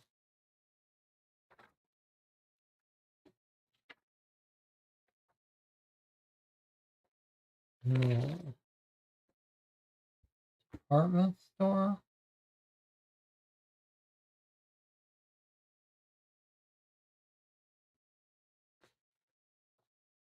Not sure there's any other places in EC to go. I'll just do a quick scan.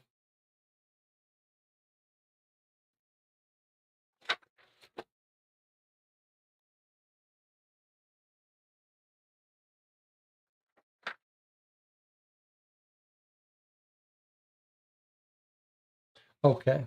There's no more places in EC for us to go. Maybe we've just written the... Maybe we've just reached the end. Check the custom directory for Hat Shop.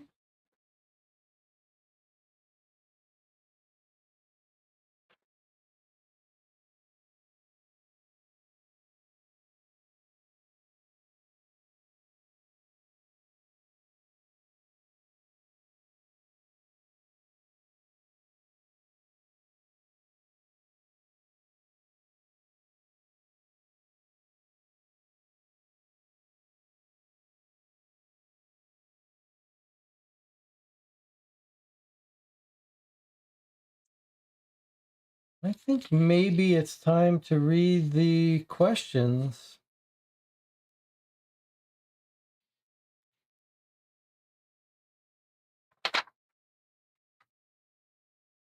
What do you think?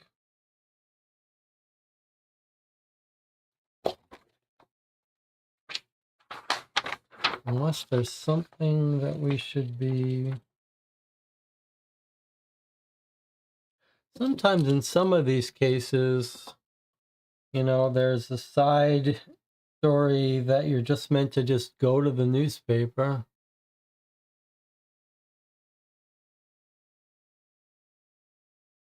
There was something about vases.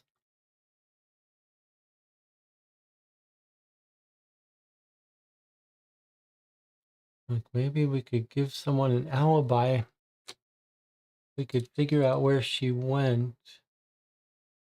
Pavilion Music Hall. I wonder if there's some way to catch Martha. But I don't see...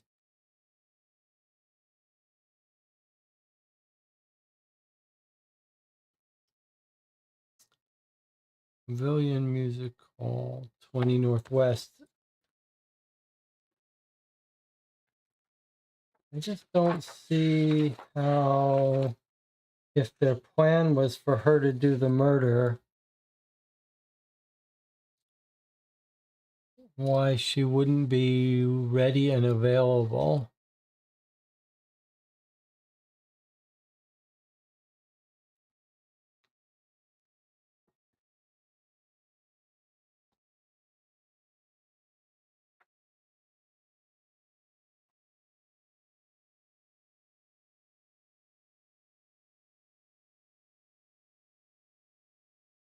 Perry says, long shot, check Parliament on women's vote issue. I just don't, that's not what's going on here.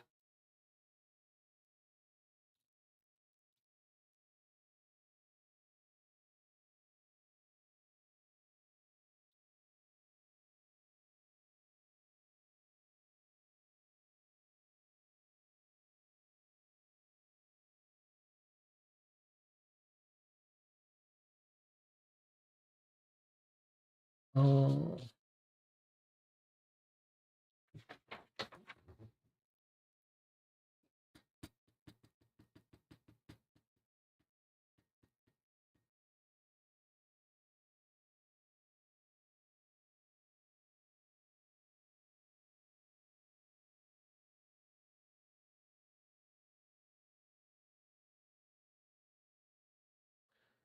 Is it possible that someone saw her nearby? 34 WC 74.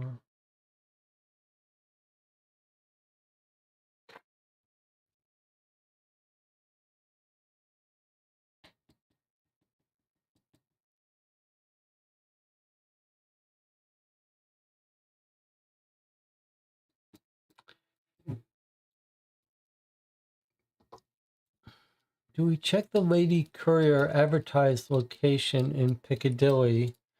Yeah, we did. I did try to go there.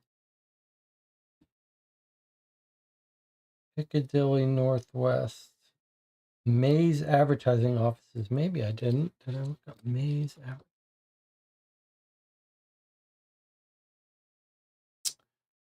Yeah, there's no Mays advertising.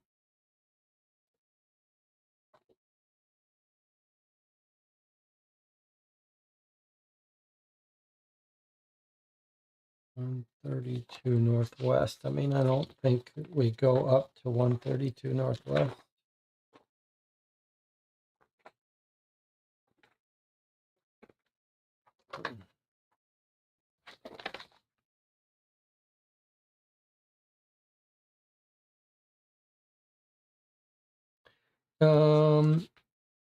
You know, I see something possibly different.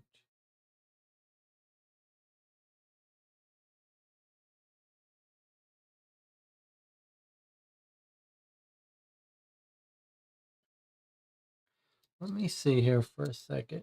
Pedigrees, family histories. For sale, private carriage. Self-advertising. I don't think there is such a place in the directory.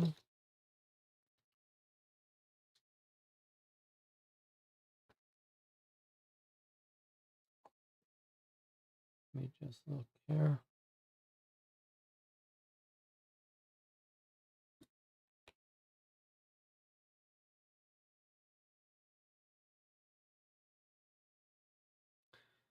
No self-advertising. Okay, but what's this?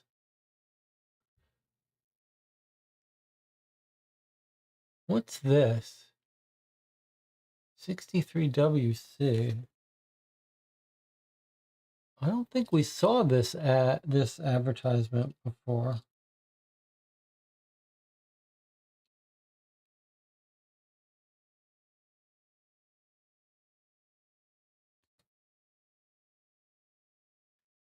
WC. 63WC doesn't exist.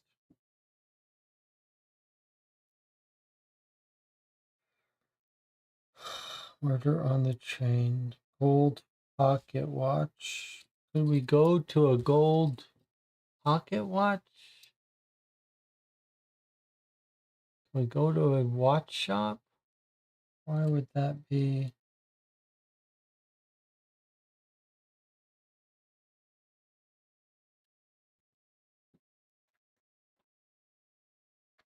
Why would that be relevant to us? Selfridges is in the directory. Selfridges is a supermarket, not the same as the advertising place. All right. We've got two choices here. We can, well, we're going to take a break, and then we can either read the questions, or we could scan through the book, or we could visit Sherlock Holmes and see if he has any ideas for us. I suppose there are more allies that we could stop by to look for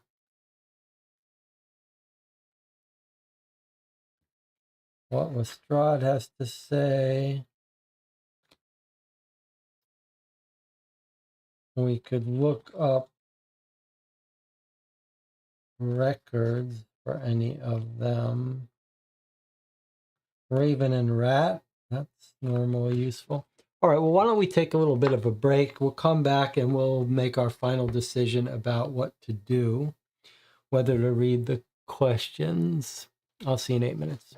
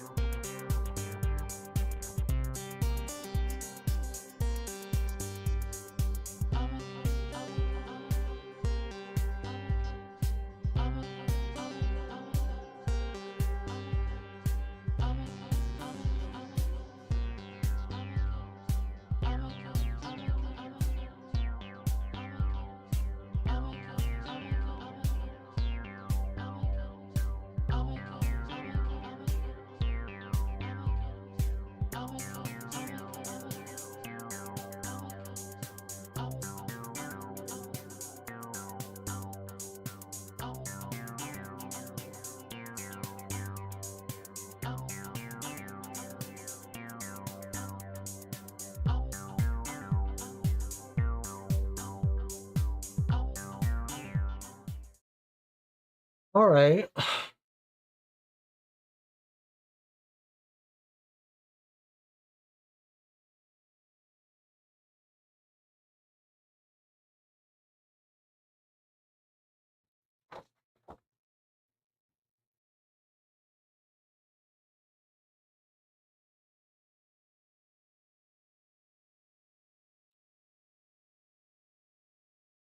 Um,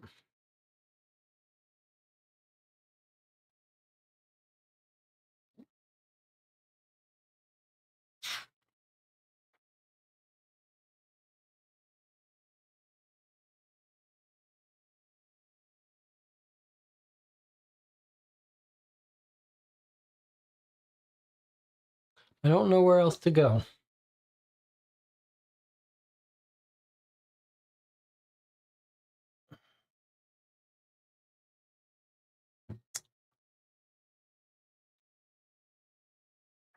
Why don't we read the questions and see if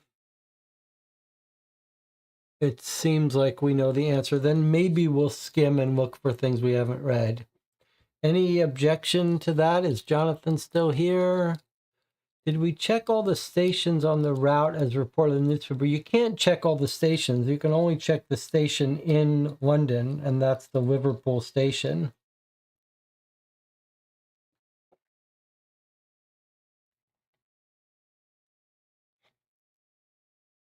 And it's clear that she killed him and jumped off right at Liverpool because we can see her coming home. Okay, Jonathan says it works for me. So we're going to read the questions now, and we're going to see if we feel comfortable or not. All right. Who murdered David Rother? Who murdered Sam Brown? Who murdered Frank Jameson? Why were they murdered? Why were the 3 gem-encrusted Arabian daggers gifted? Which courier company did they use? Where was he going by train? Why was he going there? What crime was committed at the Central Carriage Company? Okay, so let's see. What are our guesses here? I see one question we don't know the answer to, but where's our list?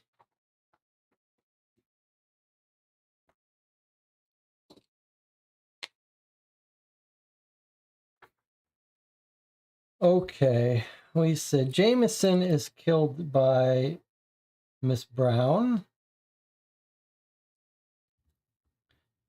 Yeah, I could write it so you could read it.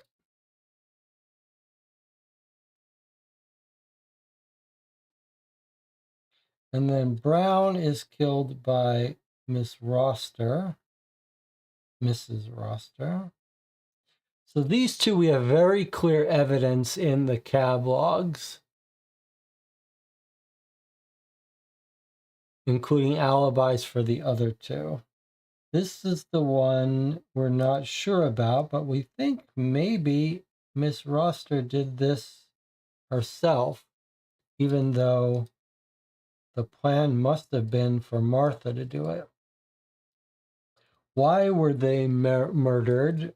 Let's say to end bad marriage and for the life insurance. Okay. Why were the daggers gifted? Is to end the business. End the business relationship, we're told. Why can I not write properly? So you can read it. End business. What company did they use? That's the Lady Courier.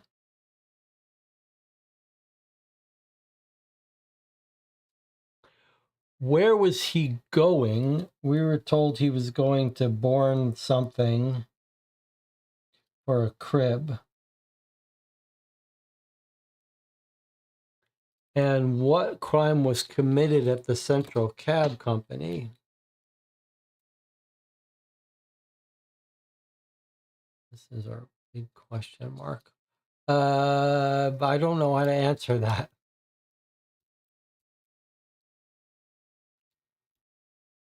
And there was a crime there?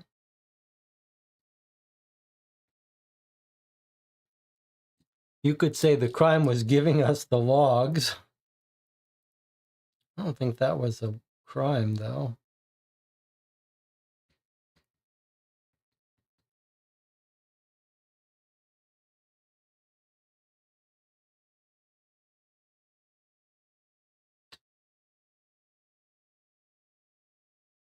All right, let's do this. Let's have a final vote on this, and then maybe we'll skim through things we didn't read. All right. So does anyone want to disagree and put Martha down as the killer of David Roster? Because as we have it now, it seems like they were all going to kill each other's husbands, but something went wrong here. Perry is going to guess that Martha did Roster.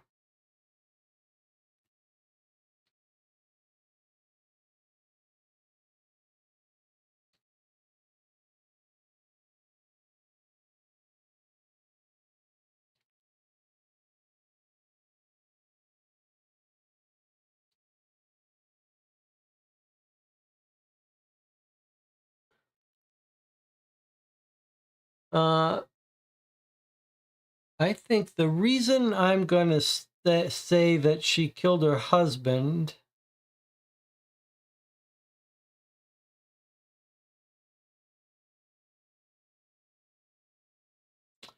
the reason I'm going to say she killed her husband is because I'm going to assume that she killed him from behind, which is why the comment about the other side of the neck. I think that was a weird way to say it, but maybe he was killed from behind. And then the other key thing is that I like Jonathan's theory that one of the women said, I was supposed to have dinner with Emily Roster, but she couriered me a message to cancel it at the last minute. And to me, that makes most sense. That's how they're setting up all their alibis.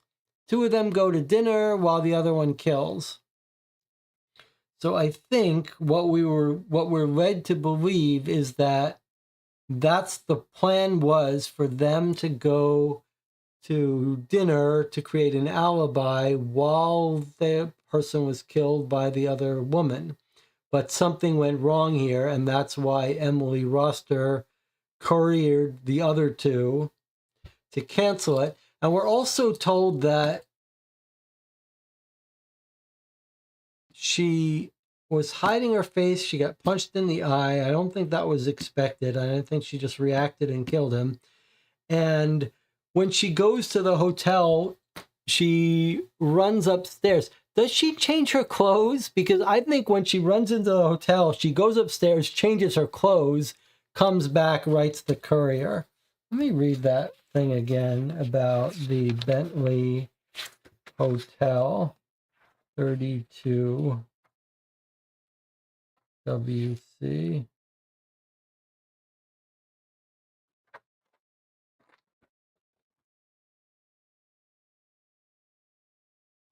Signed in as Miss Roster. I remember the plain expression when she asked for him. She was quick to enter it. Later on, she came down again, this time a bit more tidy looking. She stayed and chatted. A courier came by, took a message from her. Yeah, I think she's come up maybe with blood-stained clothing.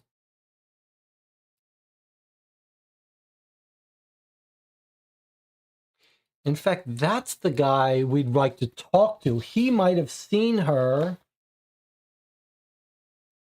bloody. We have to talk to this cab driver, Joseph Ampton. Why can we not talk to him? She also has the replica dagger. Yeah, I mean, that my best theory was that she had to get that to replace the one, but I'm not sure when.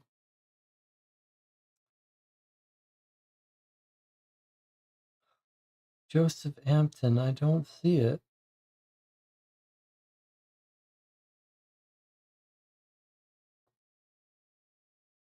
There is no Joseph Hampton.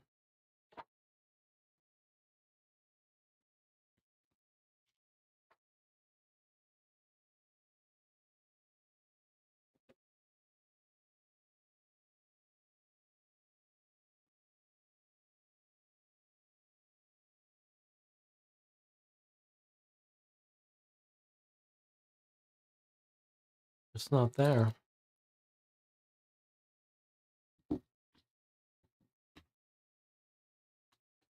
All right. Well, if no one's gonna disagree, I'm gonna scan through for what we might miss, what we might have missed before we jump to the end. Okay, Langdale Pike, this is one of our allies. They frequent a club. They don't just go for tea, if you know what I mean. The wives aren't happy. They meet up at Simpsons to chat about how much they hate them. I think we did go to Simpsons. That was one of the places that we saw them going to in the cab. Mycroft doesn't want to help us. Lestrade doesn't want to help us.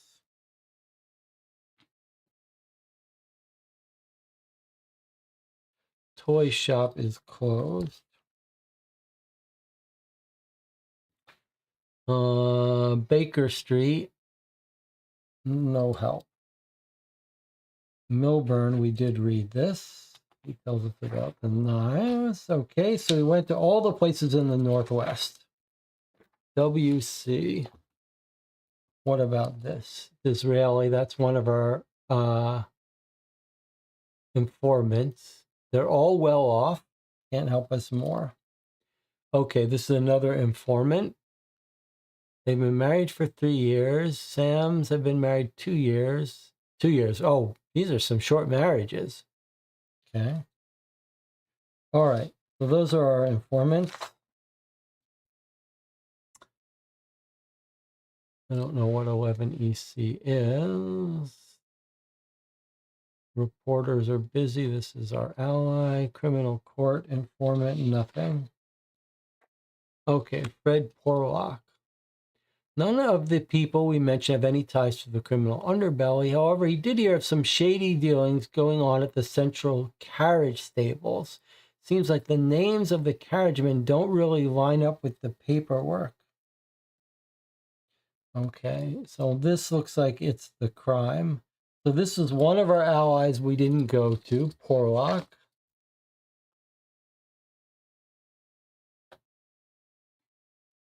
And Parsons and Son. But actually, look, it's not, it's at the old address, not the new one. So I'm not sure we ever would have found that anyway.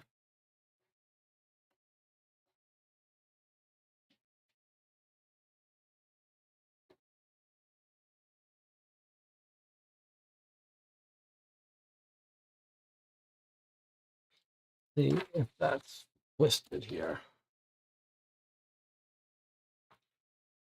Did they change that in versions and we don't even remember that they did?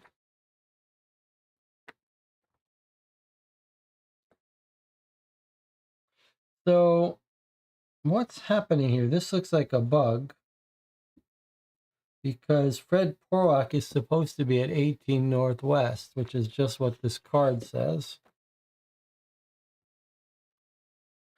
But somehow 52 EC, that's not Porky's place?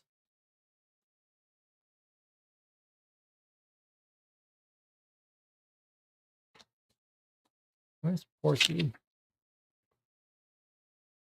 It's the Rat and the Raven. Okay, so it's a slight bug. That's supposed to be 52 EC. We're supposed to meet Porky.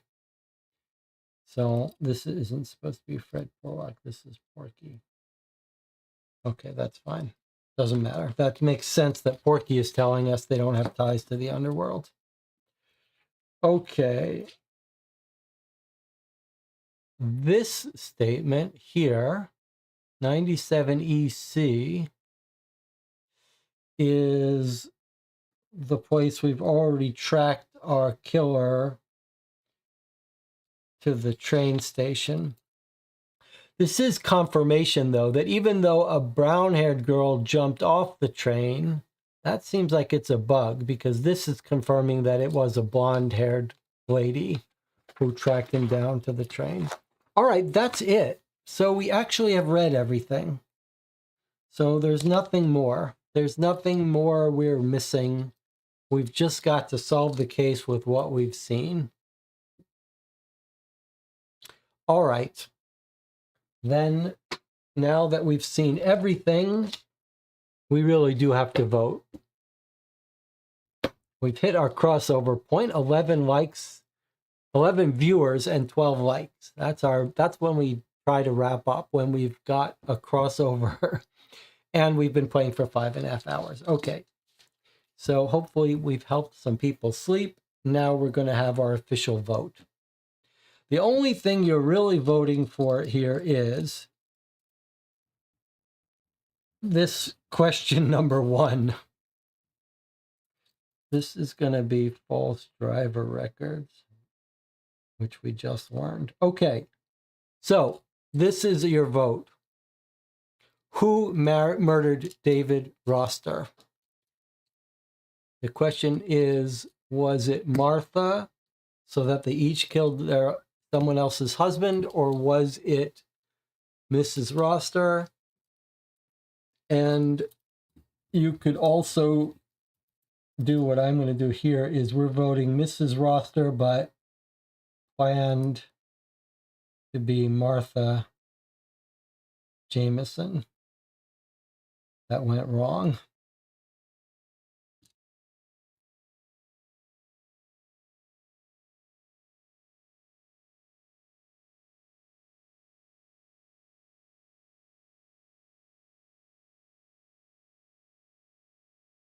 And I've laid out why I think that it was Roster by mistake. I think Jonathan's case about how she was writing to Emily at the last minute, the courier, to cancel her alibi. I think she got punched in the eye. That triggered it. I think the scene about him being stabbed in a different location in the neck means he was stabbed from behind. Although I don't know why he would be walking to the door if he was stabbed from behind in his pajamas. I think her changing clothes at the hotel is our clue that she got some blood on her clothes, etc. All right, Perry is voting for Martha. Does anyone else want to vote? There are 11 people supposedly in the channel, but I guess that's all of our insomniacs who have blissfully fallen to sleep during this 5.5 hour stream. All right, I'm going to give you another minute here to get your votes in.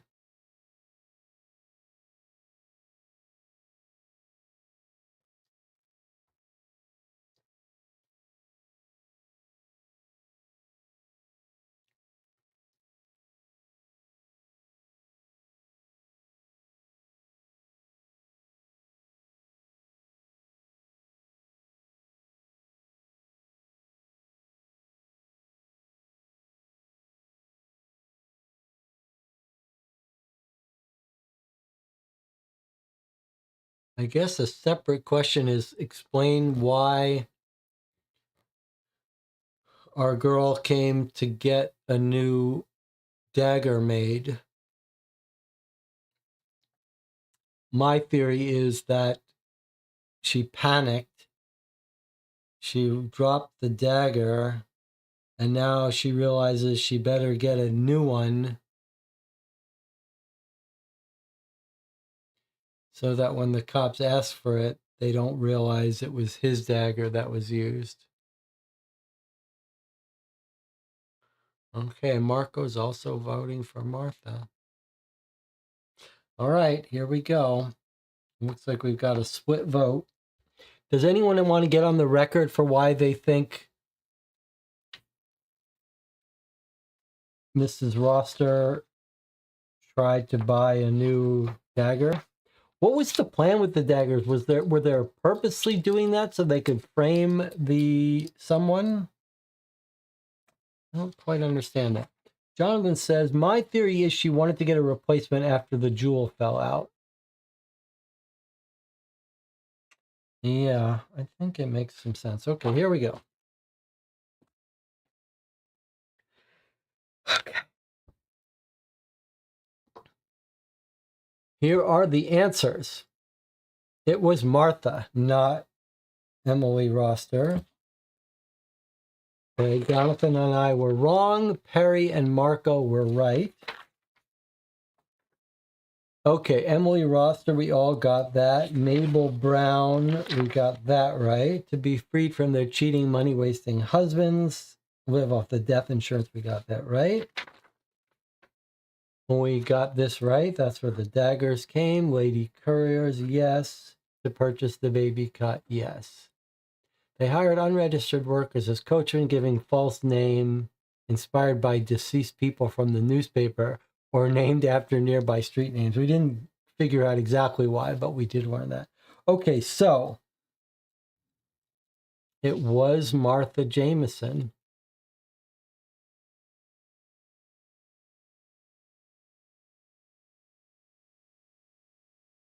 All right. Well, I'd like to hear about this. I want to hear about this how that murder happened. We huddle together at the fireplace for some warmth as Sherlock yawns audibly and sits in his chair.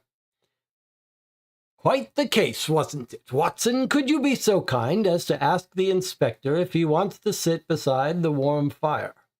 Before Watson can open his mouth, the door to the room opens, letting in the cold flow of air. Inspector Lestrade enters, shaking off the snow from his coat. Please tell me you've solved it, yes? Have a seat, Inspector. I think we were just getting to that, Watson says, while placing a chair closer to the hearth. Quite so, Watson, Sherlock continues. From first sight at the body, it was clear to see what the motive was. Money, Lestrade barks enthusiastically. Rich men getting murdered can only mean one thing, if you ask me. Oh, be glad I didn't, Sherlock continues, somewhat annoyed with the interruption. It was not wealth that the killer was after. Why else leave the golden dagger? Why not search the house for more valuables? How do you know the house wasn't searched? Watson. Well, a pool of blood that big would be hard to step around. If the killer entered any further, we should have seen bloody footprints. Besides, the fact that the door wasn't forced open shows the victim opened the door for his killer. Clearly, he knew the killer enough to open the door for her at night. Her? Asks Lestrade, confused. Are you saying a lady killed all those men? Ladies, plural, he responds stoically. David Roster, Sam Brown, and Frank Jameson, the man found dead in a train going to Cambridge, all worked together at the Royal Insurance Company. And thus I went there after seeing the body. I learned there were more copies of the murder weapon, which removed any option to find the killer by tracking down the dagger's origins. Once again, it became clear to me that all these men and their partners use carriages to travel around London. Obviously, my next stop was the carriage stables. Well, I follow you that far, but I still don't see what group of ladies would go around killing 3 insurance agents, Lestrade says with a truly baffling expression on his face. Oh, that all became clear to me when I peeked at the carriage records. For each murder, the victim's wife was far away, sometimes the other side of town, yet always one of the other wives would be in the neighborhood of the crime scene.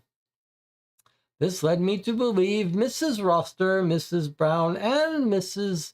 Jameson plotted together to murder all 3 of their husbands. A theory supported by the rows Emily Roster was trying to cover up and the victim's regular visits to clubs, all unappealing features for a trustworthy husband. Lestrade nods his head, finally catching up. Thus, my last stop was Bart's, where I learned that each victim was murdered by a different killer. Either the angle of the dagger changed or the hand in which it was wielded. In short, there were 3 men living the good life, with 3 unhappy women at home. They plotted to kill their husbands and live happily off the death insurance money.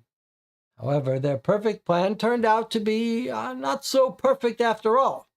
These ladies truly have hearts as cold as winter. That's it. No explanation for that last detail of what happened with Martha and Roster.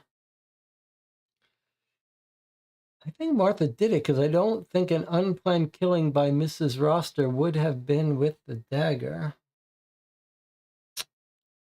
Well, I don't know.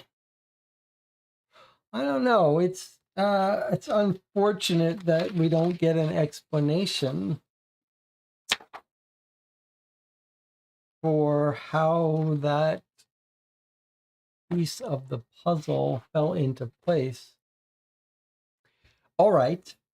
Well, let's take a 5-minute break. We'll come back. We'll talk about the case, what you thought, It's fun that we were split evenly. I'll see you in 5 minutes. We'll talk about it.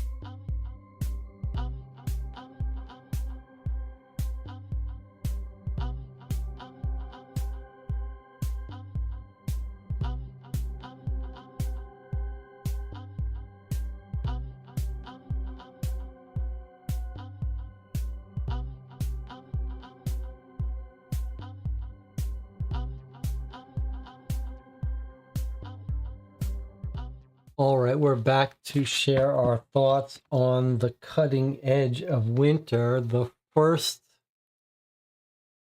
of 3 chapters in the Winter Trilogy by Vincent van der Zwag. And let's see what the chat has to say. John says, overall, a little mixed on the case. I think I was hoping for the winter theme to shine through a little bit more. Sort of figured out the main thrust pretty early on, so it may have been a bit too easy. There were some odd details that never really got explained. It was interesting how it was sort of a challenge to just keep all the characters and timeline of their alibis straight. That was the most enjoyable and successful part. Probably went in with expectations a little too high because it seemed like this series of fan cases had a bit of a glowing reputation. Figuring out which woman did which murder was the core of the problem. Okay, so let me try to give some thoughts here. I mean, I think I basically agree with Jonathan. I think for criticism, though, we can start at the end and go back. It was a shame that there were details here that didn't get explained. Normally, I'm okay with that, but I do think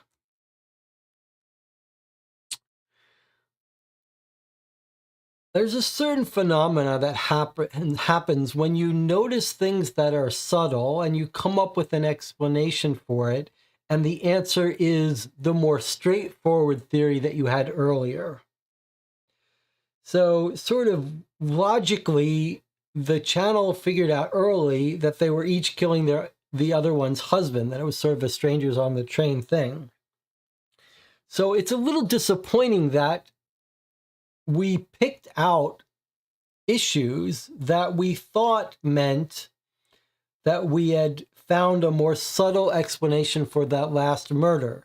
And the game was like, no, it was the original thing. And all of those subtle details you found were not explained. And for example, it said like Holmes figures out, well, maybe the person was attacked from a different angle, so maybe they were different-handed, but there was no evidence to that.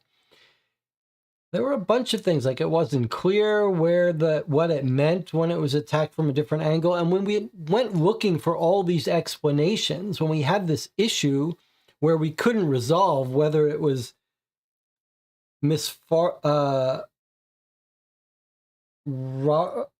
Roster or Martha, we spent an hour, 2 hours trying to resolve that question and couldn't.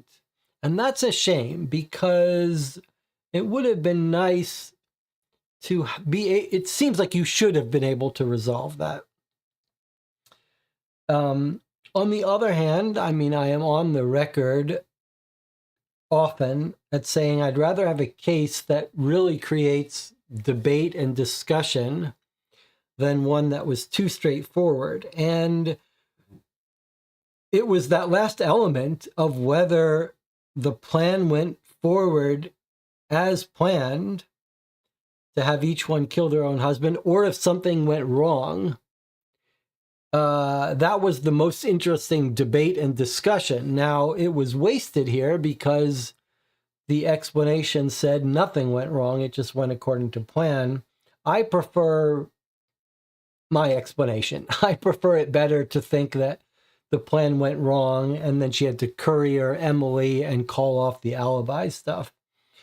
Okay, so that's a bit of a criticism.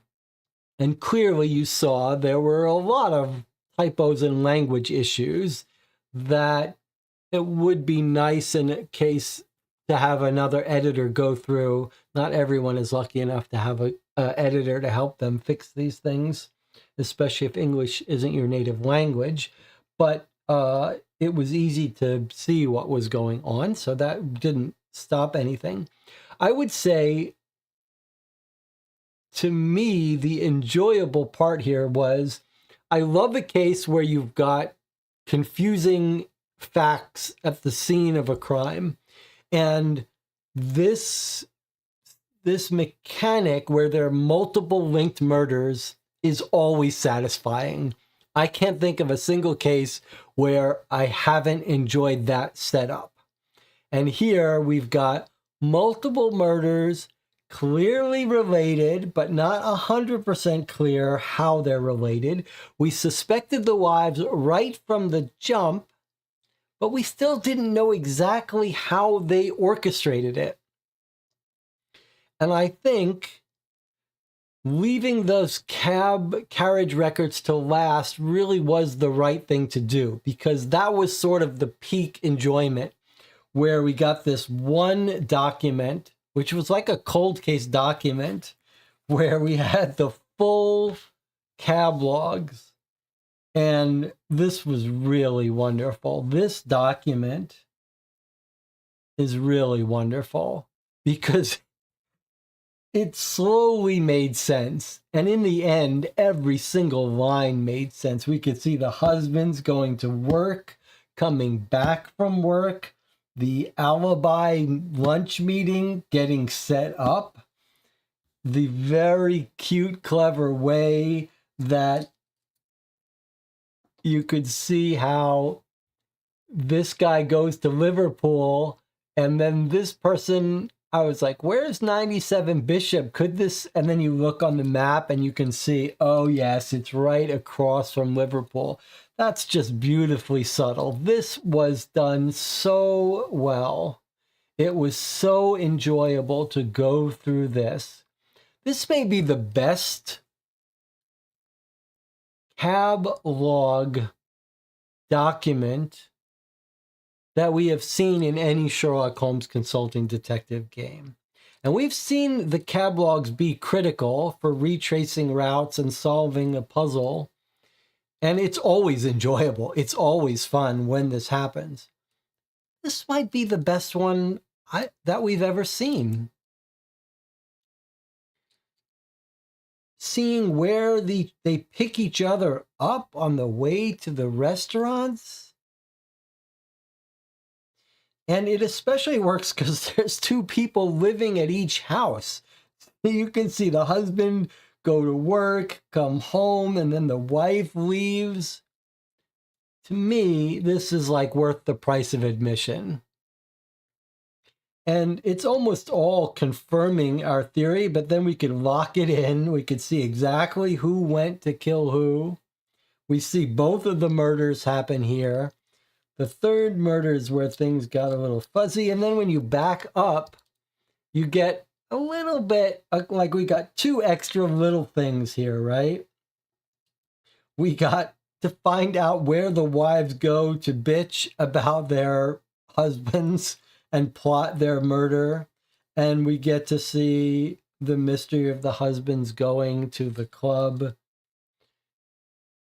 And then this one little extra thing about the wife buying a new dagger. Now, I just wish that some of those little subtle things, like the buying of the new dagger and the wife going to the Bentley Hotel and changing her clothes, I just wish those were explained, solved a little better.